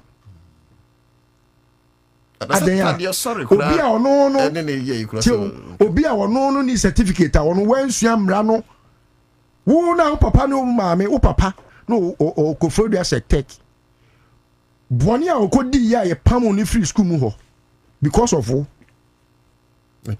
papa tokonu boni be no kodi your friend Abraham Saki okodi boni okodi be oh openi na me mpese me ko dabi openi aya onso ntimi nso nka ne se nya ne ho oh mi nya ne ho sa dabi ntimi ka se ne papa ko bokro no enya wono nkwa na ye ne ba dabi enya wono nkwa na ye ne ba ka se ko bokro no wi no eni o ntimi ka so ko bokro no kwa dabi eni okowi a school ni oma eni e pam no ne papa ono ne papa Abraham Saki ebia atesem oh atesem bia so no bia atesem bibi wo ho se nya nipa ntimi mmo ni sire mu nka asema me kan se busuan na me se omo se me boa omo fa me court ya court mu suru court to mu dia yo unim adwuma wo suru broni o no da bi me timi kan ho asa no aka tro se court masama ma kira kwan ne se court no wahu enti mami o papa ni di na matro wa no he Abraham Kofi Saki on tina e friend Saba yeah ni papa din de Abraham Kofi Saki so no your ban no de Saba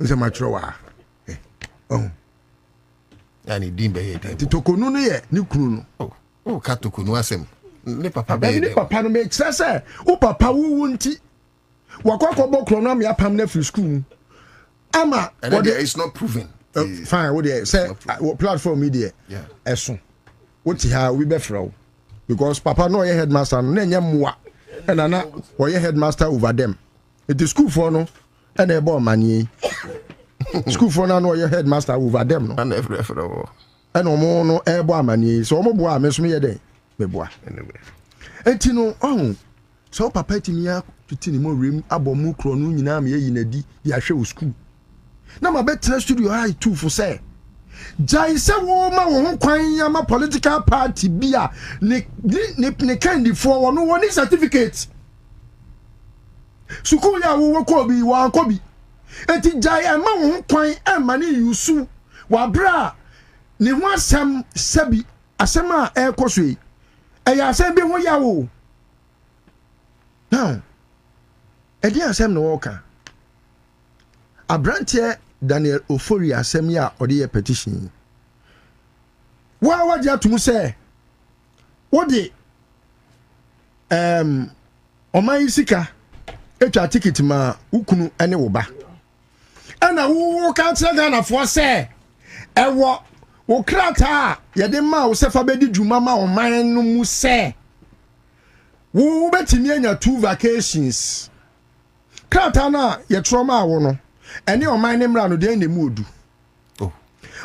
nipa na adwini awuo no se Akufo-Addo atro krata ma wo Akufo-Addo wo so temra Akufo-Addo ya me kai wono wo ye obi a wabon a one call law school nti no ni mumra but oye lawyer ni mitimi nyin free ni sem so onye lawyer ni and what your krata ma say wo betimi akọ 2 legal vacations na so 2 legal vacations no so what throw wo mumpo say in a year, right? In a year no wo betimi akra de o man sika akọ akọgro medam asia and na wo ye judge ni na wo ko school na wo maame ne wo papa boni a wo papa di ye kra po ye na die no won tra wo na won nwe wo ho awisi aba dwen wo ho say untimi mfa o health insurance enkonko ye registration enkoto aba because o man ne mra ne so chen de parliament impo a ono se mra no aka se ye betimi de o health insurance akwa ye registration parliament na yes amra no you even use birth certificate me bi na ma birth certificate wo very well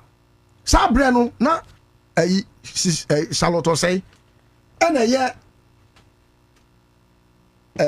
electoral commissioner obe inherit mra bi a afarijan na de call mra se bedwam ma mra no ye di tu mu se wo man se wo betimi de health insurance card akọ register esa se health insurance card ne so no ya tro se we citizen na se we resident ya tro wo so anya Ghana fo nkwa na health insurance omo amunya Ghana fo a omo no sabio wa mabetena omamu as residents obi anu wo tu kwan ofi se me ye transit wo Ghana ha ana se bi kro ye tourist obetima ye health insurance ni bi because health insurance no ya anya ma Ghana fo nko akeke ye ma obi a because ye health insurance levy a ono so to nsu a otua levy ni bi okodi di restaurant a otua bi oto bibia VAT no NHIL e wo so national health insurance levy e wo so enti ni ya anya ma obi a sebi oye Ghana ni nko a ye ma obi a oye non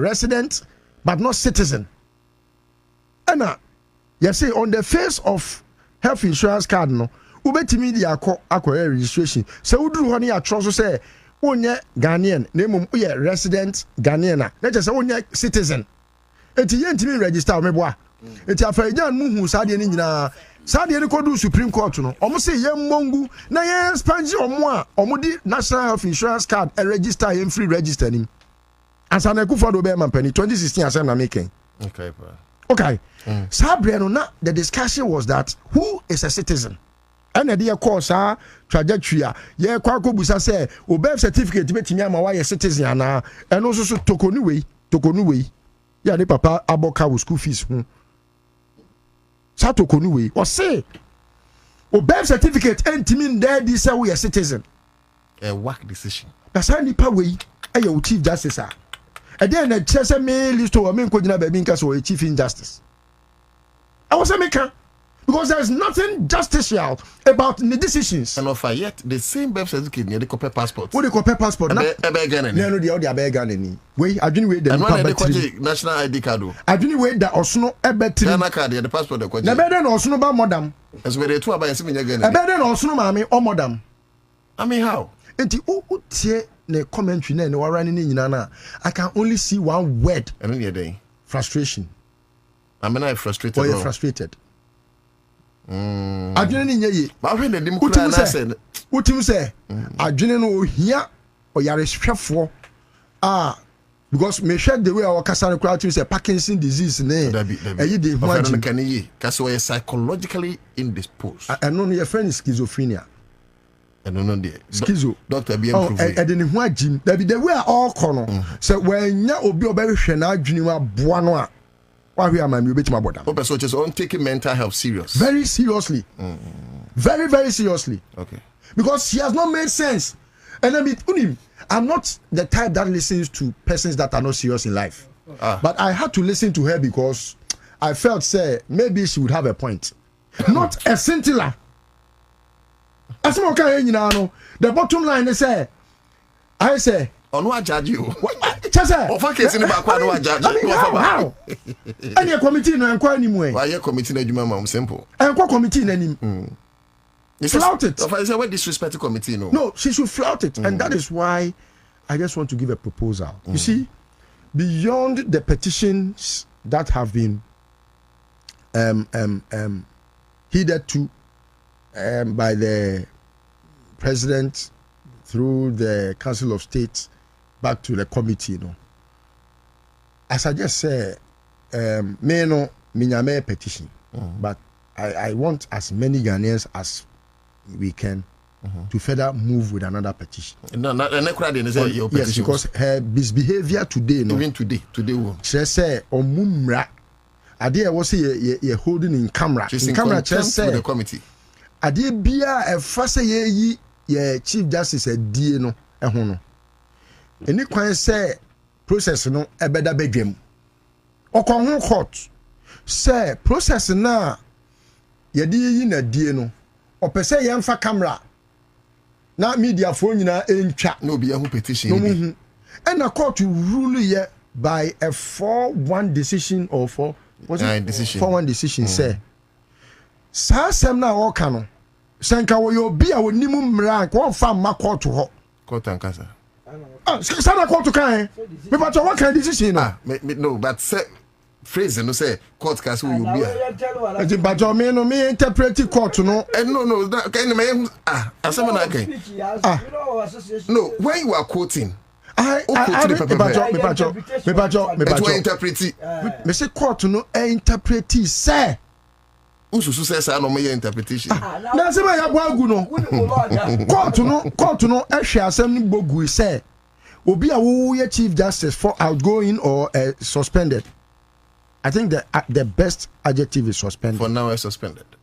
Me the say or outgoing. Looking at her behavior, misbehavior, no? She's going. And the behavior no cry. Subai on. Baby, I make kase subai. Eti se nyinsa untimi fancy. Utu mutan ya bepi. The subai ya na odi dada na dia ye bojo mahama dia on se no si potri na ni share jo mahama. I was saying ka wo obi te se jo mahama wo fia. Dan ka isaba. En ka wunie. Akufo do ya mudi na chi wabon. On the Akufo do aya mo wa sisi we ni magu ase poto. Ono so to akọ wi ndi otifie. Wo wi ni dia wono otifie. We say statement dey o kan yi. Meti ma chiro ba bi efiri. When na chiro e. We. Me ma adwene mu susu say e be ga bia sa o cheda ko.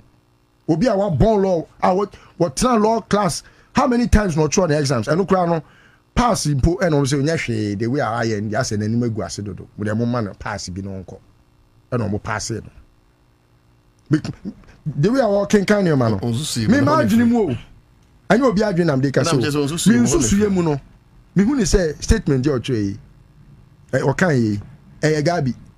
Sa anya Gabi a nipa ono na adwene mu o ha pa te say Gabi.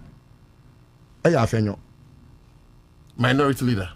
Yes, the minute minority leader. It's unfair to make that statement. Say. Oh, now dream on her. I've told you, say MPP lawyer be no him law. MPP lawyers only understand knowing the judge to mean knowing the law. Because when him judge, I don't want to bribe. No, what the judgment. They want shortcuts. They don't know the law. They don't know anything about the law. Hwɛ adeɛ baako a maame ni raise ya ebe mo hu sɛ maame na adwene mu hapa baako ne sɛ ɔse second petitioner no ɔno kra friend is saying akurugu sɛ ho anwan so akurugu posi ni no because akurugu tio ɔse akurugu no ye ma judgment wie ye no tio ye ma judgment wie no ono akurugu ne kasa hwe se judge ma judgment wie a obetimi kura ka chen so e kwasea different from say onya ma judgment. There's nothing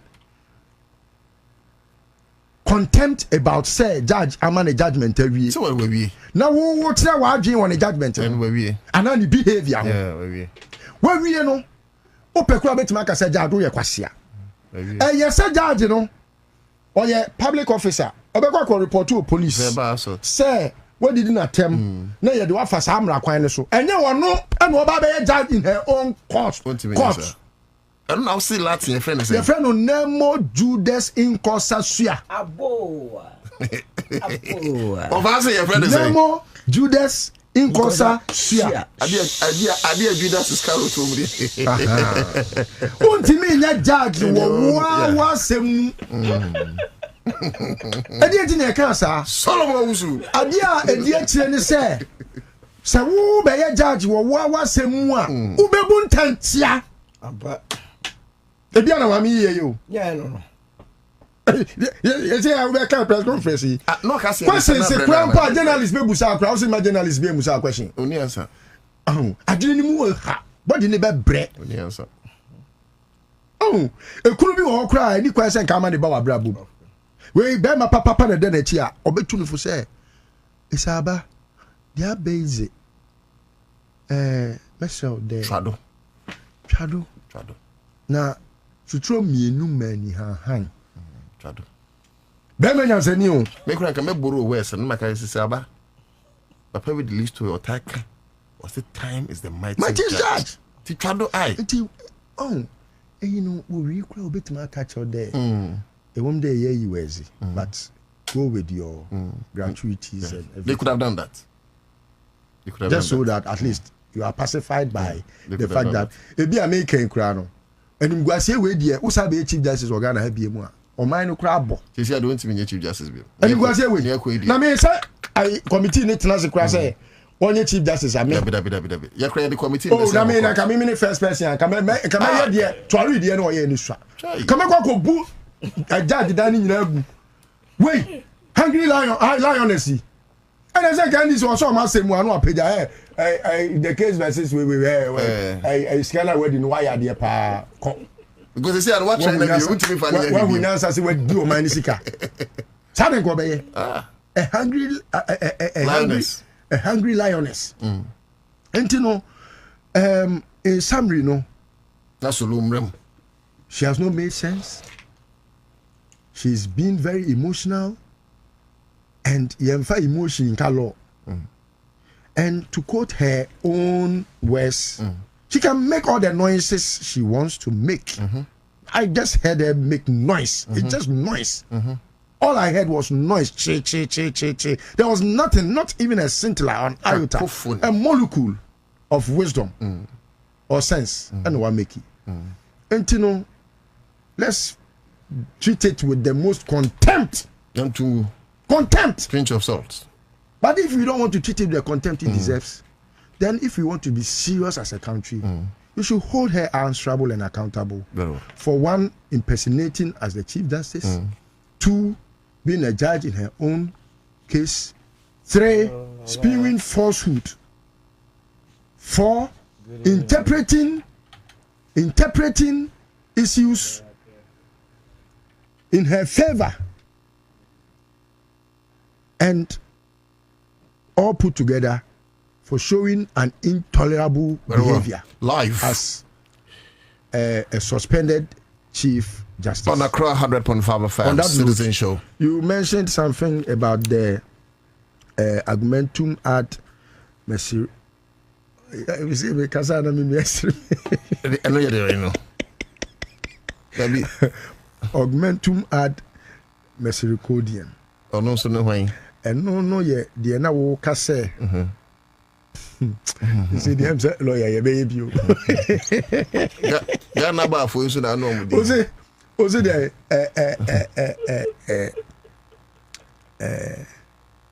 appeal to pity.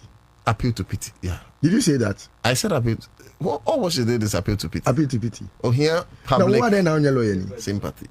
I don't know who your lawyer, na be your lawyer. Lawyer, I remember far from at the fee. One fail. Also, I'm 50% discount. It one fail it.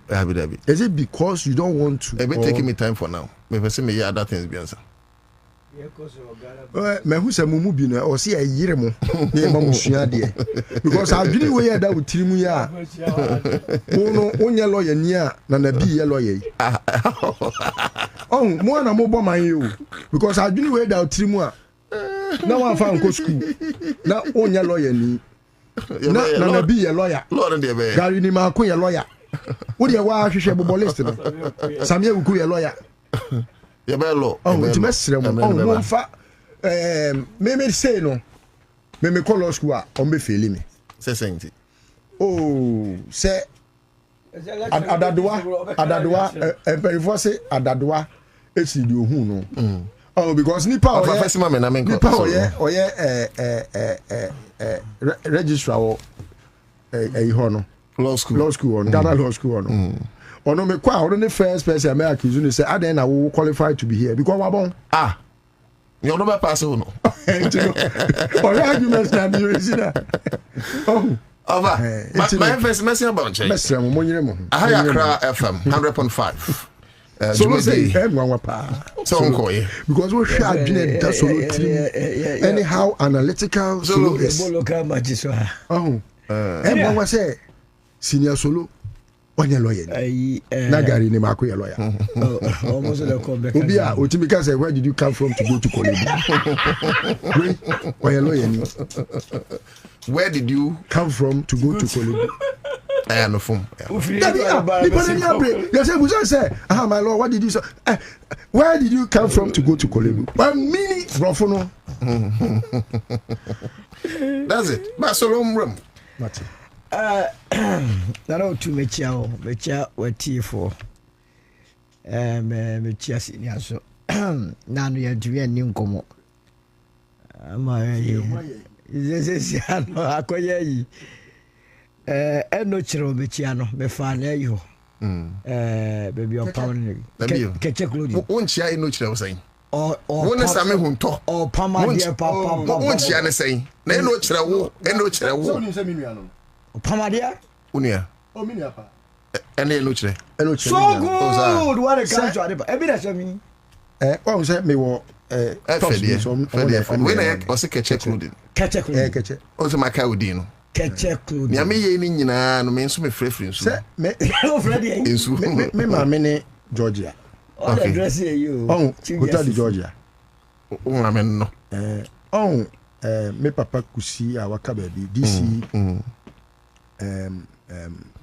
kusi me papa prekope etimi nua ne Georgia ne mani nyina na me mama ne Georgia nti eno kire obro atade ne bi I am me Listowell na no poku I am me Listowell and I say me private mama kajo mama but they are very good they are very good ti eno kire me ba cho ya mankra they are very excellent nana no crow the green woman over in this Debbie your party na say this crowd the mona machenka your party great transformation plan I don't know why yellow also it me are greening you because we know only say over aka white to na NDC NDC that be black green no and say deep I see the representative it's onya white or NDC ni o ya manfo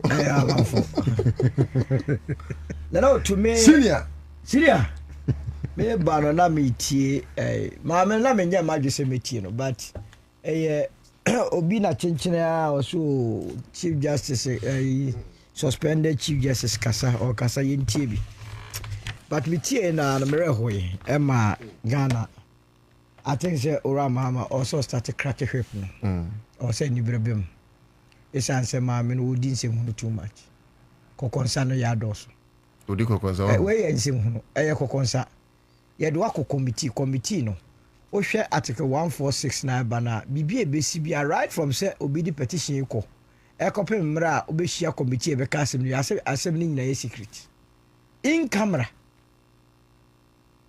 to hwe man penegi e no de bre wo chief justice onya famre wa akwa ana wo chief justice kuro ya ulikima Vincent de Kwasefo so kai ano no asema eko ba bia e ma na chekro no akoma an ho ache gidi oso okokot wo asem yimfa ho yem petition wo wose chenchira ma me ni nya copy say ye ohun ye no na chese nkomo bia koso between chief justice and Vincent Kwasefo all consu gabu de munsi samonsa no kakra munsi semwe ano kofa attorney general ono de connection man bebia oya connection phone so say yemfa nipantum ana mode call ya court no e ka say in fact nuru kwa say court no be ka asem no ana o man peni ka say no mama me de yi no copy na mama me no enti no asem na o court no kwa na ka hunya but o mo ka wie ne butu wi ama man peni kra ma no instead of 7 days or man 10 days but na me no man peni nya adwene 7 and 7 you need to so baby you know say command 7 efiri ho ana mami ya sa ko hye ngofo bi echi bia me nua kwabda bon fede ne ngofo yi o mu free higidi da no m kokot se send you poso sensizo chese ekuru kra o kanidia enye yi wa mo so se chenchira ansem na akoso no eye unconstitutional ne ade ana supreme court hiai no mbotugu ya tina chese ya wai kro nanim te kro nanim da ona chese oba yi ma toko no ya hwehwe ya yeyi eno ntino no se oba yi ma na simuba no no akọ court ode na sem ko tu bia se de ekoso no nyina ya unconstitutional yen declare processes ni nyina se nye yen twem na onkoso ankongodi ne hema de o hema ti wo hwe ni muso obedi hema ana wonu anu a waye chief justice a won lead the judiciary a wonu se watenetene no okotena anafo the colleagues anim ana the colleague ka se sema ode bai eye sebi ehuru harada enkwase asem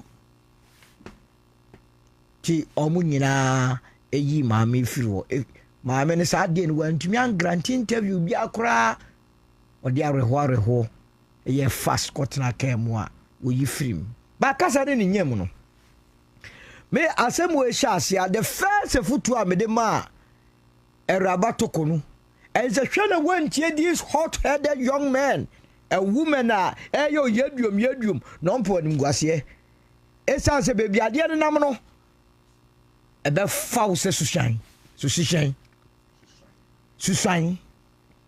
e je be ya resign and negotiate your exit.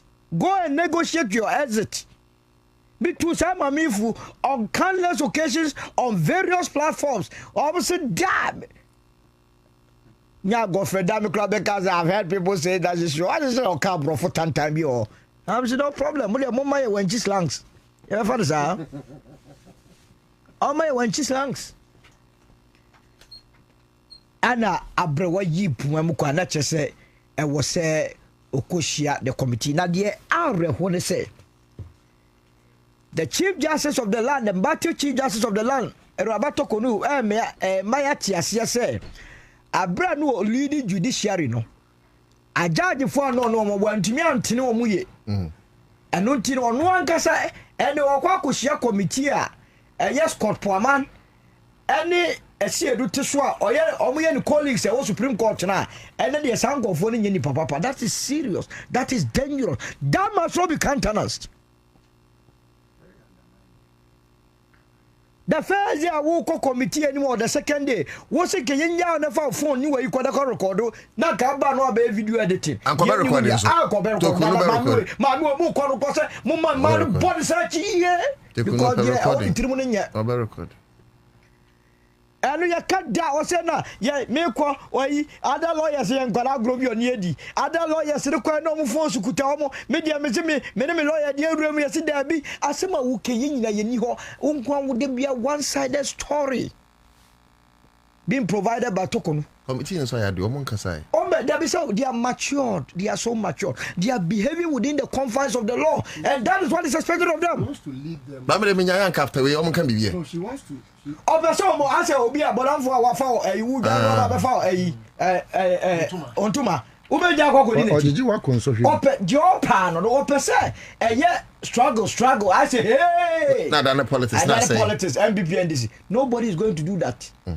Because the law is the law. The law is the law.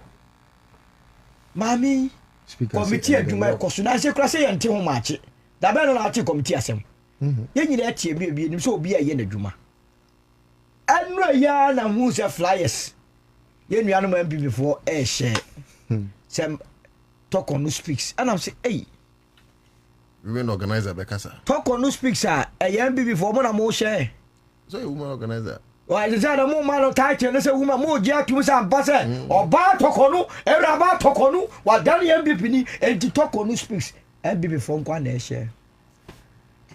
I'm the one talk on who speaks you need a bit TV. Now, may Bana meeting in Krona and was a total waste of airtime. Minim so tiaya. MPP phone it, your man. I'm a tia. Yes, we are Fabi. More than the free original sauce. Some feet. Yeah, 5 feet. But original sauce. What cover munira? What you make? Nina mamu. Oh, God, ni mo just talk on what you are mamuni nina. Timis majime shana. Majime se. Erabato kono se. Assembly o ka kra me yemu sheme say or say your convention. A normal practice ye judges to the Supreme Court. A Chief Justice no or near Attorney General no any Ghana Bar Association de Shiano Moyuko. Hey! But Tifri and one am say Agbena. Sell Maintina M. Cosui. One constitutional provision and Article 1442 na catcher and as a actually a quanya. Ye Justice of the Supreme Court say only Judicial Council Bessiano. I be a Ghana Bar Association Attorney General. I don't know Judicial Council on.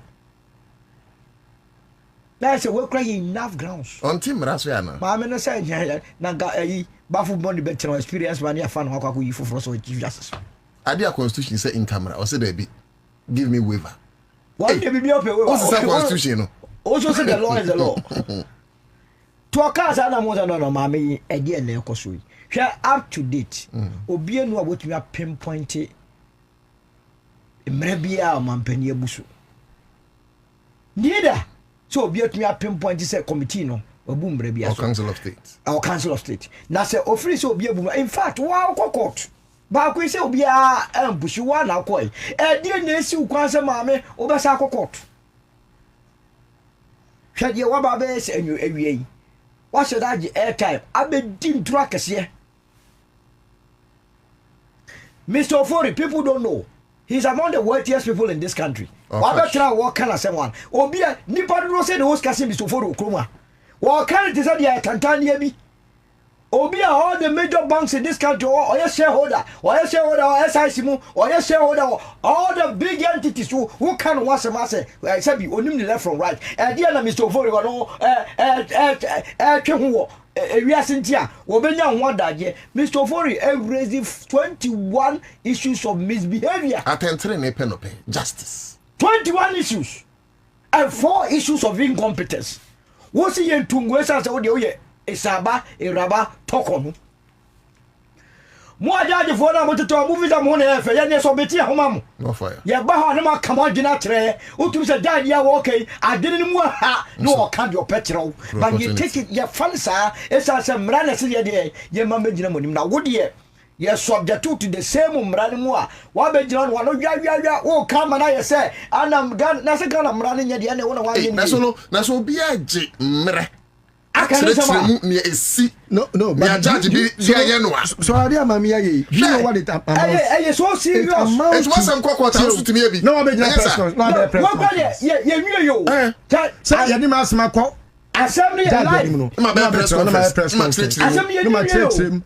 Assembly anyway, contemptuous. Qualified by now, second national security in or say somebody must go and file the Attorney General or the committee must take the steps or may file contempt application. Near farmer, this is a whole misdemeanor, misbehavior. Wasana, or person leading to the path of destruction. But I can tell her, say, look, the word on the street is the oil who be the year been home. What to me at now we are saying, what else say why you do more judicial for 38 years? And to me the one day because a birth certificate and just all you Ghana. That day I'm losing interest in law school. Until when free. That free now. So to me I call you are trying bench for 38 years. I a lawyer 38 years there. Now so what me a card or help me no me say birth certificate and yeah improve citizenship. Oh, cost school na kwede. Why we had better woman. So loving in Yadri. Mommy, the better school about better the wrong. Your Chief Justice is telling you, say birth certificate, you know, and just for 38 years. That's all over for one day. Yeah, Musha say, "Oh, go get passport." And you know they are. What's the birth certificate? And you know how some of the year. Just a minute get any. Wow. Yeah, this is all. No, too. But that hasn't been reversed. It has not been reversed. I think we must reverse that. I think it must be. What you say? Sir Judge, Mpacho, educate me on this. Sir Judge, MBK said ruling now. It becomes law. Yes. We are then reversing. Also, could you review? It must be reviewed. It must be reviewed. Over. But so much in person make judicial review. Was the bit me also. But say no, you're new Chief Justice. Acting Chief Justice. Yes, you're new Chief Justice or acting. You be share kwanya you be faswa. I mean, there have been so many wrongs in the last 8 years. So I was here correct. 30 seconds now. Oh no, on your intervention. Into mess say, no, but this very one I want to take it up. Then birth certificate there no. SS I will say good governance. Your secretary net way. I will say one. You take it up. You take it up. Send your sponsor citizens. Na. Yani akrabetwa kunya dem god dem amia ye enchirema fan chair da obeka say abreso na se bi nyansafo ni kroma. So no, ye wie ya ebeka ho asem. Ese ye this asem. But your friend is saying private member bill be dey beko parliament who judges the judge. Very important. Who judges the judge? Yeah. There should be some committee somewhere. Yes. Who said the General Legal Council does not really help because the judges are there being judges in their own courts or cases. And who judges those who judge the judge? Yeah. Tito kono die. Na me die me yan say. And the okasa odin troto. Committee members so. And me di many two members nanim. Poaman Esiedu Domlevo and so Jani by any your friend say Professor Gisa. Now say a dear Bonipa no Modia Untia. Waka could jina Bontia would do a more concern. To would you among more and you pay Mecasano, would your own first ever to been too home? A good one mass. What good one mass in papa. In fact, and the simple to be a Wobiano a quack. I say, what say na me na visa kan we nyina wia o meka se ma resign but the one me who say enkwada na tu na efutu bone o kan nsem bi that is the government of the issue o say enkofo say ade na me resign but there is a judicial ruling there is a judgment and that's a ruling now just say nya start process bi say unya a resign obe lose entitlement na ni sika kra so that is where the issue is. Entitlement. I feel that near Bono say, hey, Capre, Abra, ye started no film, that time, no, and a near movie L2 was obey. Negotiate your exit. Yeah, near Oman Penny, yeah, I am fair known to Miss or Massa, or so or qua Adubro. Yeah, my best idea, my son, Fatchamina, Minyam Cacranco. I feel Mammy catches a Jay, and what man obey. Na so be we no kasa bia yempa cho ni wachia be ka no bokone ne ye hu de be ye na wasa the antagonism abem abedi ntro we are secretary ampa we yigu ho pa enya hwe na wasa kwa kotu socialist bi honam se mami sa quotation we MB before committee ne ta kotu pa ma me ka tell honam mo sa ade we free MB before na say ma me MPP ne na fully and I go to MPP near they say MPP before the trouble. Professor Marco and Darko to Sanimo, a German pastor, your friend Martin Nimuli. Okay. Nimuli, yeah. On the side, they came from the socialists. Namwali crowd have been so Brazil. First, they came for the socialists. And I did not speak out. because I was also a socialist. Then they came for the trade unionists. Yes. And I did not speak out for the Jews. And I did not speak out because I was not a Jew. Then they came for me. And there was no one left to speak. For it to surface in your right hand, article, speech, presentation. Now, was it me for serious? We are socialist good. Mami, about be saji we amu ya wasaji nsuan maguso. Wa mo bi am sa question. But I want to admonish Mr. Ofori, Akogo, any the other petitioner say or say ya omo drag mamin before court. Wait, misdemeanor kasanga. No. Wait for defamation. Oh, what defamation? What money must say? I don't make us say. And go for him who the petitioners are. But the above one thing. They ought not to have been known. Mami naba what the audio Mr. Ofori try no. What the was that spending about 40 minutes on Mr. Ofori. Such a noble man. This will be a hunia or petition here. And wo jada yakayaka die. Be wo jada die ope. Mr. Ofori, opposition ya you through on the babediana. David. Ompe. What was it? The Amodi Yadu court to Nanya, or a stakeholder in this country. You cannot be a stakeholder in Ghana more than Mr. Ofori, or be your investment. Talk on an investment, said, oh, man. Young Cotia, it is a judicious a Maui year vacation, only Ukunoni Obiani Tumiko. Yeah, can say official trips. You are not supposed to travel with your husband or any family member. Official trips. Official trips? That was all can be said for security reasons. She can't go alone. Alone with you. And not today, you say, oh, qua. One officer of the state, or bodyguard, and a bodyguard, and the passport, and nil. This about Kukra Momuda. Farengo. Nanya, the other Bakuro in the Kurin and Makui. And the mammy, or the bodyguard, none or didn't call trips in here, and Kavisa and Momubi. And you pay them, Nibi. That is what we are talking about. There is an allegation, say, oh, you know, Maba Benya contract of 400 and something thousand, or more than your friends say, captains, and your judicial launch, or more than yeah. So now, when your Chief Justice, Mano, if it is true, Combina sa contract. And that is clear case of conflict of interest. Oh, yes, yeah. I said, we now buy him, and can initial nine of Fenanco for claiming Sadi. 1 million was it. Your coach, Musolo. Utu kwani bi was can be a balance no enyam beduru ye na mana for balance I don't know mu kai ya petitioner akwa enti we and then some of better press conferences as no a press conference abeka no o say wo de committee na ide ase na de ko you no ye ne abeka che ye fanya de ye committee members ye invite committee na wo de wo ye mo nsem ho a ye ne tie krom no ye fa be ye de be pesa me tie ase de obe ye nei opesi TV. I see. Like me oye na na say Ghana mon kama sem mame. Na be say kama sem mama efutu ne de ma say. Ye di akoda jesu na ka twon ho. Na na akoda no. Ye akoda jesu ye swa no. Ye akoda jesu. Passions. Oh, na ki ya hwe ne ka yaka. Wo so wo ntie wo betie sa ngofo we. De kunu so den. Ana ne be bia bedui. Sisi a wa ja tum se be bia dui. Wo ye omufiri mu a osika bebo. Yeah.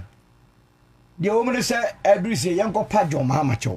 Say wo de oyi nukura na entire se ano ye hu se tokono ade obeka ye ni nyina asem na wie ne se ne yes gracia no yes gracia no hwe osro o de yes John Mahama Dear John ayo on fama David what to say ya ntia se ma no kru nyame animu o just yo me ma ne hwe se Embassade good governance you be check me that's a half at least 38 years no 38 years no because they oko the was some of the man said the owura atuguba ana say owura ewura no mu a omo awie ba no ni omo wie no omo wie ne fel so oh enye guarantee the way we wie ne tantan but when we wie ne tantan na mun chem half man at least mo money be yeah man half omo money quarter on anything quarter of half is how much 1/8 yemfa man sir yes, half a loaf is better than none. Yeah. Yes, no. Because yes, sir. No, idea pa, idea be would ye share with ye a by woman tia yemfa. Me or your band to meet me as a Yansen. That be yes, but I'm that me. The dear quid dear. Uber can now quack you see your sexes. Mean to make us a Yansen. I didn't why is it that Bema Semba Yanka? Of a Bema or buy different. So, Obani, you refer to Oba to say, Bia, Professor Jinana Pokwaji. That's way different. It is Uncle Fabi before Fra enters our bar. Then it means we are. Martin says, I buy some very respond. The way. Yeah. It's not necessary. A buying can they should allow the committee to work. I believe so. They should not respond anything. But there are certain issues. Mama man, MPP, NDC, and say government should not respond on anything. Because we have a committee in place. They should allow the committee. You see, the moment government comes in, MPP, NDC, near same matter. I'm not responding for what? Yeah, but John Mohammed, please, they should allow.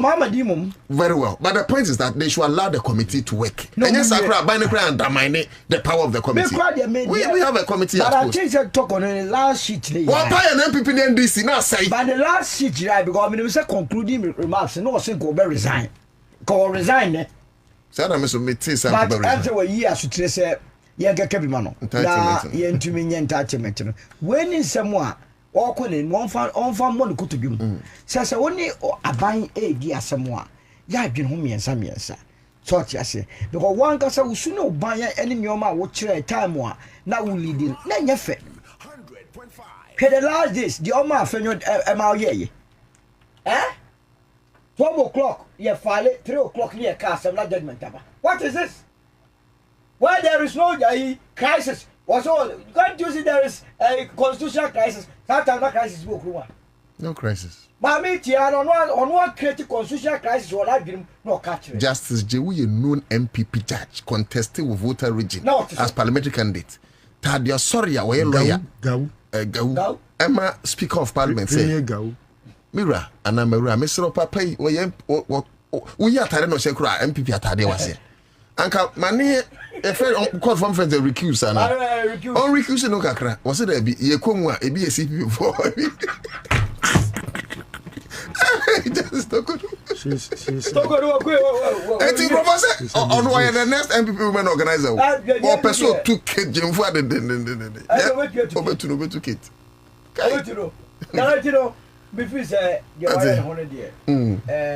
And your fair now if you take I expect the Ghana Bar Association ya boafo say no case a lawyer for the omuni depend way a clear case of say wa be good money mase me expect say the Ghana Bar Association ebe je omo license omo de ma no esan say wa good money mase na a lawyer for the okromu o be say obuba be defend this atantade efiti ekirade ko e no be she wanika hwese betibanya lawyer accessory e wo phone so and any of the major lawyers in the country, I want to have almost some expert advice on the ruling. Okay, I feel that we higher Accra100.5FM and penny for Ben Waha, Igusudin Kumo, Nepokolisto, of course, you are the Nanusis here, a Solomon Owusu Movement for Change and Chomba political party. Over, Nkomonwa Nikrem. Minya Solo Casano. No, I really bad it. You see, aside from any among one, mammy, I won't say, or your quotations be said, there are behind her, justices of the Supreme Court, sympathetic position, it's trying to mean that. About a debo or no touch way. The bebo bawa. What I say? Anaba. Oh. Ayana Nipari fini home. So, Oshe judiciary, you must say, does she have anyone that is like her, very disrespectful? Very tolerant and intolerable. Yes. Very rude, arrogant. So rude. So rude. Like her. Is she able to tell who is like her? No, no, so rude. So rude. At the bench today. Is she able to tell? Oh, you see, Mami no. Like I've said, obi here say ye bema adrimu yare ayarehwe ehia no. Em say ade no wana anwe ho. But this is live you cry abai so respond. Mo be fa dia hwe de ko. Me pacho if you see government responded, but I'm surprised they are. I mean, I was also of the view say. Me pacho you take here bind the no. Penny force the jawa near the aswa. No. Say some of these things no. O man pattern respond they are not buying. There be o man slide here. Abai there. Ghana for abai nya NDC for and a young. Wa be to your matu. And your man all canon. It was said. I hear in fact why? You a perspective. Yeah. A nationalistic. Of course. Ujai we imane kwa. And no be form an opinion. I think minimum by you say what you just said. As Rabbi Nesuno party. Send this in a responding different. No, we a government for all of us. Your mind in mind you say Ujai asem to wa. Na wa money muaya. I better say your silence would have meant consented to dear. Obeka any. Na say and also not just me no so the committee na dwuma yo. Abi say Mami way is leading committee no the original baby. What you say? The committee in the baby jina bedwam no mo sha say omo so ye public discourse there. Then now it is a committee no. Tempted to make public what ought not to be public. Exactly. The committee in there, omunyina baby omujina. Nemum abai wo asudi eda ne so say. Oman no say dey asamonsa. Edi jawari dey aso. Enti dey na mo ka fa ho ama omanfo ati. Propaganda. So say maame no the propaganda ne nyoma a ode agu badwamu ne nsemu a enimu nyina no waka. And why several accusations at Tiabain. I was you accusations now, you know. Oh, Name can be say. It is said here, Yadimako courts. Now, my major public say. Court now, Yadimako. Why would I do so? Yansen, Ababa be any. That will be the basis for me to play such a call. I have never spoken to the Chief Justice in my life. Second, no government official has played such a call. If individuals in their private capacities, in their private lives, believe that they have a relationship with her and want to call on her to act one or the other, it is a personal decision that she would have to take. But government or the president cannot force her or even suggest remotely that she should resign. So that must be placed on record. To be fair to her, I don't think that she said that any government official has asked her to do so. So we must also correct the records as they stand. Yes. Yes. The first time the Chief Justice leaked her own response before getting to the president. The second time, she chose to go the presser and level serious allegations against the government. Do you suspect that the Chief Justice has an ulterior motive to paint this government black? Well, I cannot ascribe any motive to the Chief Justice except to express regret over an act that may appear to violate the Constitution. But I don't think it would be fair to ascribe any motive. As I said, she has every right to adopt any measure she believes will aid her make her case, except that we all know that it is better to do so using laid down processes. Beyond that, I don't think that anybody can ascribe any ill motives to her. We have a responsibility to correct any misimpression created about how the president has acted. That is the responsibility that I'm discharging today. That is all that there is today. Indeed, if there had been no references to murdered judges and the venue, which is a state facility, or some political vendetta or agenda, I will not be addressing you. If it had been purely based on sentiments about the outcome of some court cases or even the process that the committee is using, we would have no locus to wade into the matter. If the committee is minded and they have a way to engage the public, so be it.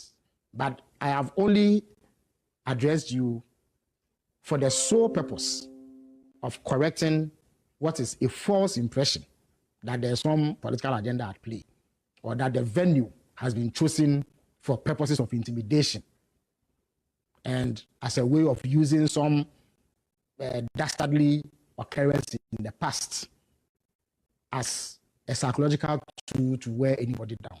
That is what we decry. We don't think that it has any place in this discourse.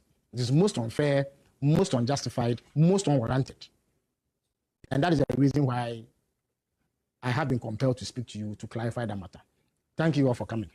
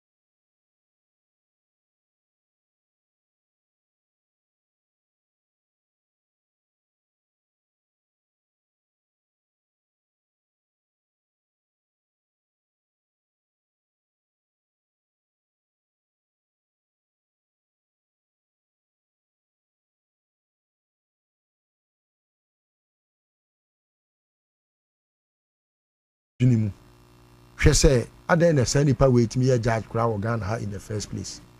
Na senkam pese ya odi akwa kodru pempenso afi no abaye Chief Justice. Cause so wo hwe nyoma ekoso judiciary ho especially at the Supreme Court. Edu baby omo ankasa ho nipa eye kanda pa ba bonten be kan say the way amoye nyoma yi mo ahwe ya mo be ma bojabu ma badako.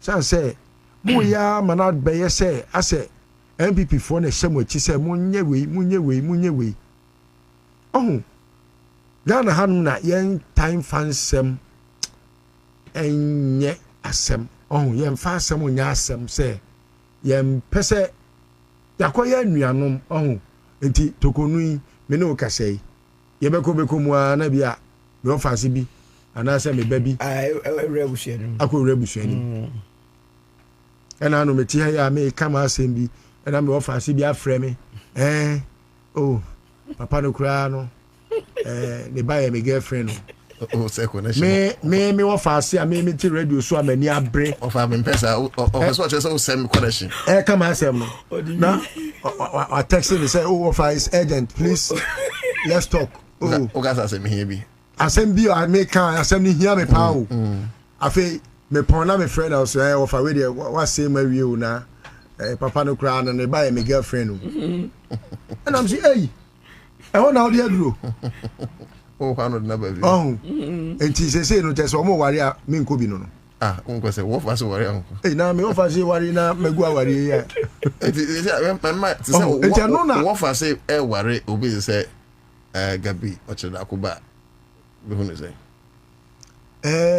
hono me ye busua asema frim na me politics me chem se ne chese nyame mpangu mum chese gabi be me makonta ana se to bit ma ye kronfo be me makonta se me ofase no wa hwe kronfo abusuam no woko onye kronfo aya o kan no wa che no wawia enti gabi ye PDS na oni Ghana Bamian APD. Huh? And I know.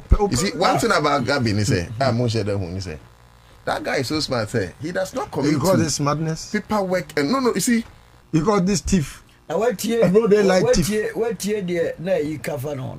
Watch it, Darko. When they are married. That's what's saying. Hey, what's one on the near bra? Yati committee that Gabi Shati. Another committee on the Agufodo Bomber. What a Gabi IBU. What the committees of Mugodi and Mary Ebiano or Edumano? No, my son's what different headed by Gabi. Not Gabi, no instruction. That's what way. I don't know what change I could say.